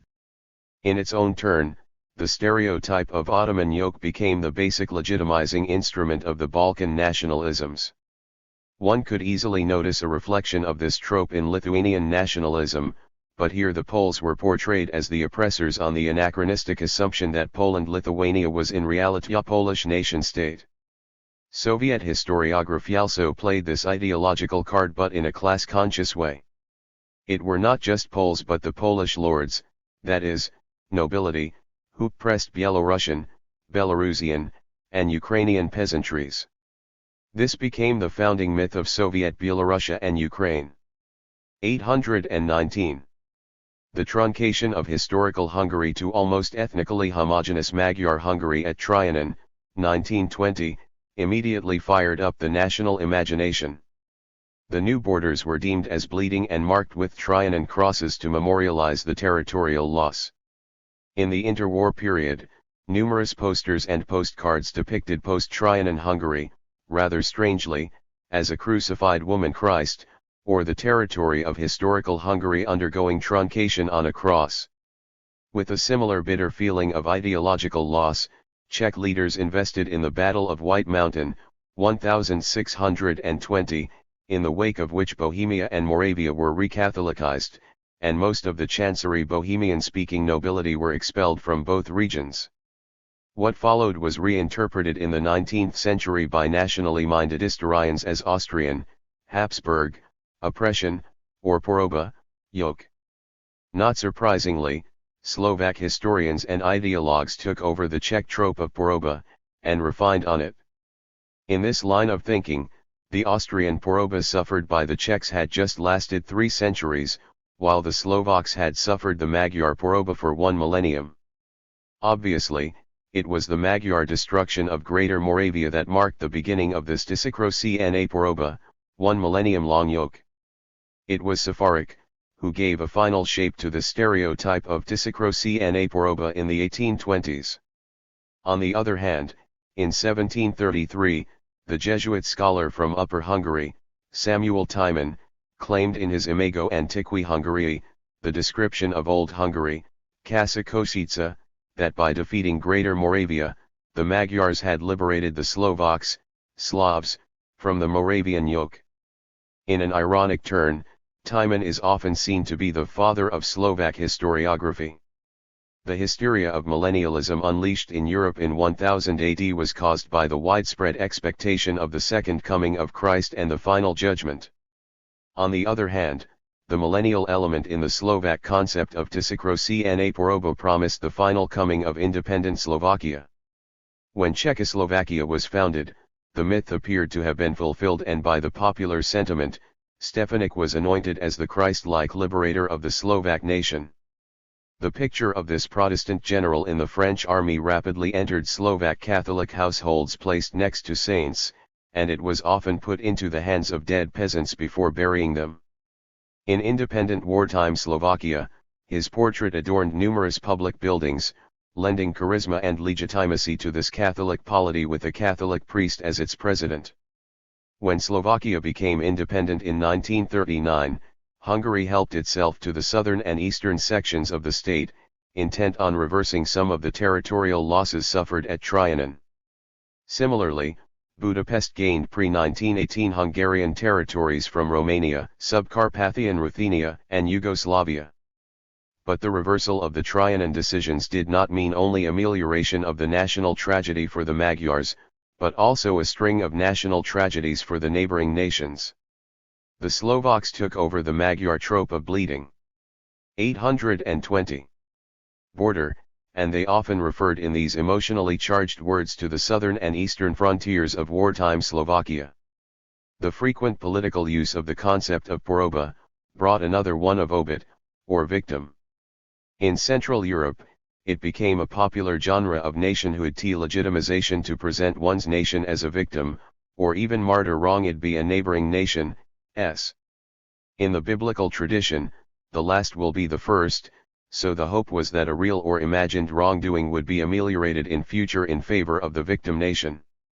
In this paradigm of national redemption, the Slovaks were presented as a victim of the Magyars and the Czechs as a victim of the Germans, Austrians, the Poles as a victim of the Russians and Germans, Prussians and Austrians, the Magyars as a victim of the Turks, Ottomans, Austrians, and the West, the Ruthenians as a victim of the Czechs, Slovaks, Soviets, and Ukrainians, the Austrians as a victim of the Germans, the Belarusians, Lithuanians, and Ukrainians as victims of the Poles and Soviets, Russians, and the Germans as a victim of France and the West.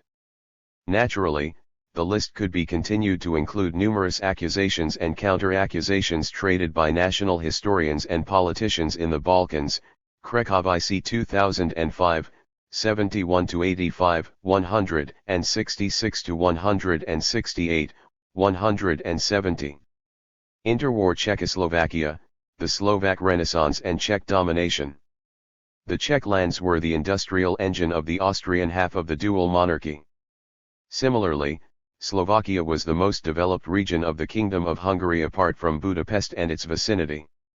Not surprisingly, neither did Vienna readily resign itself to this loss until the Treaty of Saint-Germain, 1919, nor Budapest until the Treaty of Trianon, 1920.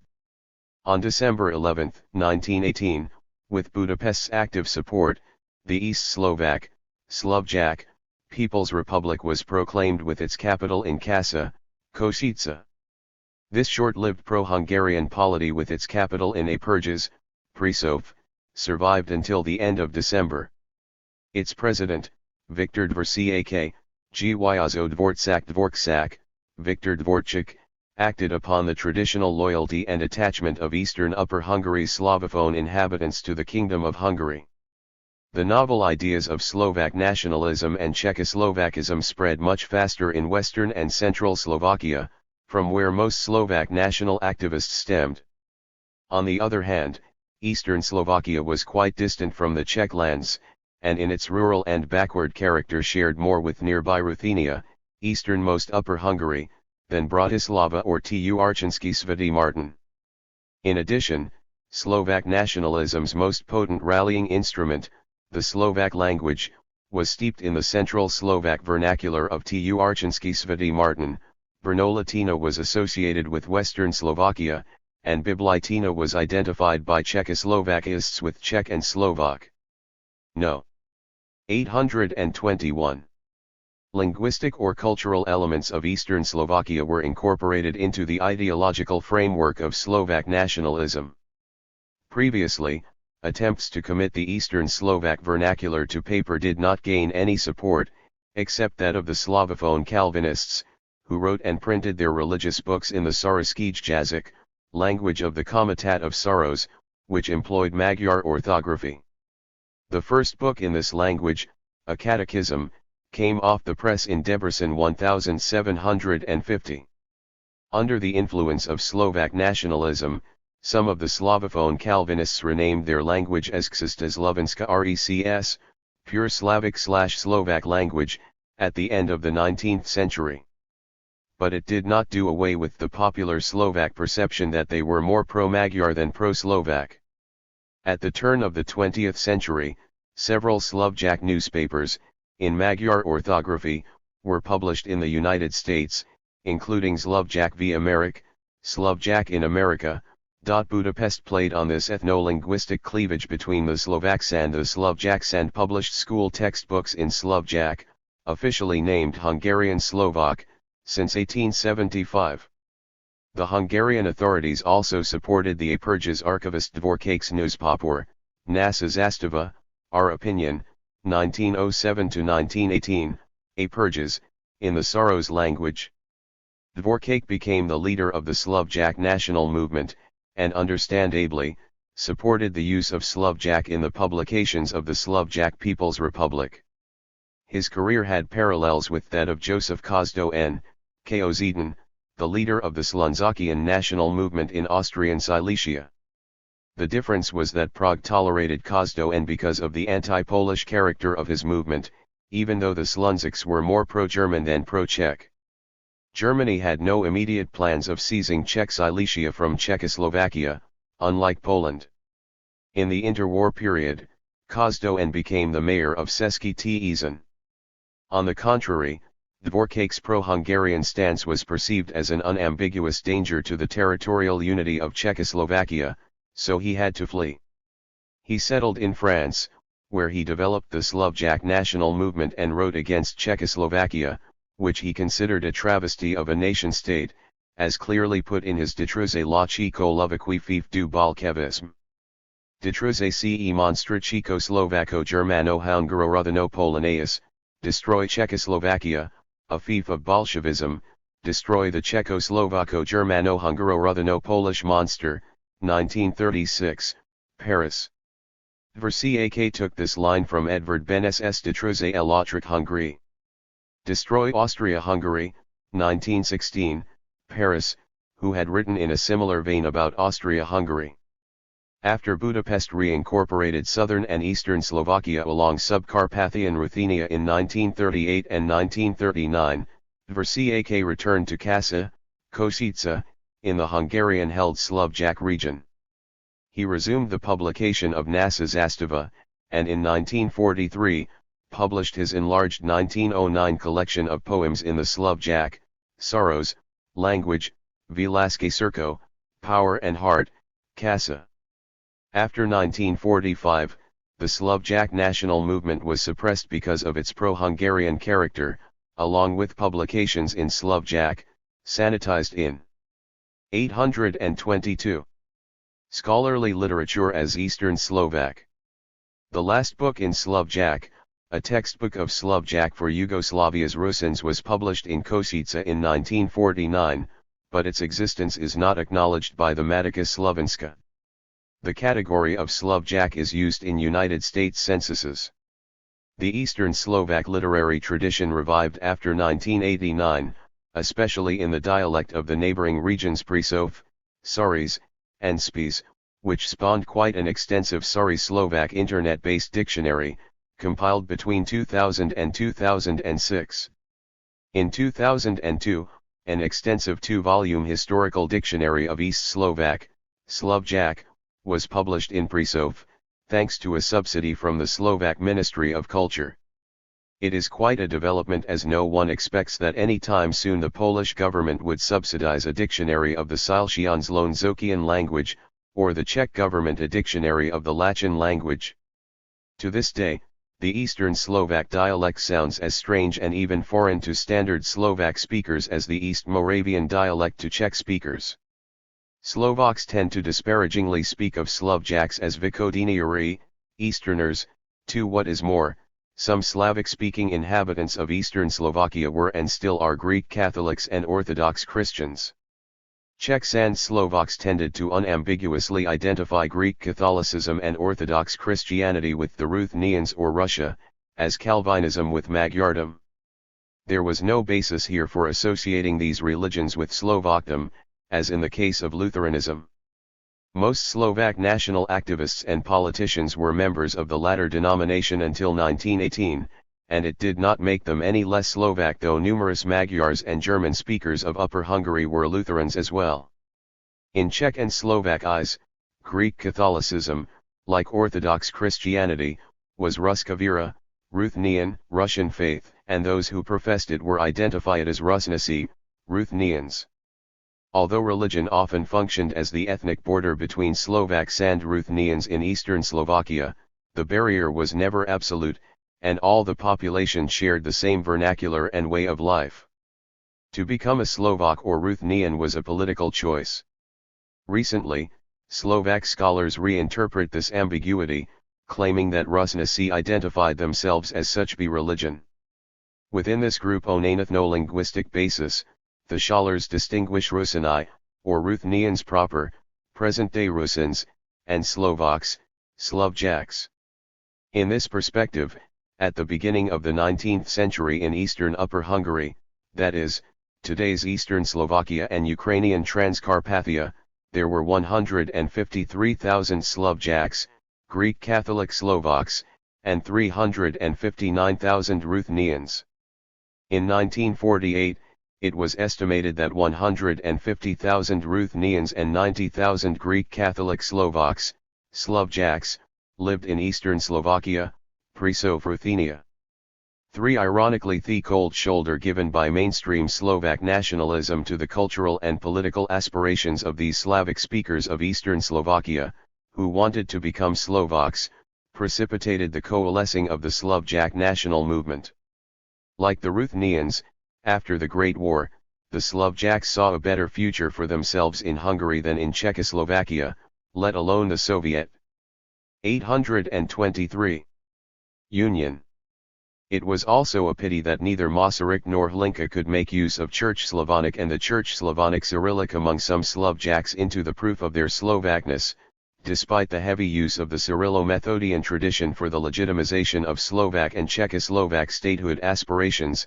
Dolichenko 1981, 88-90, Gajdos and Konechny 1994, 30, Gregas 2001, Kovac 1997, 114, 1998, 182, Magoxy 1996a, 4, Zienuka 2002, 126, 131-133.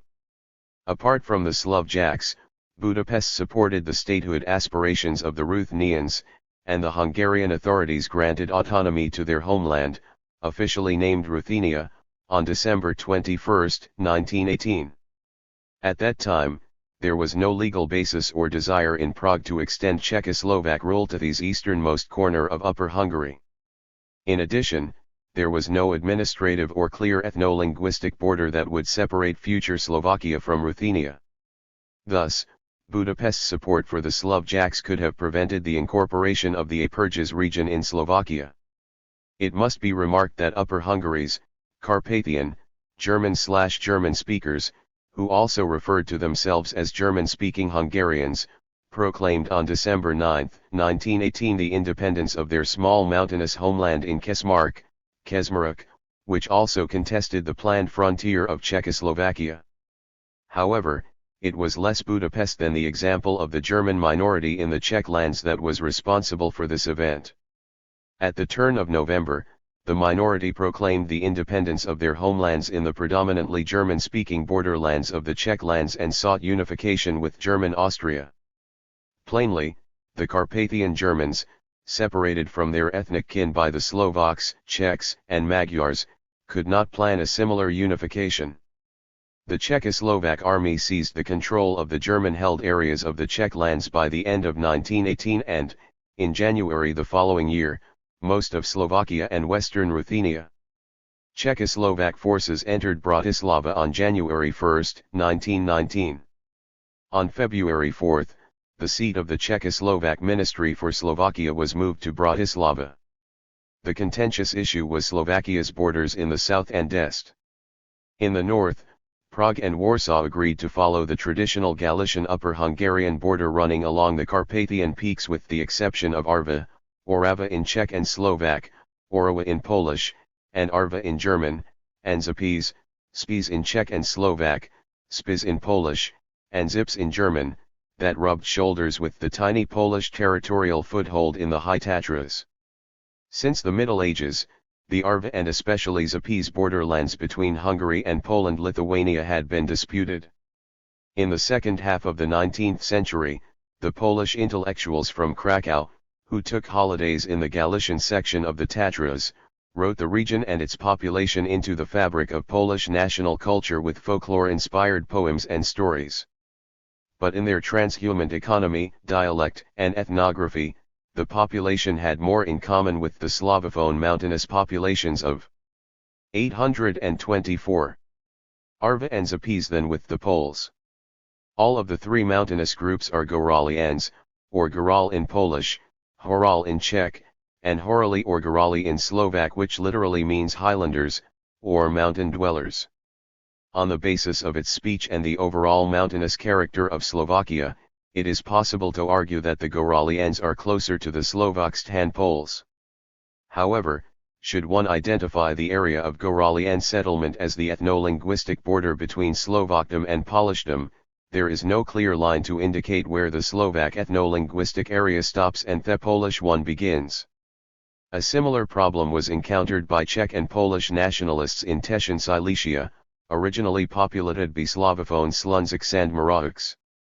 In the Teschen region, Prague was determined not to give in to Polish demands, because the single coal and steel industrial basin of the Czech lands was located there along with the single railway link between the Czech lands and Slovakia. On the other hand, Warsaw did not wish to leave Arva and Zapies with Slovakia, because it claimed all the Goralians to be an ethnographic group of the Polish nation. Moreover, from the strategic vantage, the inclusion of Arva and Zapies in Poland would have broadened Warsaw's vulnerable bridgehead in the Tatras. Initially, the Allies planned to organize plebiscites in Teschen Silesia, Arva, and Zapies, but after the brief Czechoslovak-Polish War over Teschen in January 1919, the intensification of the nationalist conflict in all three regions prevented such plebiscites. In 1920, the Council of Ambassadors divided all three regions between Czechoslovakia and Poland. Neither Prague nor Warsaw were pleased with the result. Czechoslovakia won most clearly in Teschen Silesia, because the entire industrial basin was granted to the country. Naturally, Slovak nationalists presented this as a Czech success paid with the Slovak loss of Arva and Zapies. Despite their traditional non-national identity, the continuing Polish-Slovak conflict in divided Arva and Zapies convinced numerous Goralians that they were Slovaks. The wartime inclusion of the Polish sections of both regions in independent Slovakia fortified this identification. When the pre-war border was re-established in 1945, Warsaw had to accept the fact that the areas were inhabited by a Slovak minority.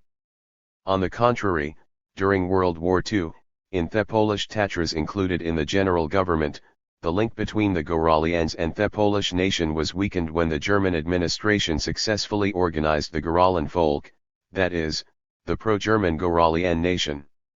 The ethno-linguistic, though not national, separateness of the Tatra Goralians vis-a-vis the Poles continues to this day.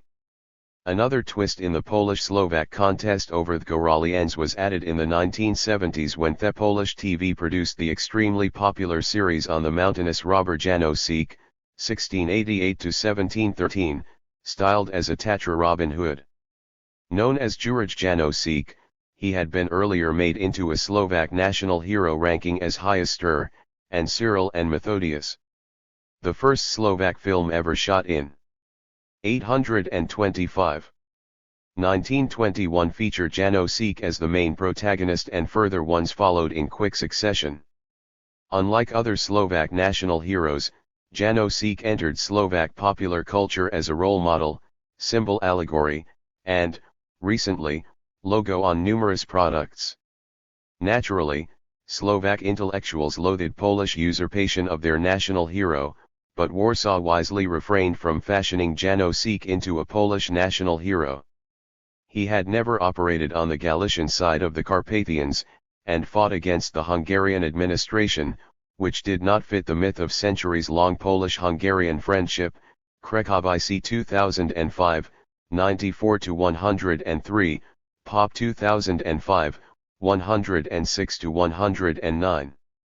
The near collapse of Hungary after World War I was prevented by Mihaly Károlyi's government. The consolidation of power allowed Budapest to reaffirm Hungarian control in the kingdom's peripheral regions, including Upper Hungary by December 1918. The losses at the beginning of 1919 could not be prevented when the economy faltered, the army was in growing disarray, and the popularity of the communist movement opened the cleavage between the elite and the impoverished masses. In March 1919, the Soviet Republic of Hungary was founded. On the instigation of the Allies, fearful of the spread of Bolshevism to Western Europe, Czechoslovak troops attacked and pushed deep into the Hungarian territory south of Slovakia's envisioned southern border. Soon Hungary's Red Army returned the blow and seized two-thirds of Slovakia. Aiming for the re-centralization of the state, Budapest de facto terminated in April the never fully implemented autonomy of Ruthenia and staged the proclamation of the independence of the pro-Hungarian Soviet Republic of Slovakia with its capital in Prešov, eastern Slovakia, on June 18. Magyar communists entrusted the presidency of Soviet Slovakia to the Czech communist journalist Antonín Janáček, 1877–1941, which did not attract many Slovaks to this godless polity run by an atheist Czech. 5 days before the founding of Communist Slovakia, The negotiations on the Czechoslovak-Hungarian border had ended.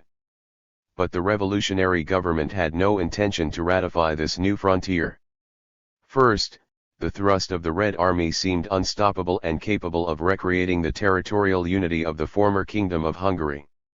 Second, the new border was drawn in blatant breach of the principle of national self-determination, because extensive predominantly Magyar areas were included in southern Slovakia. Third, there was a hope that eastern Slovakia and Ruthenia would form a land bridge for Bolshevik Russia's Red Army to enter Hungary and Central Europe in an effort to spread communist revolution to Western Europe. Last but not least, Budapest wanted to have a common border with Poland, perceived as Hungary's traditional friend, though the Polish-Soviet War was already in full swing at that time. In the situation, the Allies called upon Bucharest to restrain revolutionary Hungary. Romania was poised to gain most territory, including Hungary's Transylvania, out of all the states that had already existed prior to 1914 and 826. Turned against the Central Powers. The Romanian offensive commenced in April 1919 and Czechoslovak troops joined it in the following month. On July 7, Red Slovakia collapsed when Magyar troops withdrew to protect Budapest, which eventually fell to the Romanian invaders on August 4. The entire territory of eastern and southern Slovakia and Ruthenia found itself under Romanian control.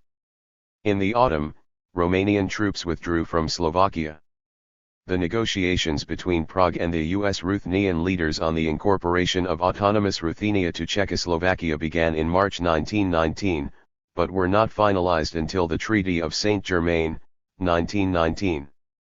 Afterward, Hungary agreed to its new borders in the Treaty of Trianon, 1920, hence the Romanian military administration left Ruthenia only in the autumn 1920. Prague carried out minor border adjustments that touched upon the Slovak territory with Austria in 1920, Hungary in 1922 and 1924, and Poland in 1923 and 1924. On November 7, 1919, Prague issued the first law on Ruthenia, the General Statute for Organization and Administration of Subcarpathian Ruthenia. It established the official name of the autonomous region, and most significantly for Slovakia, the Subcarpathian Slovak border. Since then, the border has been the bone of contention between the Slovaks and the Ruthenians, because it left a considerable number of Ruthenians inside what became northeastern Slovakia. Ruthenians saw this border as a temporary and inherently unjust line of demarcation.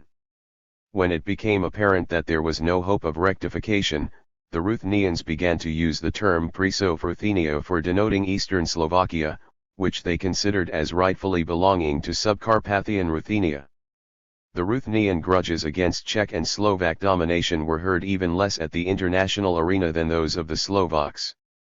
The influx of teachers, civil servants, and railwaymen brought 35,000 Czechs and Slovaks to Subcarpathian Ruthenia. And 135 elementary schools were founded for their children. At the same time, 32% of Ruthenian children did not attend elementary school, while the same indicator was a mere 8% in Slovakia. Ruthenians perceived this situation as Czechization, though there was no denial that the increase from 81 Ruthenian elementary schools in 1913 to 630 in 1936 did prevent the Magyarization of the Ruthenians, even if their homeland became part of Hungary again. This achievement, however, paled in the Ruthenian eyes, contrasted with what they perceived as faithlessness, godlessness, atheism, and immorality propagated in the schools by the Czech administration. A shadow of the accusation was also cast against the Slovaks, though in this case Ruthenian leaders felt resentment mostly because of the granting of Prisov Ruthenia to Slovakia rather than Subcarpathian Ruthenia. This Ruthenian-Slovak tension from time to time has resurfaced to this day, as exemplified by the struggle for the national ownership of the United States artist Andy Warhol, 1928 to 1987. His family originated 827 from eastern Slovakia, which, according to Slovak historians, makes him into a Slovak, while their Ruthenian counterparts identify him as a Ruthenian. but the Ruthenians bore the worst grudge against Prague, which cheated them of their political autonomy guaranteed in the Treaty of Saint-Germain. No Ruthenian regional cum national assembly was elected until 1939, and the Czechoslovak president nominated the governor of Subcarpathian Ruthenia, though it was a prerogative reserved for this assembly. The Slovak autonomists grouped around Hlinka perceived the centralization of Czechoslovakia in similar terms. But unlike its Ruthenian counterpart, the Slovak autonomy was not guaranteed by any international treaty. Actually, in the Martin Declaration, October 30, 1918, co-drafted by Hlinka, Slovak leaders agreed that the Slovaks were a branch of the Czech Slovak nation on the linguistic and cultural historic basis. There was also some ambiguity built into this declaration, because it announced that the Slovak National Council is authorized to speak exclusively on behalf of the Slovak nation living in Slovakia. In the next paragraph, the name of the council was given as National Council of the Czech Slovak nation in Hungary. What is more, the document was issued 2 days after the Prague Proclamation of the independence of Czechoslovakia as the nation-state of the Czechoslovaks, October 28. The members of the Slovak National Council were not aware of this proclamation when they issued their declaration, and clearly did not stress the separateness of the Slovak nation and did not demand any autonomy for Slovakia. The Slovak fear of continued Magyar domination was bigger than that of Czech domination in centralized Czechoslovakia. But Hlinka was opposed to unbridled Czechoslovakism and Czechoslovakia, dominated by Czechs, which drew more legitimacy in Slovakia from the relatively tiny group of Slovak Protestant Czechoslovakists than from the Slovak Catholic majority. Naturally, Hlinka fell back on the Slovenská ľudová strana, SL's, Slovak People's Party. It had emerged in 1905 as a splinter group from the Hungarian People's Party and became a Catholic counterbalance platform within the predominantly Protestant Slovak National Party, SNS. The cells had left the SNS to form a separate party in 1913. During the Great War, free political life was suppressed. Hlinka re-established the SLs in December 1918. Everything could still change there as Czechoslovak rule had not been established in Slovakia yet. The main butt of Hlinka's criticism of the centralism and liberalism of the Prague government was the plenipotentiary minister for Slovakia Vavro Srober. After seizing Slovakia in January 1919, on January 20, Prague dissolved the Slovak National Council, its only political competitor in this area. In late March 1919, Hlinka met with a delegation of the U.S. Slovaks and learned from them about the Pittsburgh Agreement, which guaranteed wide-ranging political and cultural autonomy for Slovakia in a federal Czechoslovakia.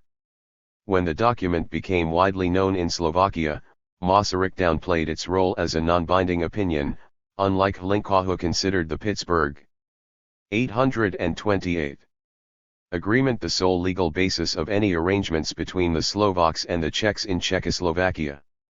Masaryk pointed out that the Martin Declaration was the basis, not the Pittsburgh Agreement.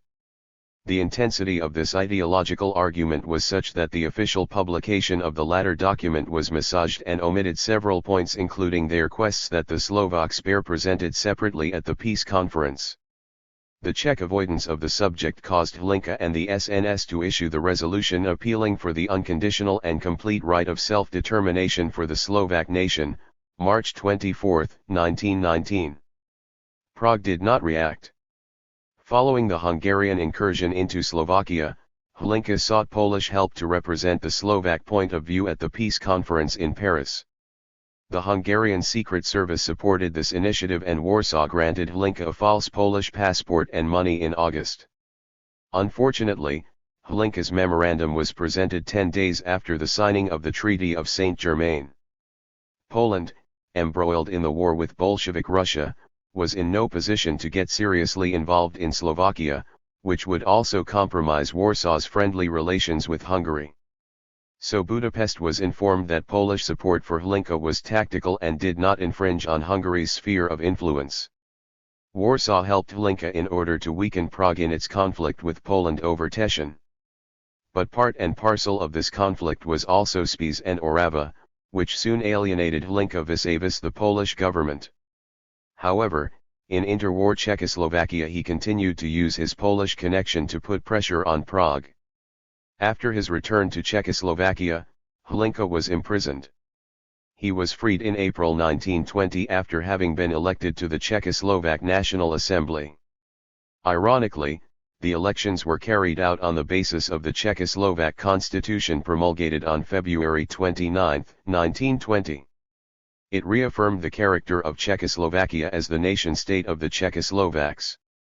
The language law issued on the very same day on the basis of the Constitution's Article 129, announced Czechoslovak to be the state and official language of the country. This law replaced any earlier legislation on language. Significantly, Czechoslovak superseded Slovak as the official language of Slovakia. In practice, nothing changed because Czech and Slovak were construed as two equally valid standard varieties of the Czechoslovak language. This law also mentioned Czech and Slovak separately by saying that the former should be employed in the lands that previously belonged to the Austrian half of the dual monarchy and Germany, and the latter in the lands that had belonged to the Kingdom of Hungary, with the exception of Subcarpathian Ruthenia. In reality, the language law opened Slovakia for Czechization because documents could be submitted to offices in either Czech or Slovak, and replies would be granted in one of the two languages. From the legal point of view, submitted documents and issued replies were in a single language, Czechoslovak.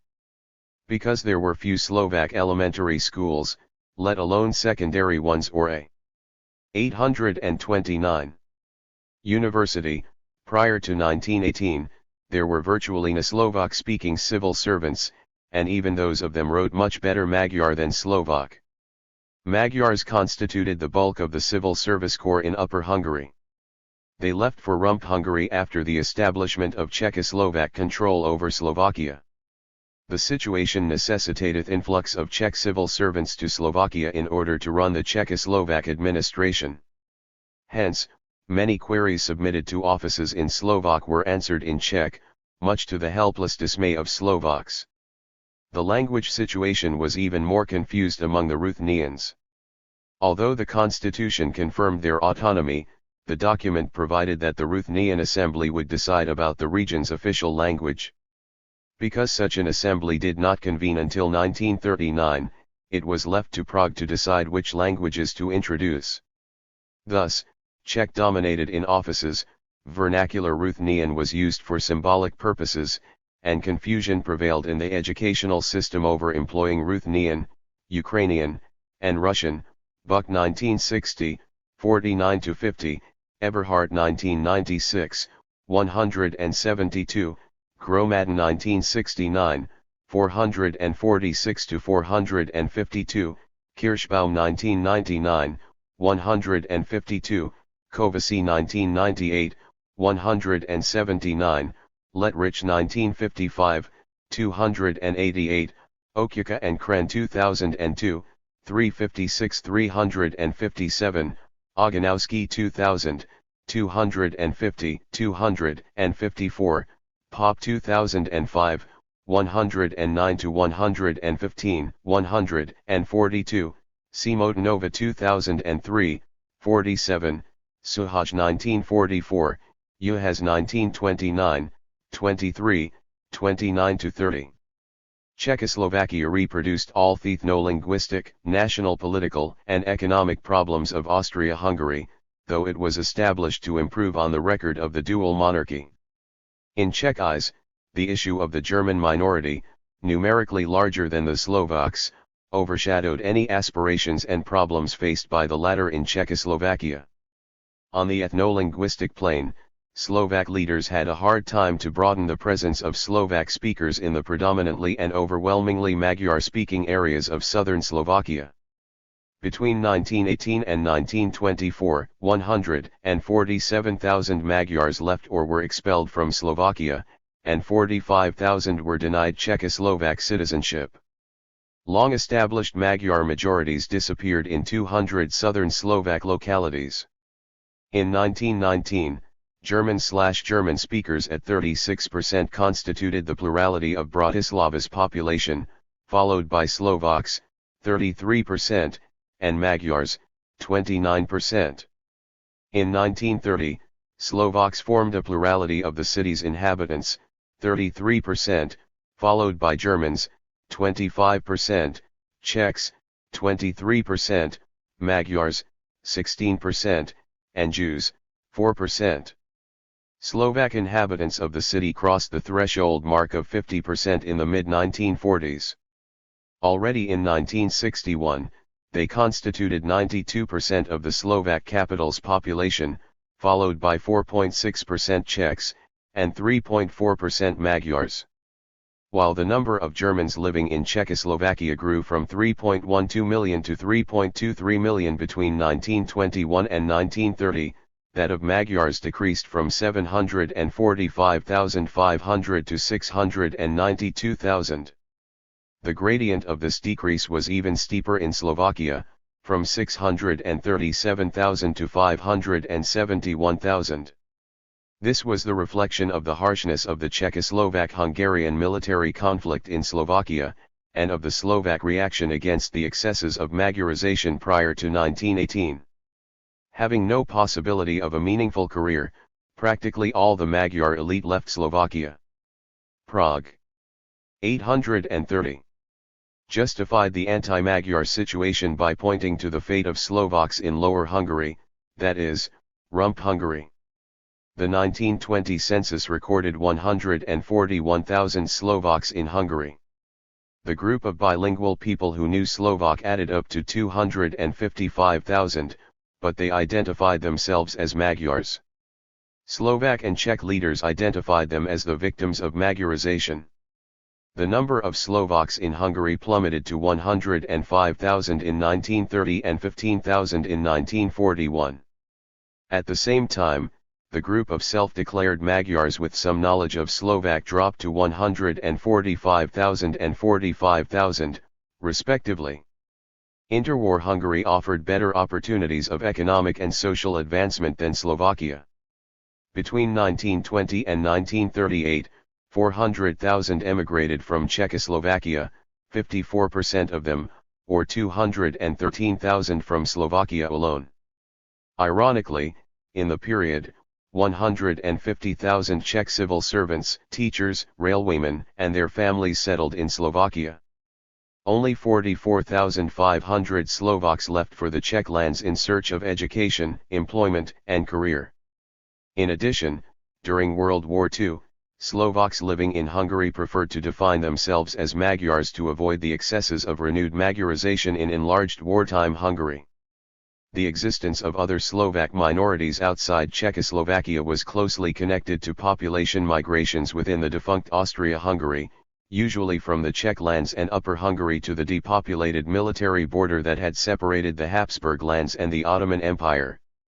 After the breakup of the dual monarchy, 76,000 Slovaks of Lower Hungary found themselves in Yugoslavia, mainly in Vojvodina and Banat. It is easy to distinguish them from Czech settlers, because the latter tended to settle in Slavonia. They numbered around 53,000 in 1931. In Romania's section of Banat, about 47,000 Slovaks and 5,000 Czechs were lumped together. Bucharest being an ally of Prague in the Little Entente, the Romanian government recognized the existence of the Czechoslovak nation. Slovaks as Magyars also straddled the historical Austrian-Hungarian, the former easternmost Lower Austria, like the latter in interwar Austria's Burgenland. The number of Slovaks in Lower Austria sank rapidly from 30,000 in 1918 to 3,600 in 1934. They eagerly assimilated to Austrian Germandom, like Magyars in Burgenland. What is more, sometimes they passed themselves off as Czechs and Moravians, or such categories were imposed on them. Around 50,000 inhabitants in Poland's sections of Orava and Spiš, and another 50,000 in Czechoslovakia's sections of both regions, Warsaw tended to define as Poles, and Prague as Czechoslovaks, or Slovaks. But neither did Polish nationalism gain a significant following in Czechoslovakia's sections of Orava and Spiš, nor its Czechoslovak/Slovak version in the Polish areas of both regions. Today it is the region where the Slovak minority is concentrated in Poland. but the population still shares more in language and customs with the Gorals of the Polish High Tatras than with the Poles or the Slovaks. In the interwar period, the population of the High Tatras, and divided Orava and Spiš was even more homogeneously Goralian. 831. In 1930, 2.24 million Slovaks constituted 67.5% of Slovakia's population. The minorities included 572,000 Magyars, 17.2%, 148,000 Germans, 4.5%, 140,000 Czechs, 4.3%, 137,000 Jews, 4.1%, and 110,000, 3.2%, Ruthenians. Technically speaking, neither were Czechs, Jews, nor Ruthenian minorities. Official statistics did not distinguish between Czechs and Slovaks, and lumped them together as Czechoslovaks. The Ruthenians were construed as a state nation of Czechoslovakia, whereas Jews were apportioned among Czechs, Germans, and Slovaks depending on which language they declared as their mother tongue in census. Yiddish, as earlier in Austria-Hungary, was not considered a language. The authorities dubbed it Jewish jargon, or kitchen German, and identified it as German for official purposes. Similar exclusion from official statistics, though on different grounds, was suffered by Roma. They had been present in Central Europe since at least the 15th century, and a new wave of Roma reached this region after the mid-1850s when Roma slavery was abolished in Wallachia and Moldavia, future Romania, between 1854 and 1856. Fearing the possibility of re-enslavement or wishing to improve their lot, many Roma left the state. Czechoslovak, or for that matter, Hungarian, and Polish censuses did not record them, on the widespread presumption that they were mere vagrants or lumpenproletariat, not a separate ethnic group complete with its own language.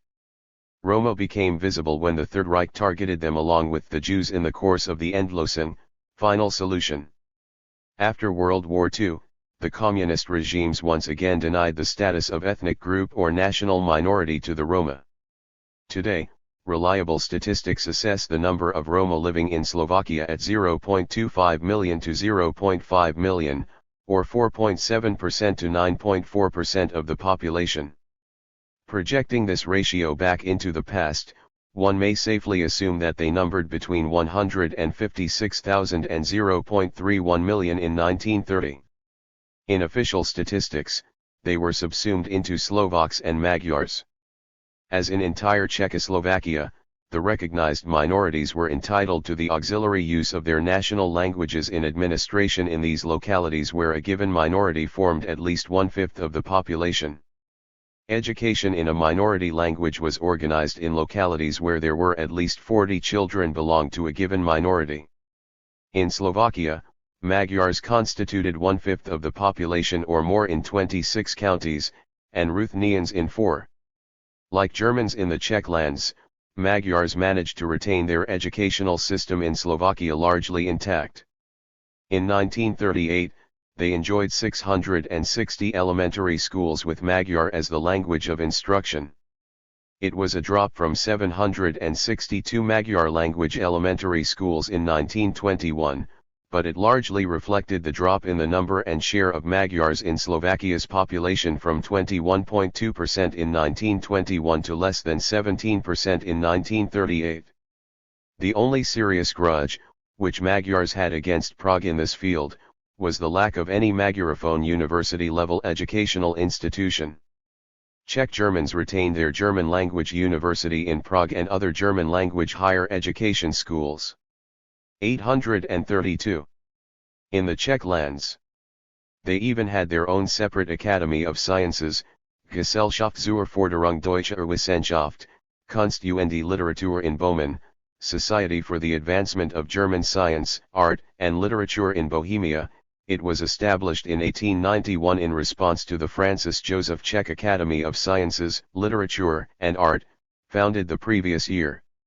Similarly, the Carpathian Germans retained their minority educational system in Slovakia, and a similar one was developed for Ruthenians. German language education grew more easily in liberal Czechoslovakia than before 1918, under Budapest's Magyarizing pressure. In 1921, there were 105 German-language elementary schools, 5 German-Slovak, 2 German-Magyar, and 3 German-Magyar-Slovak. Interestingly, all 95 Ruthenian elementary schools were bilingual with Ruthenian and German as the languages of instruction. This was due to the fact that the areas of settlement of Germans and Ruthenians overlapped in northern Slovakia. Obviously, later German was replaced with Slovak in these schools. No minority schools were founded for Slovaks in the Czech lands or Czechs in Slovakia. They were construed as members of one Czechoslovak nation speaking their single Czechoslovak national language. In practice, Czech children attended Slovak medium schools in Slovakia, and Slovak ones Czech medium schools in the Czech lands. In Subcarpathian Ruthenia, minority schools for Czechoslovaks operated exclusively through the medium of the Czech language. In 1921, there were 56 secondary schools in Slovakia. In 39 of them, Slovak was used as the language of instruction. Magyar was used in 3 secondary schools, German in 2, and Ruthenian, that is, Ukrainian and Russian, in 1. In 16 minority secondary schools, teaching was conducted in Slovak and a minority language, German or Magyar. In 1 secondary school, located in Bratislava, German, Magyar, and Slovak were used as the media of education, Buck 1960, 15, Carpathian 2005, Education 2004, Eberhardt 1996, 114, 118 to 119, From Minority Status to Partnership 2005, History of Bratislava 2005, Kirschbaum 1999, LXXX, Marco and Pavol 1995, Moxie 1982, 494, Oganowski 2000, 252 to 253, 261, 265, 267, Andrzejewski 1999, 46, Racial 1922, 20, Rothschild 1977, 89, Sadova 1994, 149, 229, 237, 240, 249, 257, Time 1997, 9. The centralized character of Czechoslovakia proved a tragedy for the Slovak economy. This economy was directly and immediately attached to the much more vibrant Czech economy without any transitional provisions or tariff barriers that would have shielded the former from the full impact of Czech economic competition. As a result, 260 enterprises went bankrupt in Slovakia by 1935. Prague undertook no concentrated efforts to modernize the Slovak economy, so investment flowed mostly into agriculture and the traditional branches of industry. So by 1930, a mere 19.4% of the Slovak workforce was employed in industry compared with 42.1% in the Czech lands. Although the standard of living in Slovakia and the Czech lands rose over time, it was slower in Slovakia, which widened the economic and social cleavage between it and the 833 Czech lands. For instance, between 1921 and 1930, the percentage of Slovakia's population employed in agriculture dropped only slightly from 60.6% to 56.8%. And by 1937, Slovakia's per capita income was only half of that in the Czech lands. In the absence of political or economic autonomy, Prague's cultural policies did boost the development of Slovak culture and of the Slovaks as a nation. The main institution of the Slovak national and cultural life, the Matica Slovenska, originally established in 1863 and dissolved with Hungarian authorities in 1875, was renewed on January 1, 1919 in its traditional seat of Tuarchinski Svätý Martin. This opened the cleavage between the city and Bratislava, where Prague located the main Slovak authorities on February 4. These two centers of Slovak national and political life were associated with the pro-Czech, mainly Protestant Slovak camp, and the autonomist, mainly Catholic camp centered around Hlinka SSLs, respectively. Bratislava was perceived as a bureaucratic capital dominated by Czech civil servants and German and Magyar inhabitants, whereas Teršinský Svatý Martin appeared to be the rightful Slovak capital. Repeated attempts undertaken in the 1920s to move the Slovak capital to Teršinský Svatý Martin proved fruitless. On the other hand, the military advised moving the capital to centrally located Banská Bystrica, arguing that it might be difficult to defend Bratislava and Teršinský Svatý Martin since they were so closely located to Austria and Poland, respectively. On March 27, 1919, the Slovak National Theatre was founded in Bratislava and the first ever Slovak University was inaugurated in the same city on June 27. Both the theatre and university took over the buildings and assets of the Hungarian-language theatre and university, which had been active in Pasina, Bratislava, between 1886 and 1918. The Magyars in Slovakia, unlike their kin in Romania's Transylvania, or the Germans in the Czech lands, were not allowed to keep their theatres and institutions of higher learning. Interwar Bratislava's Czechoslovak governing and intellectual elite was predominantly composed from Czechs and Czechophile Slovak Czechoslovakists. Not surprisingly then, the National Theatre produced plays exclusively in Czech until 1932, and Czech played a significant role as a language of education at the university. Symptomatically, no Slovak Academy of Sciences was founded. Hence, the Czech Academy of Sciences and Art remained the sole Academy of Sciences in interwar Czechoslovakia. This deficiency was partly addressed in 1926 when the Usina Společnost Safarikova for Safarik Scientific Society was founded. Ironic ally, the Slovak University in Bratislava was named after the famous 17th-century expellee Bohemian Protestant writer and thinker, Jan Amos Komenský. It was a bow from Masaryk Slovak Protestant students, turned state officials, to their professor, turned Czechoslovak president, who wished to anchor the project of the Czechoslovak nation in the tradition of Hussitism. Propaganda brochures justified this decision by claiming that Hussites brought the first books in the 834 national, that is, Czechoslovak, or Czech language to Slovakia in the 15th and 16th centuries, woke up the national, that is, Czechoslovak consciousness among the Slovaks, and were ancestors of Protestant expellees from Bohemia who developed economy, and national, that is, Czechoslovak culture and consciousness in Slovakia between the 17th and 19th centuries. Certainly, Hlinkandi's Catholic SLs disagreed with this vision, which they saw as part of atheist and heretic Prague's broader strategy of Czechization. They replied with the Cyrillo-Methodian myth, which identified the beginning of the Slovaks and their state with Greater Moravia.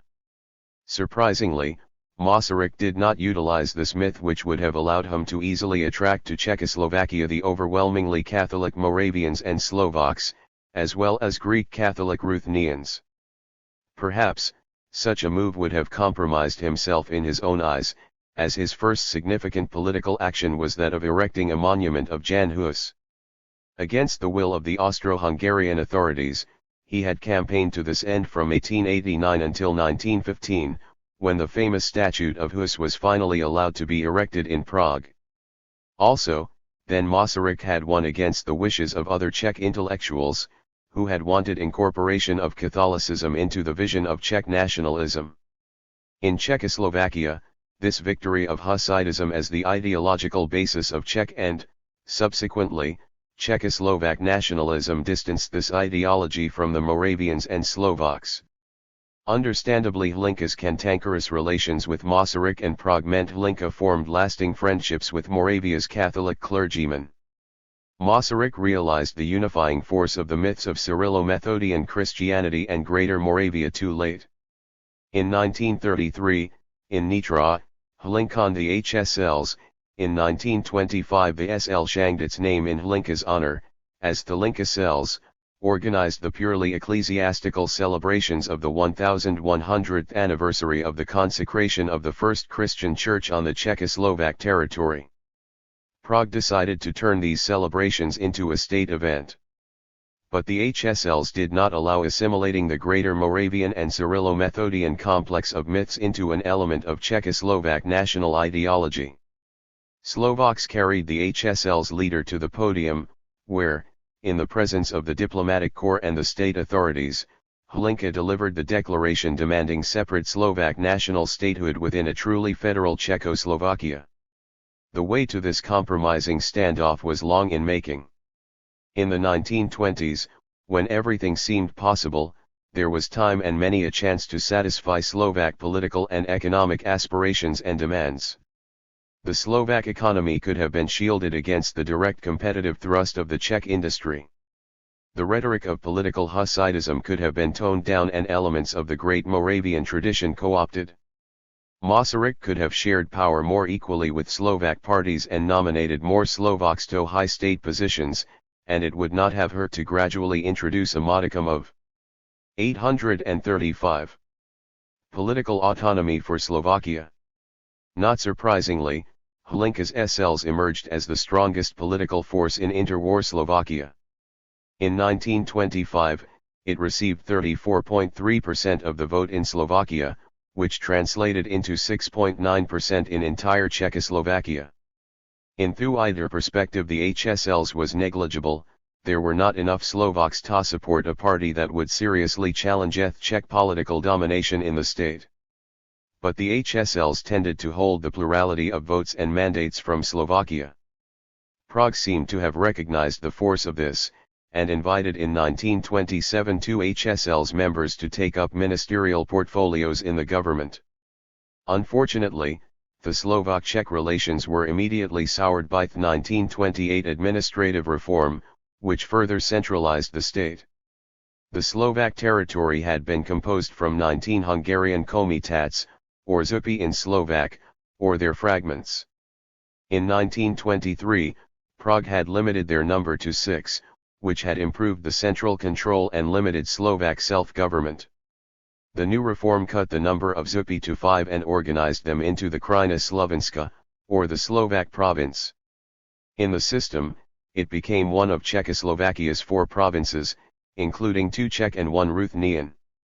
To add insult to injury, Prague nominated 1/3 of the members of the province's assembly, including the assembly's president.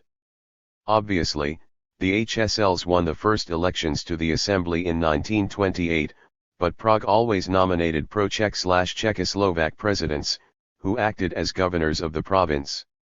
On the positive side, the Central Ministry for Slovakia was abolished in 1927. On January 1, 1928, Vojtěch Tuka, the editor of the HSL's daily, Slovak, The Slovak, published an article alleging that a secret clause to the Martin Declaration guaranteed the incorporation of Slovakia into Czechoslovakia only for 10 years. Because the clause was not prolonged, it resulted in vacuum juris, which necessitated renegotiation of the position of Slovakia in Czechoslovakia. Prague reacted very nervously and Tuka was stripped of his parliamentary mandate and imprisoned for 15 years on the charges of high treason. There was no secret clause to the Martin Declaration, but in Slovak eyes, the Czechoslovak government's behavior seemed to substantiate Tuka's claim. Understandably, HSL's ministers left the government in 1929, and the following year, submitted to the National Assembly a bill for the autonomy of Slovakia. Of course, to no avail. In 1932, the Matica Slovenska rejected the first ever normative handbook of Slovak, Pravidla Slovenského pravopisu, the Principles of Slovak Orthography and Correct Writing, 1931, Prague and Teršinský svatý Martin, authored by the Czech scholar, Václav Vazna. This handbook allowed for the use of numerous Czech words as synonyms of their Slovak counterparts. It was an attempt to create a unified Czechoslovak language at the cost of Slovak, that is, by Czechizing this language.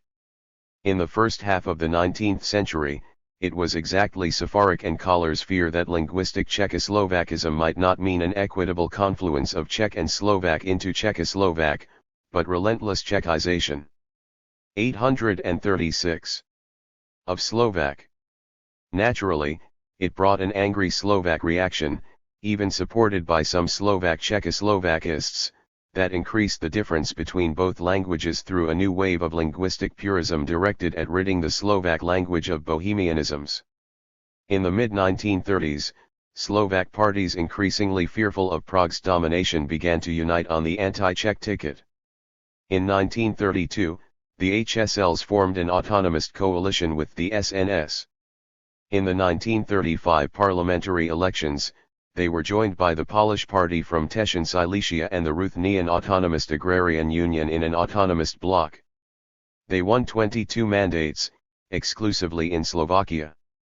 Similar ethno-national consolidation of Germans and Magyars enabled a unified Magyar party to win 9 mandates, all in Slovakia, and allowed Konrad Henlein's Sudetenjitske Partei, SDP, Sudeten German Party, to gain 44 mandates. Other German parties had to be satisfied with 22 mandates. On the other hand, the majority Czechoslovak Agrarian Party won a mere 45 mandates. Henlein wanted autonomy for the Sudeten Germans in the Czech lands, and the Magyar Party autonomy for Magyars in southern Slovakia and southern Subcarpathian Ruthenia. Because the SDP's alliance with Adolf Hitler's Gestapo offered the greatest challenge to the stability of Czechoslovakia, Prague decided to strike a compromise with Henlein, and, at its peril, largely disregarded Magyar, Polish, Ruthenian, and Slovak pleas. In addition, octogenarian Masaryk resigned from the Czechoslovak presidency. He preferred a personal style of governance, so when he left there were no developed mechanisms to share power and work out a consensus without the presence of Masaryk.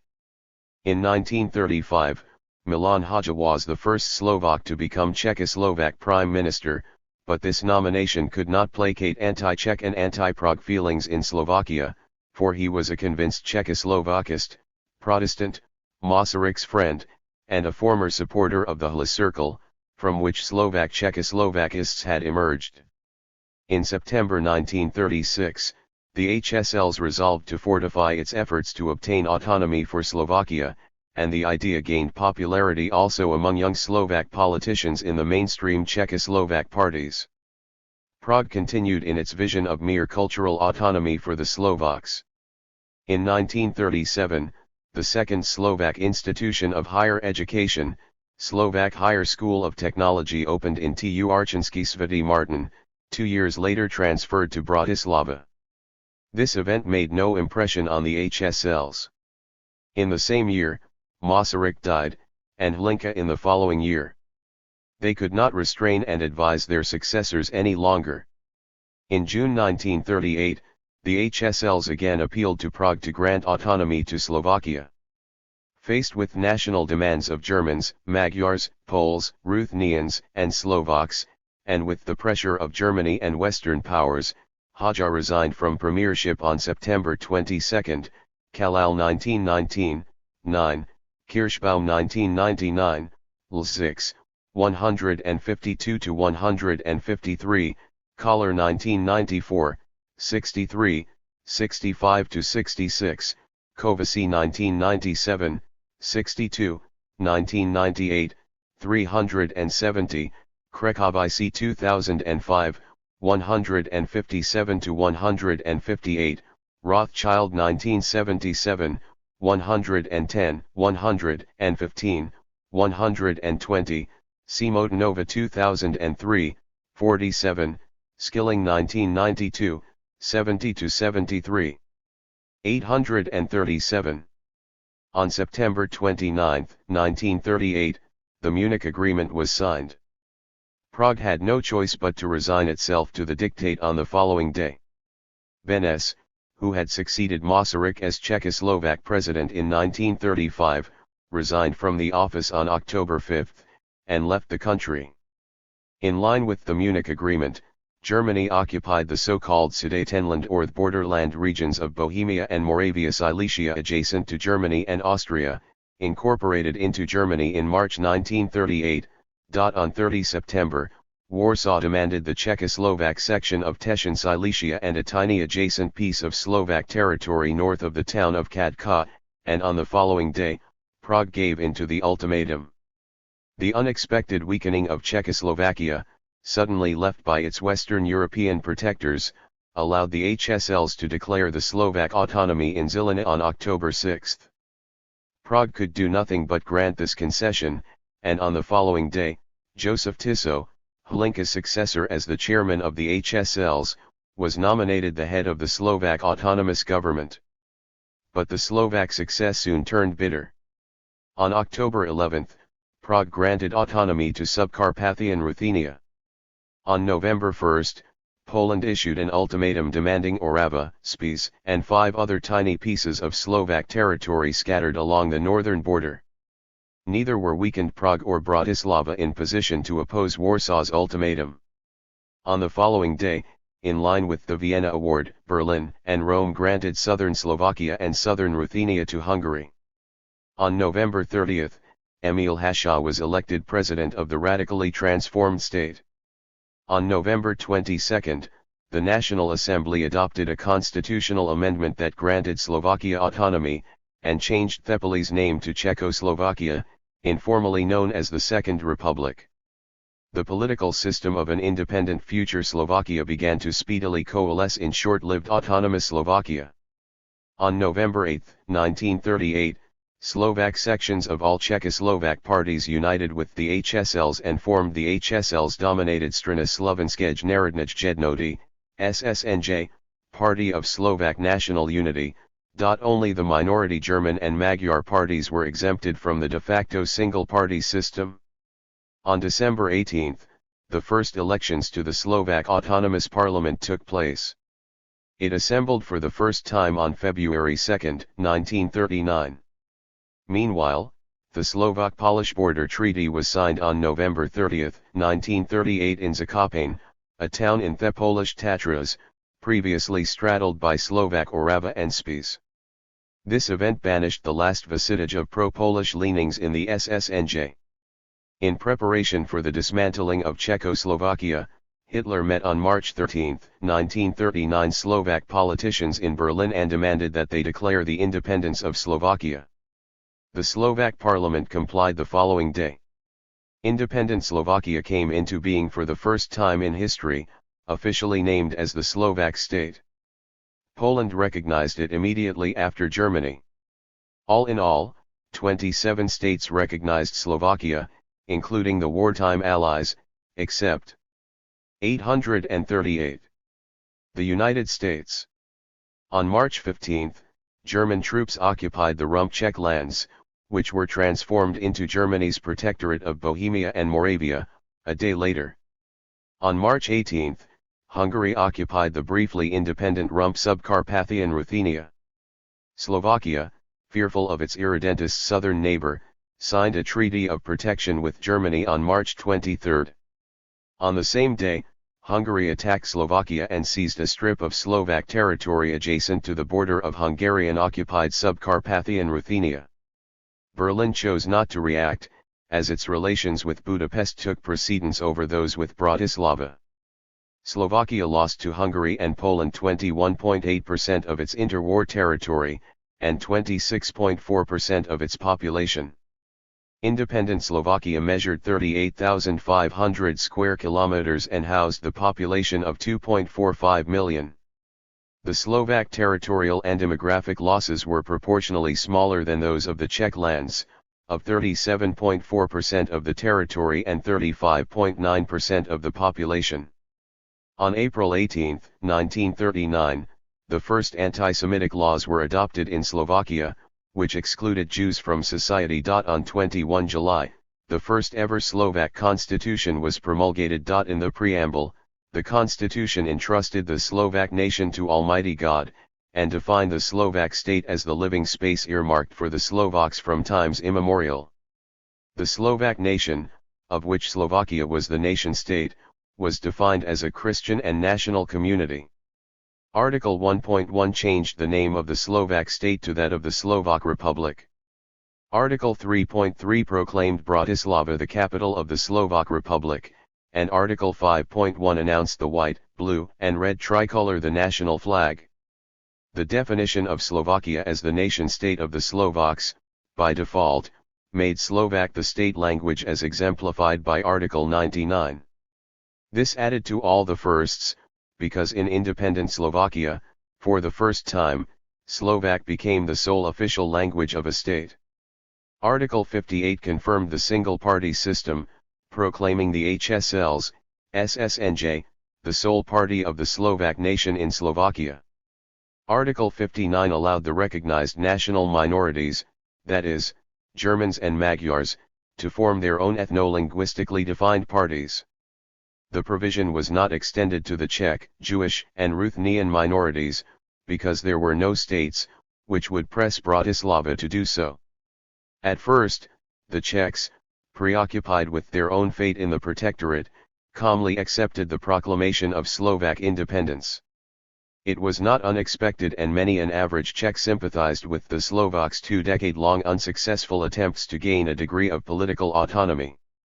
Even the shameful expulsion of 20,000 Czech civil servants, teachers, doctors, technicians, railwaymen, and their families from independent Slovakia to the Protectorate did not turn the Czechs into enemies of the Slovaks. Only later, during the war, Benes and his circle of émigré Czechoslovak politicians in London produced the theory of the Slovak knife stabbed in the back of the Czechs, Dick Dukrupta. They accused the Slovaks of breaking up Czechoslovakia, conveniently forgetting. 839. How coarsely Prague treated the Slovaks and their political aspirations in the interwar period. Independent Slovakia was the only state that joined Germany in its attack on Poland on September 1, which commenced World War II. But too often, it is conveniently forgotten by Polish historians that Bratislava's immediate aim was to regain the territories which Poland had seized from Slovakia in the previous year, not some all-out offensive against its northern neighbor. This would have been suicidal in a long-term perspective. Similarly, in 1941, Finland joined the German onslaughting Soviet Union, not to help Third Reich but to regain the region of Aepuri Vyborg seized by the Kremlin in late 1939. Dayok 1996, 131-133, Kirschbaum 1999, Slyin, Sliv, Kovaci 1997, 74-75, 1998, 218, Simotnova 2003, 49, Tomazuski 1997, 272-273, interwar Czechoslovakia, whatever its failings might be, secured for the Slovaks unprecedented development of their language and culture, which actually made them into a nation in line with the Central European definition of nation, construed as a self-conscious homogeneous ethno-linguistic entity. Constitutional Czechoslovakism that officially submerged Slovaks in the Czechoslovak nation and Slovak in the Czechoslovak language was not intended to suppress Slovakdom, but to contain the irdentism of the Sudeten Germans and Slovakia's Magyars. Numerically, the German minority was larger than the Slovak nation and the Magyar minority larger than the Ruthenian nation. So the two most significant minorities in Czechoslovakia were minorities in theory only. In their demographic, economic, and political weight, the Sudeten Germans were surpassed only by the Czechs. The same could be said of Slovakia's Magyars in relation to the Slovaks in line demography. The political and especially economic influence of the Magyar minority for sure was greater than that of the Slovaks, especially in southern Slovakia, a mere stone's throw from Budapest.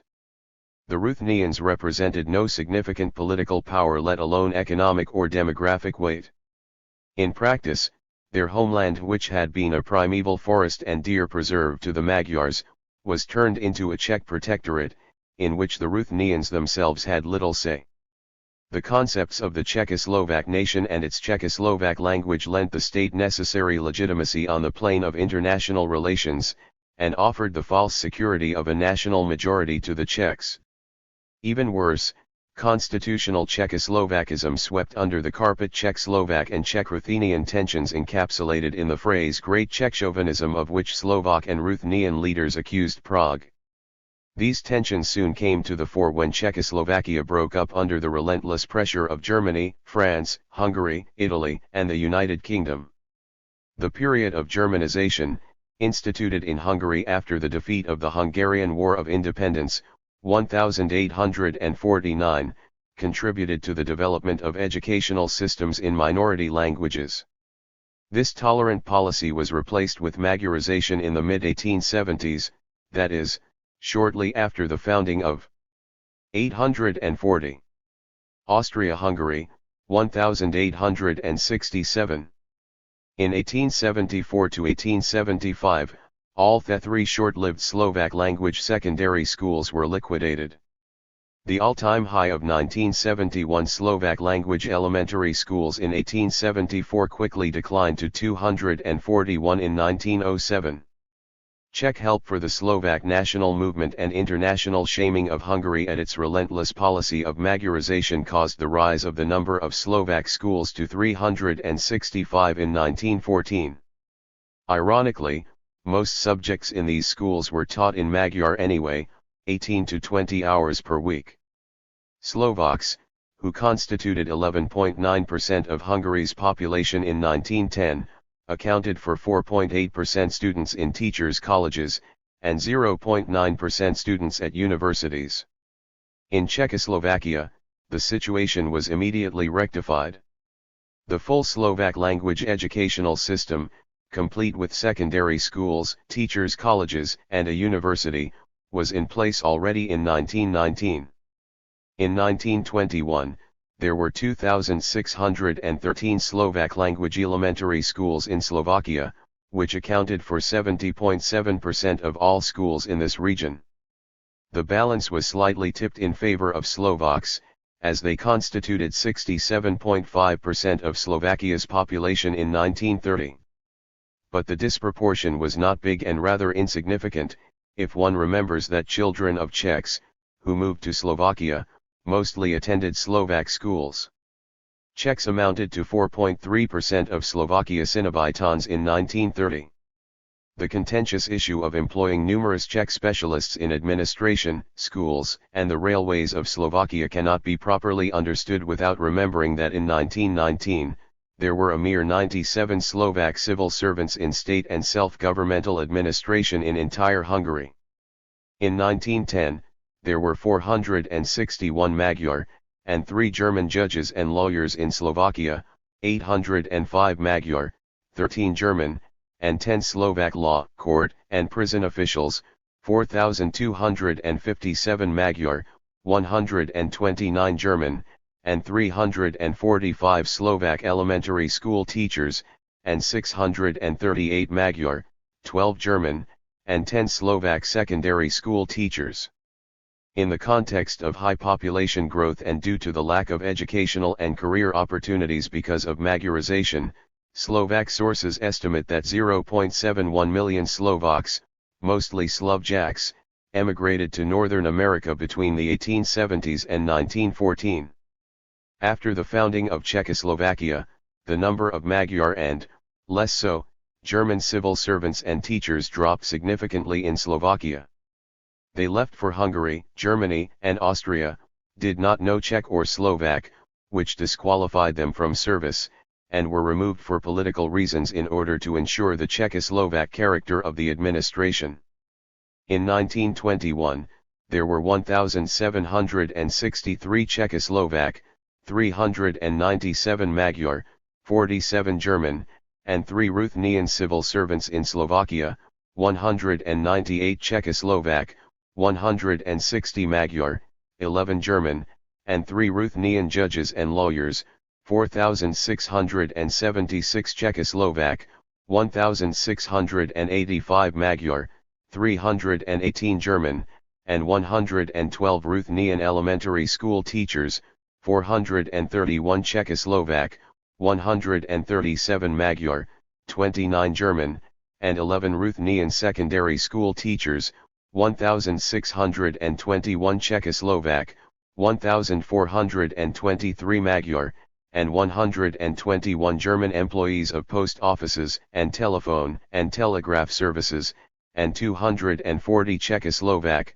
60 Magyar, and 15 German doctors and officials in state hospitals. 841. The visible replacement of Magyars with Czechoslovaks in state employment entailed a huge migration of Czech specialists to Slovakia. There were not enough Slovak and Ruthenian counterparts to fill in gaps left in the state service by Magyars, who left Czechoslovakia or were removed from office.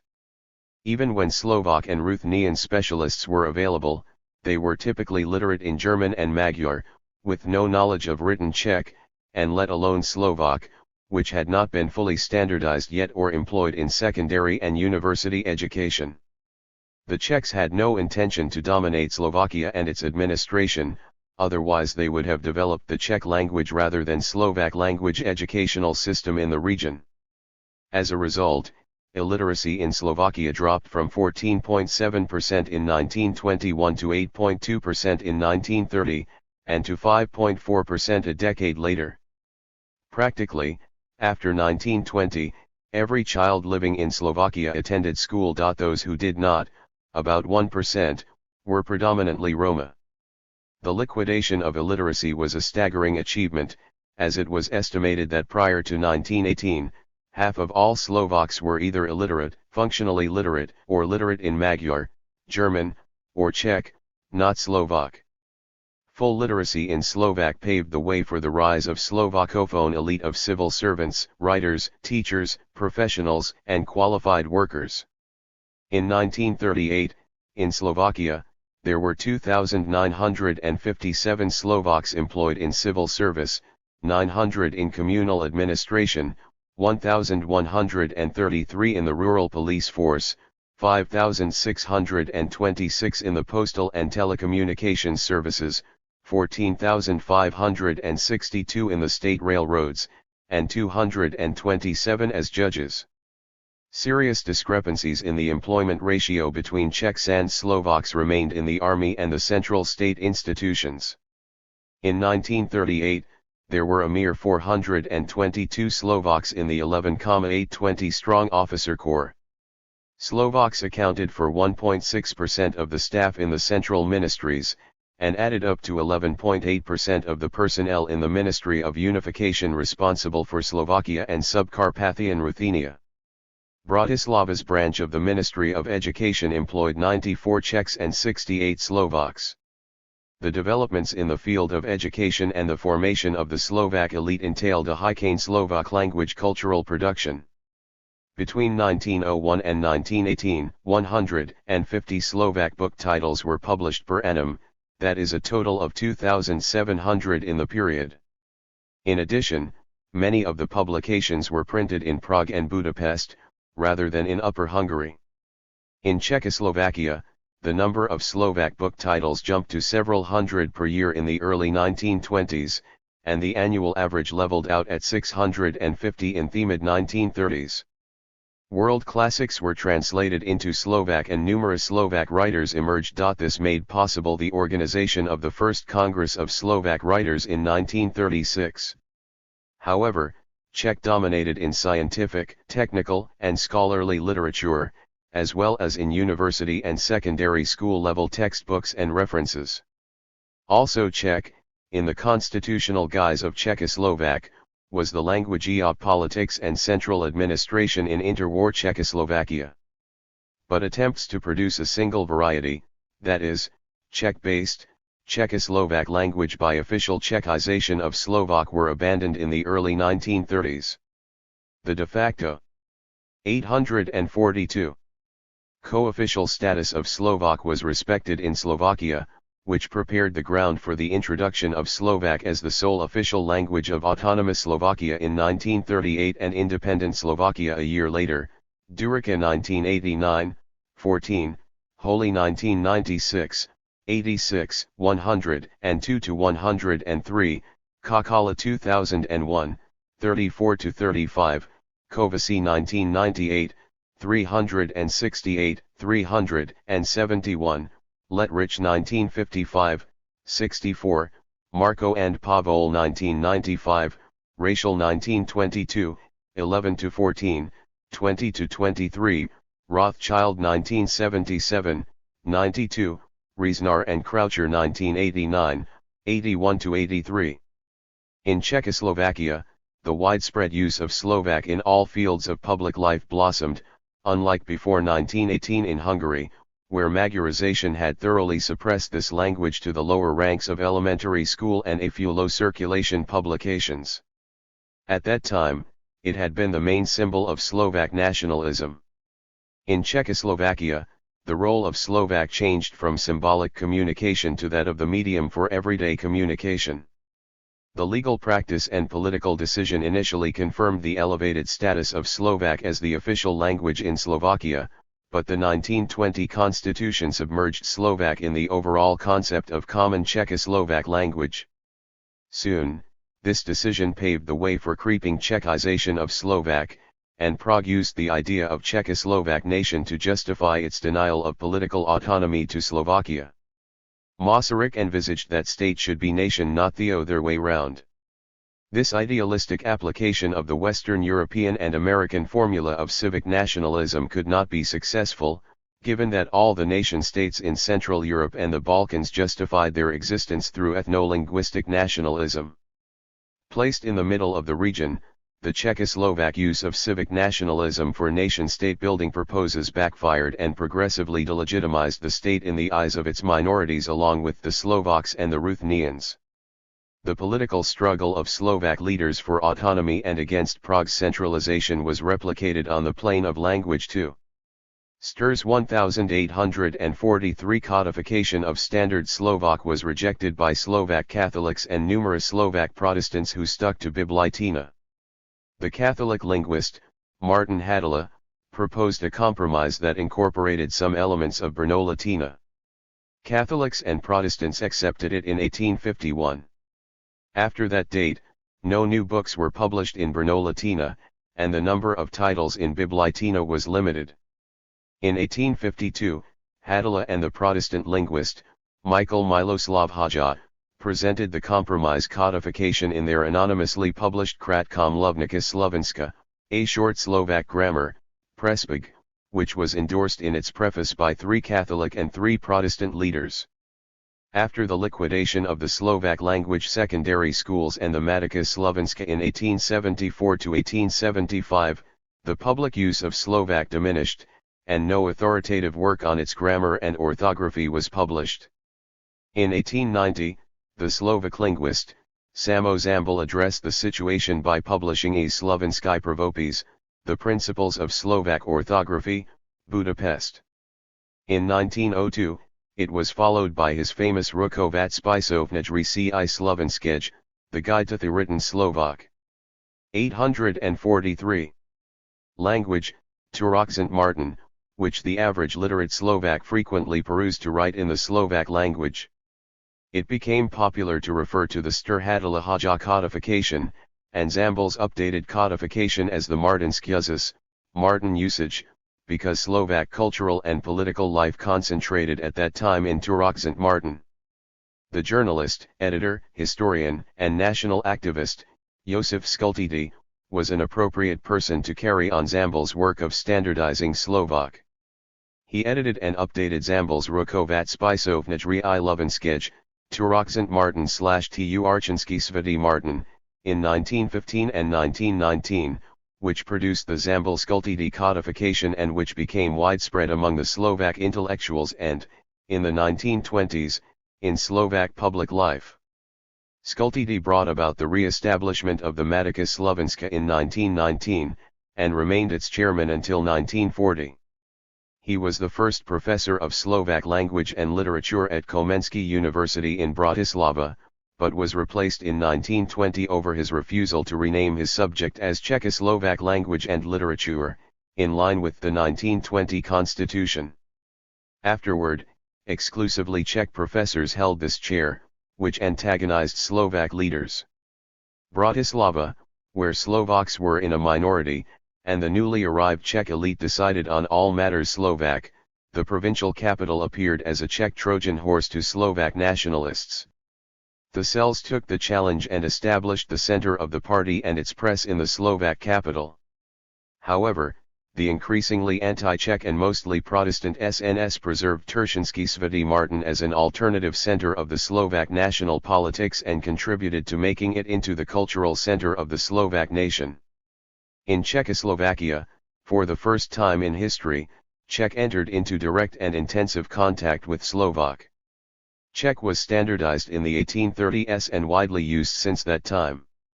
In the 1880s, it became a co-official language along with German in Bohemia and Moravia, and the first ever Czech language university was founded in Prague.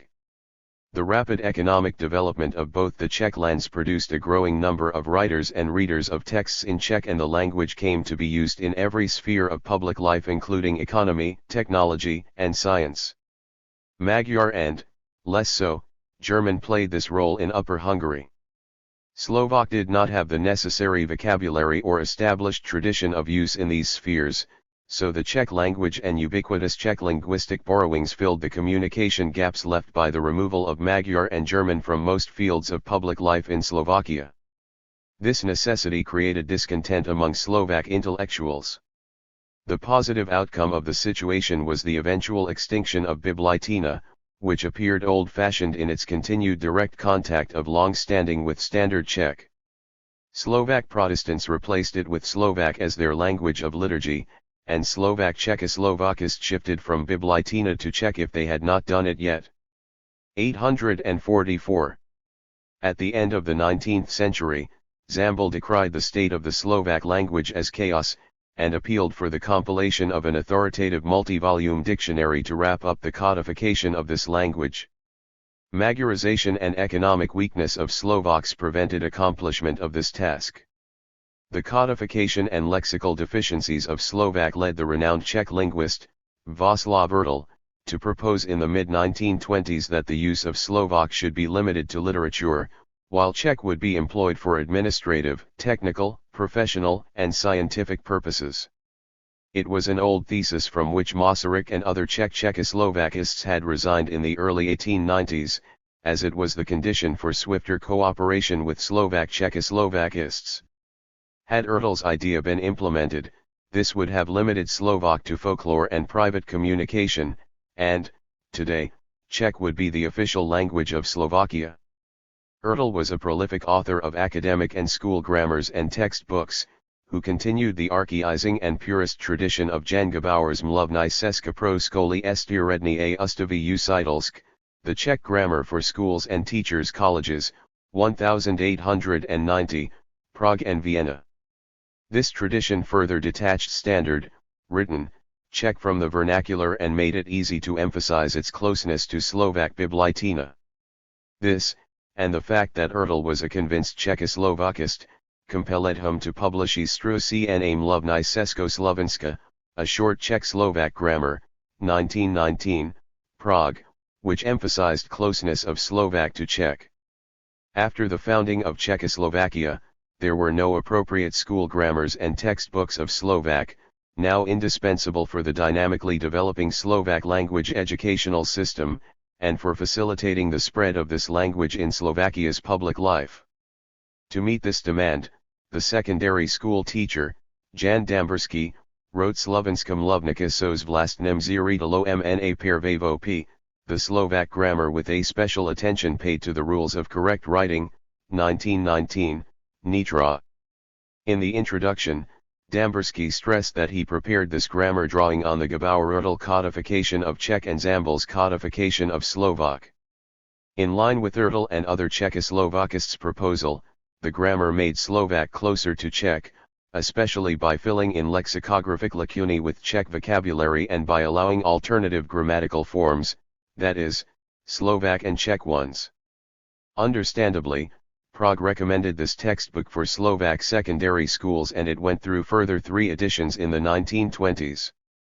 The broadened 5th edition appeared in 1930, titled Slovenska mluvnica pri strední školy učiteľské ústavy, the Slovak grammar for secondary schools and teachers' colleges, Nitra.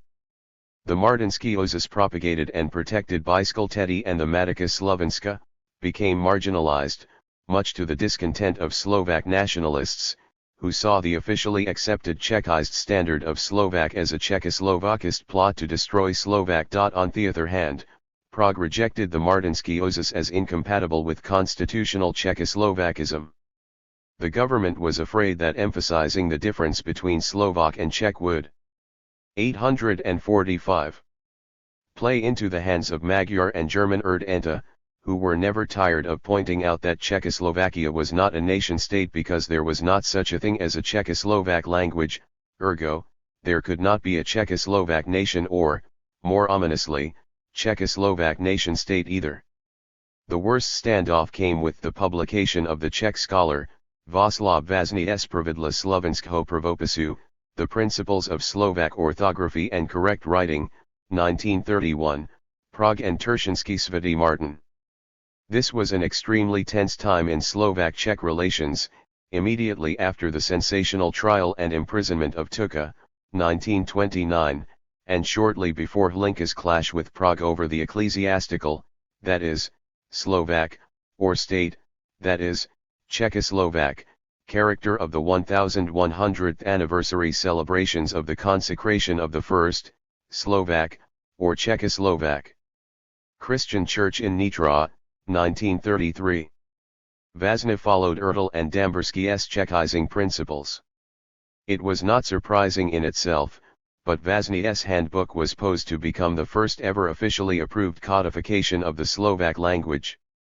Ironically, the Matica Slovenska co-published this work, which lent it some prestige previously accorded by Slovak nationalists exclusively to the Martinský Ozus.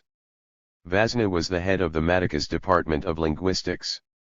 In 1932, the angry outcry of Slovak linguists and nationalists at this Prague codification of Slovak led to the founding of the monthly, Slovenský, the Slovak language, by a circle of Matica scholars in Košice. They aspired to save the Martinský Ozus from Czechization.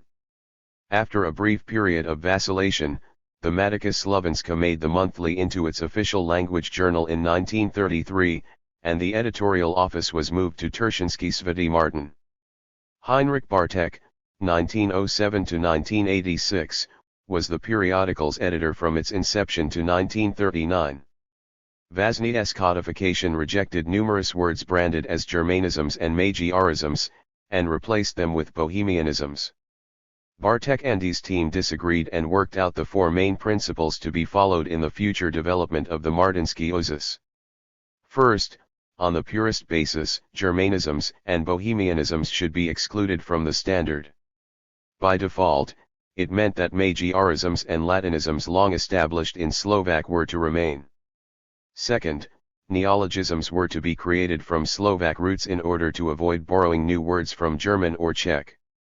Third, grammatical principles and word formation should closely follow Skultides' 1919 edition of Zambel's Rukovat Spisovnaj I Lovenskich. Fourth, unlike in archaizing Czech, which produced the specific diglossia of Spisovna Sestina and Obikna Sestina in Bohemia, Slovak syntax and phraseology was to emulate the vernacular, that is, the dialect of Teršinský svatý Martin. Once again, two codifications of Slovak competed with each other, as Biblichtina and Brnolichtina had done until the early 1850s when the Sturhadala codification replaced them in 1852. Much to Slovak nationalists' bitterness, Vazně's Czechoslovakist codification won hands down, because Prague decided to use it in Slovak administration, schools, and state-supported. 846. Slovak publications. Similarly, Koller's Old Slovak, that is, modernized Biblichtina written in Antiqua, had been used in Hungary's Slovak language schools until the founding of the Matica Slovenska, 1863, because the Hungarian authorities had supported the official status of the standard. These Slovak leaders and intellectuals who opposed Czechoslovakism and struggled for Slovak autonomy, along with the Matica, subscribed to Bartek's codification, construed as true, or pure Slovak. Taking into consideration the political strength of communists in Czechoslovakia, and the long-lasting tradition of Czech and Slovak links with Russian intellectuals, it is an interesting question whether Soviet language policies influenced those of Czechoslovakia. Following the victory of the Bolshevik Revolution, 1917, Great Russian chauvinism became the ideological butt of criticism. On the linguistic plane, it entailed the policy of nativization, korenizatsiya, which supported the development and spread of literacy in languages other than Russian. In the Tsarist Empire, these languages had been usually suppressed in favor of Russian as the sole official language.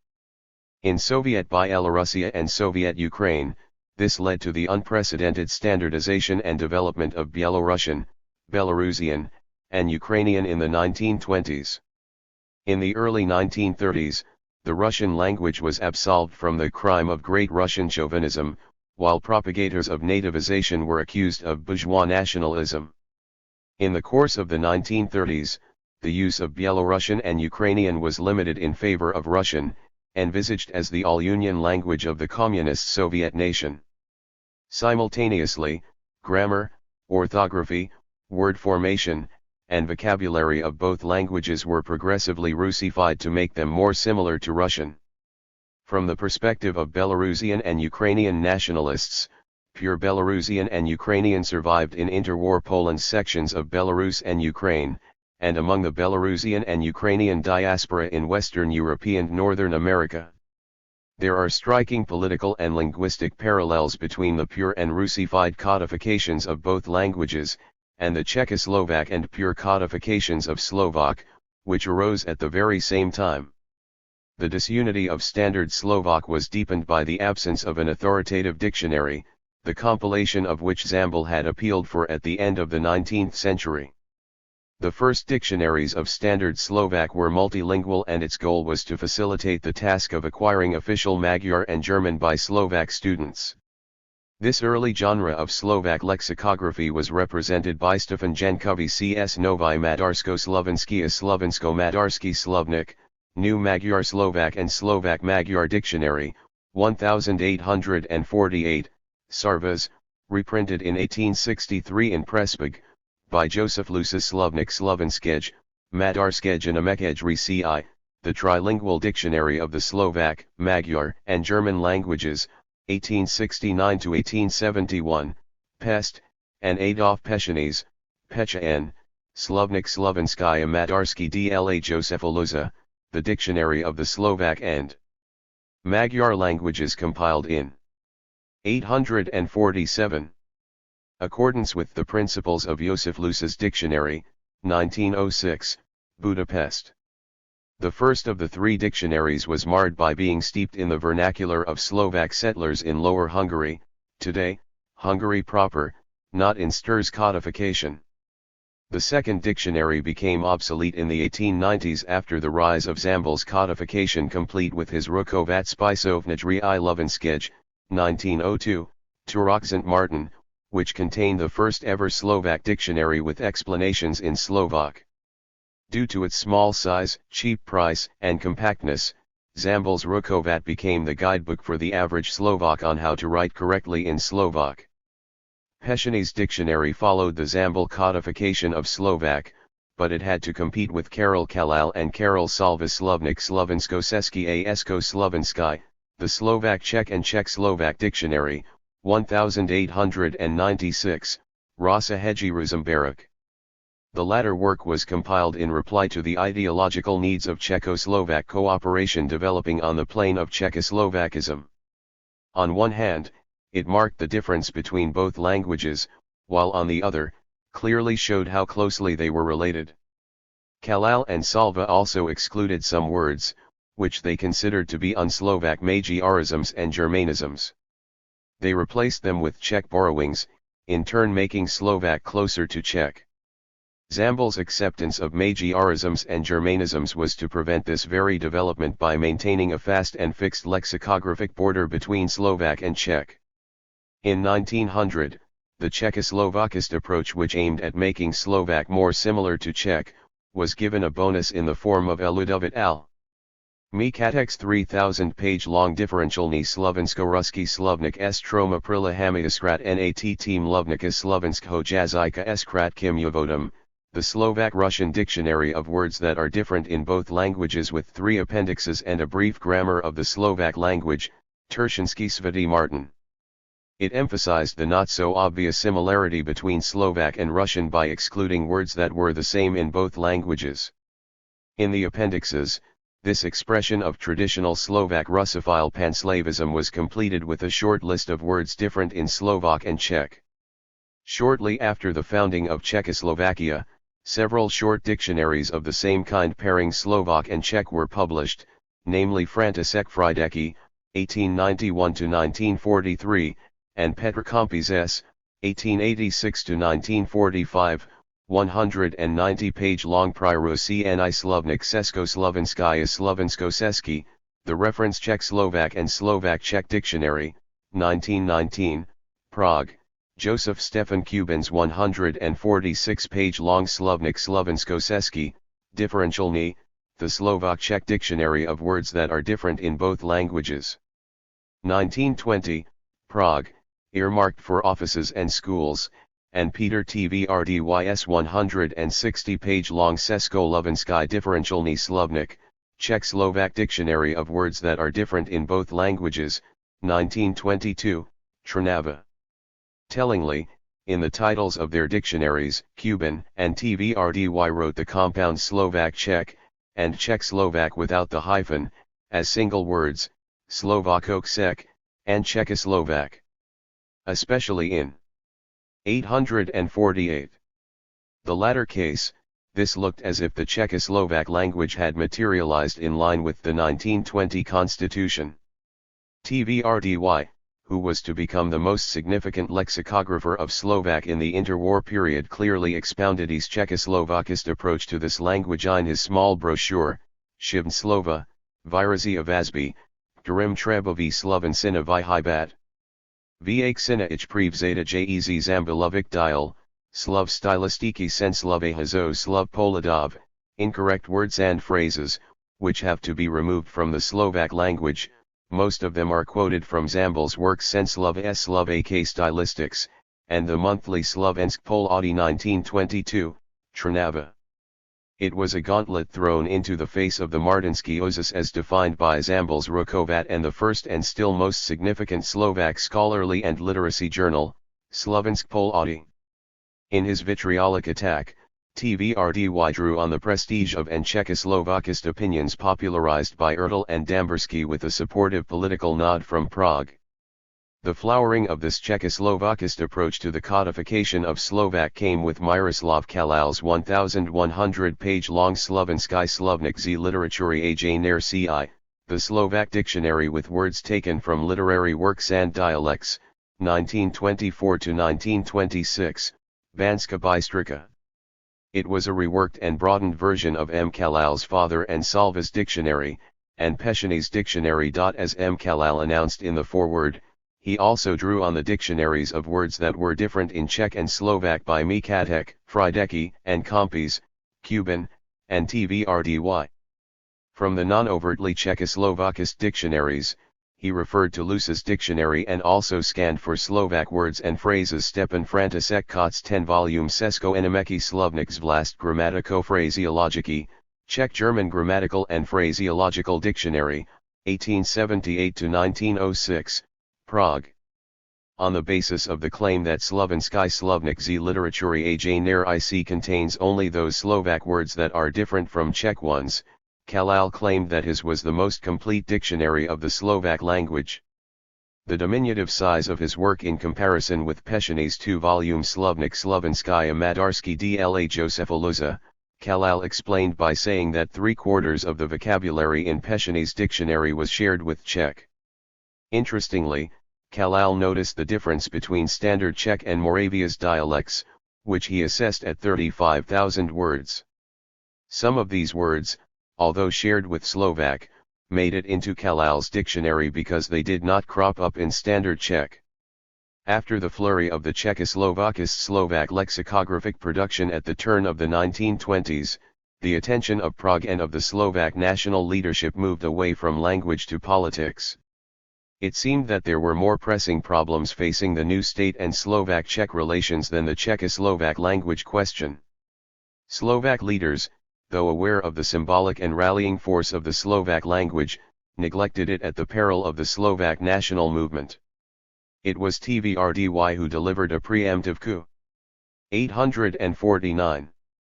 Disgrace to the Zambolskultidi anti-Czechoslovakist codification, when his extensive 730-page-long Slovenský phraseologický slovník, the Slovak Phraseological Dictionary, Trnava, came off the press in 1931.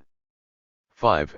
It was more extensive than previous dictionaries because the latter were published in the pocket-size editions, unlike THRD's work. Thanks to his close links with Thematica Slovenska, its Department of Linguistics headed by Vazna corrected THRD's dictionary in line with Vazny's Pravidla Slovenského pravopisu published in the same year. In this manner, Vazny's Czechoslovakist codification of Slovak received immediate support from the so far most extensive dictionary of the Slovak language compiled in agreement with the principles of this codification. The opposition of Bartek and those Matica scholars concentrated around the monthly, Slovenský, could not endanger the dominance of this Czechizing codification. First, Prague threw its weight behind Vazny's codification and made it obligatory in office and school.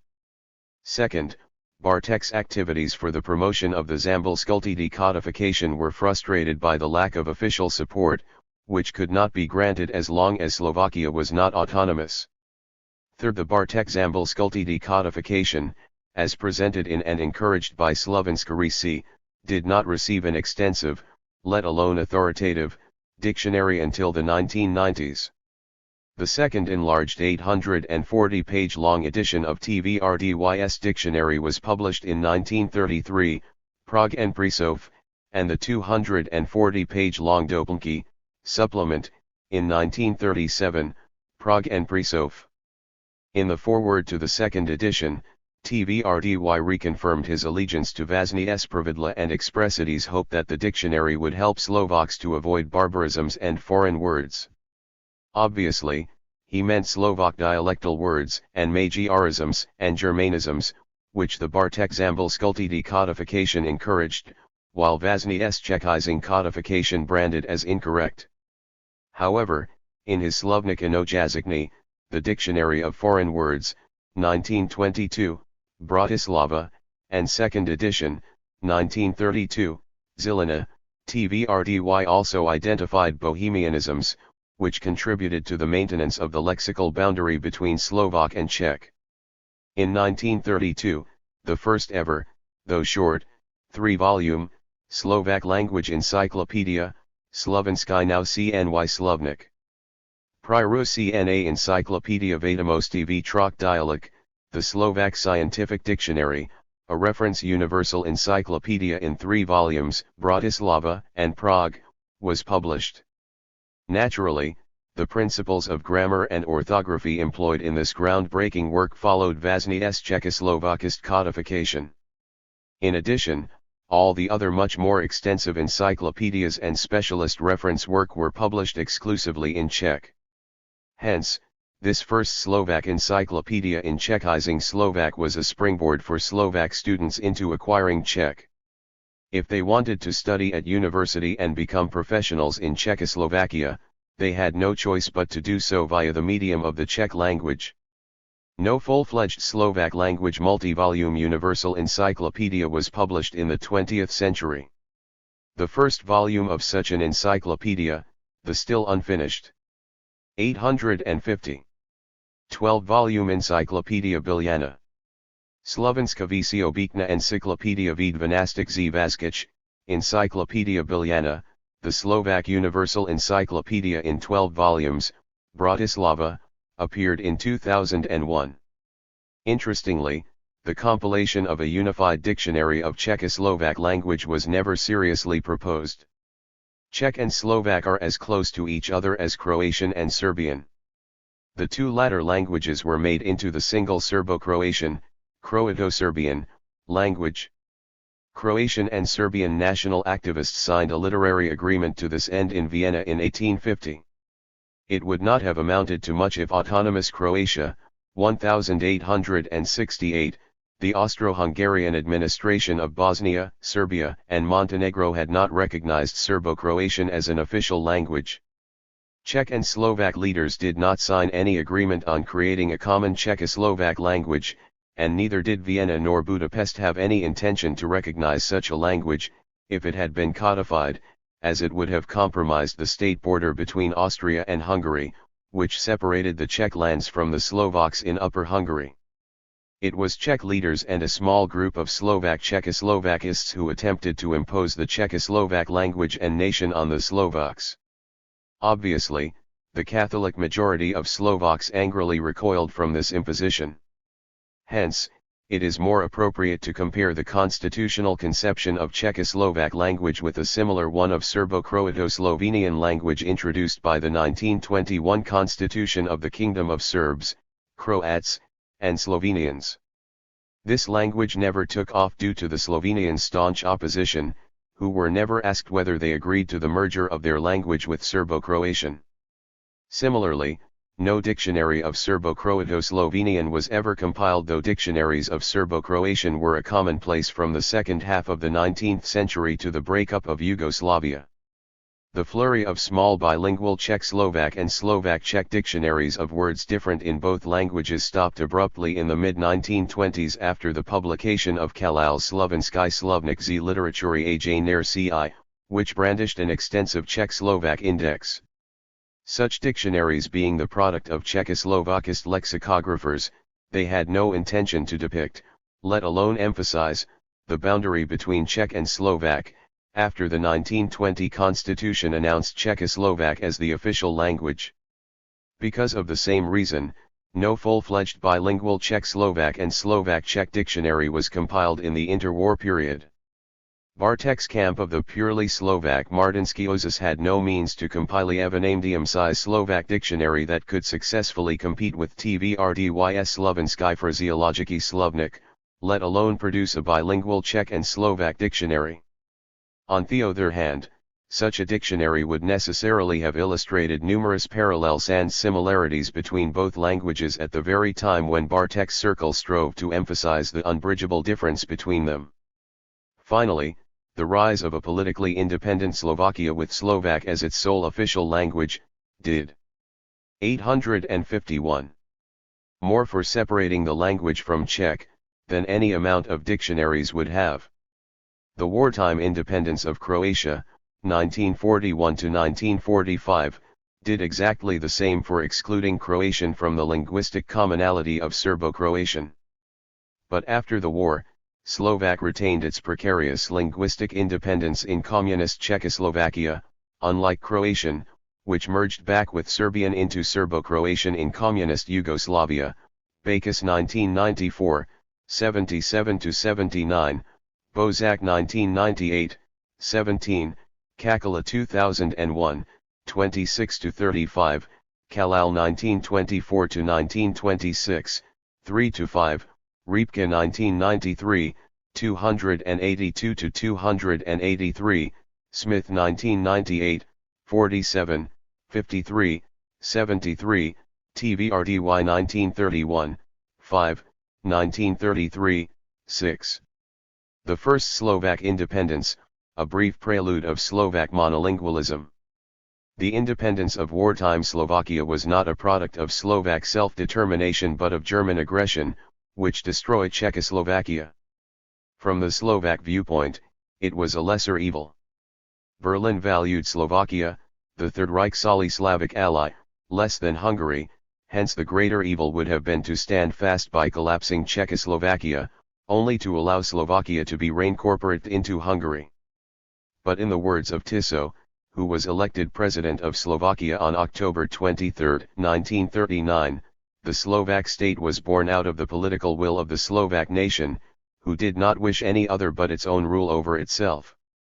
Tiso, being a Catholic priest, legitimized his rule and the independent Slovak statehood by drawing on the tradition of Catholicism deeply entrenched among most Slovaks, and pointing, as Hlinka had done before, to the atheistic, liberal, and demoralizing character of Czechoslovakia.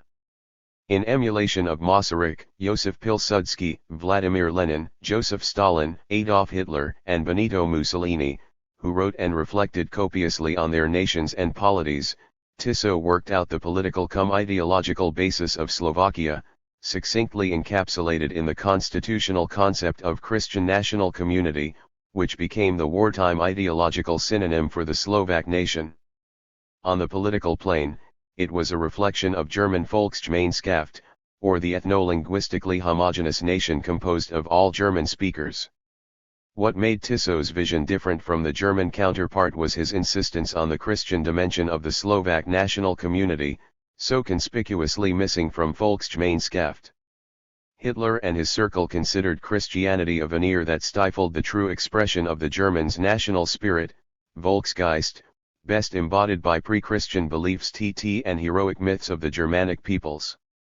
In Tiso's doctrine of Christian nationalism, nations were primordial entities, organisms, created by God and thus naturally destined to obtain freedom, equated with winning their own nation-states.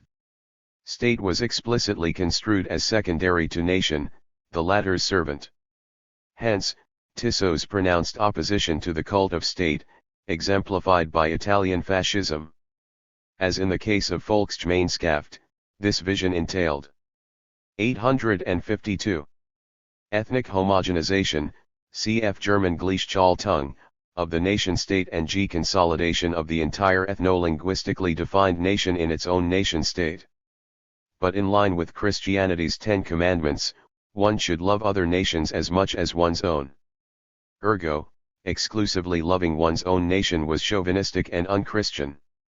Tiso's national theology was marred by his authoritative identification of Roman Catholicism as the sole orthodox version of Christianity. But this allowed for the embracing of Slovakia's German and Magyar minorities who were staunchly Catholic. On the other hand, the religious dimension let Tiso underline his opposition to liberalism, capitalism, and democracy, identified with Czechoslovakia, and to communism, equated with Soviet Bolshevism, construed as godless. All of them were to fall, because they weakened nations and their homogeneity by placing nations at the mercy of external and internal enemies. The final victory would herald the age of Catholic universalism, when each nation would be free in its own nation-state. Tiso deftly married the contradiction of national particularism with Catholic universalism by saying that both were created by God. Later, Slovakia's Christian nationalism was gradually compromised in the de facto subjection of Bratislava to Berlin's political and ideological goals. In agreement with Christian nationalism, Germans were preferred in Slovakia, but Magyars and Ruthenians merely tolerated. This treatment was not extended to Slovakia's Czechs and Jews, who, in an unchristian way, were expelled from the country. The natural consequence of rejection of democracy and liberalism in quest of Slovak Christian national community was the introduction of authoritarianism institutionalized in the Slovak constitution. Already in 1939, the parliament allowed the government to do whatever was deemed necessary in the transitional period to keep order and strengthen the state. In 1943, the parliament prolonged the special powers of the executive until 1946. Hence, the legislative never controlled the executive in wartime Slovakia. This asymmetry was clearly marked in 1942, when Tiso adopted the title Vodka, Supreme Leader, though the fact was not reflected in official legislation, similar to Croatian Poglavnik German Führer, Hindi Netaji, of the local national movement in British India, Hungarian Nemzetzo, Italian Duce, Norwegian Führer, Polish Arnaxelnik, Spanish Caudillo, Romanian Capitanul, or Russian Vazd, or Tagalog Tindis, of the local national movement in the U.S. Philippines. Like Hitler, Mussolini, and Stalin, Tiso was also the leader of the single Slovak party, SSNJ, which spearheaded the Slovak nation. A single unified German party and a similar Magyar one were allowed as well as a bow toward wartime Slovakia's powerful neighbors and allies. The number of its members grew from 50,000 to 300,000 between 1939 and 1943. Domestic opposition to the regime was led by 2 Protestant bishops and Slovak Czechoslovakists. At least 3,000 of them were imprisoned in the concentration camp in Ilava. The SSNJ rule was facilitated. 853. by the party's strong arm, the Hlinkova Garda, H.G., Hlinka Guard, founded in 1938, eerily reminiscent of Germany's National Socialist SA, Sturmabteilung or Stormtroopers, and Romania's Fascist Iron Guard. The HG's membership, which was compulsory for males between 18 and 60 years of age, peaked at 100,000, immediately in the wake of the 1939 conflict with Hungary. The Guard became officially known as the political army of the Slovak nation. As its symbol, the HG brandished the so-called Sviatopluk rods, that is, one vertical rod crossed by two horizontal ones depicted in a circle. 6. The symbol was reminiscent of the German swastika and Italian fasci, literally, a bundle of rods. The Sviatopluk rod symbol successfully competed with Slovakia's official coat of arms, like the swastika in Germany, and the look-alike Italian fasci, less its axe, cropped up in wartime Slovak national iconography too. The look-alike fasci perhaps was the inspiration for the Sviatopluk rods, which, like their Italian parallel of fasci, symbolized the truth that united, we are unbreakable. It referred to the apocryphal story of Sviatopluks, Sventopluk, Suatopluk, reigned 871 to 894, warning to his two sons that they should cooperate if Greater Moravia was to thrive. Obviously, they did not, and their realm fell prey to the Magyar onslaught. The symbol's reference to Sviatopluk, the most successful ruler of Greater Moravia, who invited Cyril and Methodius, meant that independent Slovakia fully embraced the myth of a Christian Greater Moravia put in the role of the first Slovak state. But not a single reference to this myth found its way to the 1939 constitution, unlike to the 1992 constitution of today's independent Slovakia. Ironically, the symbol's call to unity embodied by the HGAN, the single-party political system, did not prevent Budapest from seizing southern and eastern Slovakia, or, even less so, the reincorporation of Slovakia into centralized post-war Czechoslovakia, Hlinkova 2005, Kirschbaum 1999, XLV, Kovaci 1997, 73, 1998, 217, 220, Krekovici 2005, 182, 185, Letrich 1955, 144, 149, 156, Muntz 1994, 93 to 98. In 1938, Bratislava, wishing to embrace all the population defined as Slovaks within Slovakia's borders, attempted to seize southeastern Moravia away from the Czech lands. Some Moravian regionalists, led by the painter Josef Upierke, saw it as a better option than to remain within the borders of the Czech lands. The argument was that this area was linguistically and ethnically closer to the Slovaks than to the Czechs. The Austro-Hungarian censuses had also categorized the local Slavophone population as Slovaks, Sloakian. To this day this Moravian subregion is known as Slovako, which is a dialectal rendering of the name Slovensko, that is, Slovakia. But the inhabitants of Slovako, who variably identified themselves as Czechs, Moravians, Moravian Slovaks, and Slovaks, or Slovakons, 7 remained loyal to the Czechs, and did not actively support Bratislava's project. Although some maintain that Joseph Ignac Baj's Rename Ladenka Prihodia Skuznosti was not the first novel in Slovak, but the first one in the Slovakian language. The project was more feverishly pursued after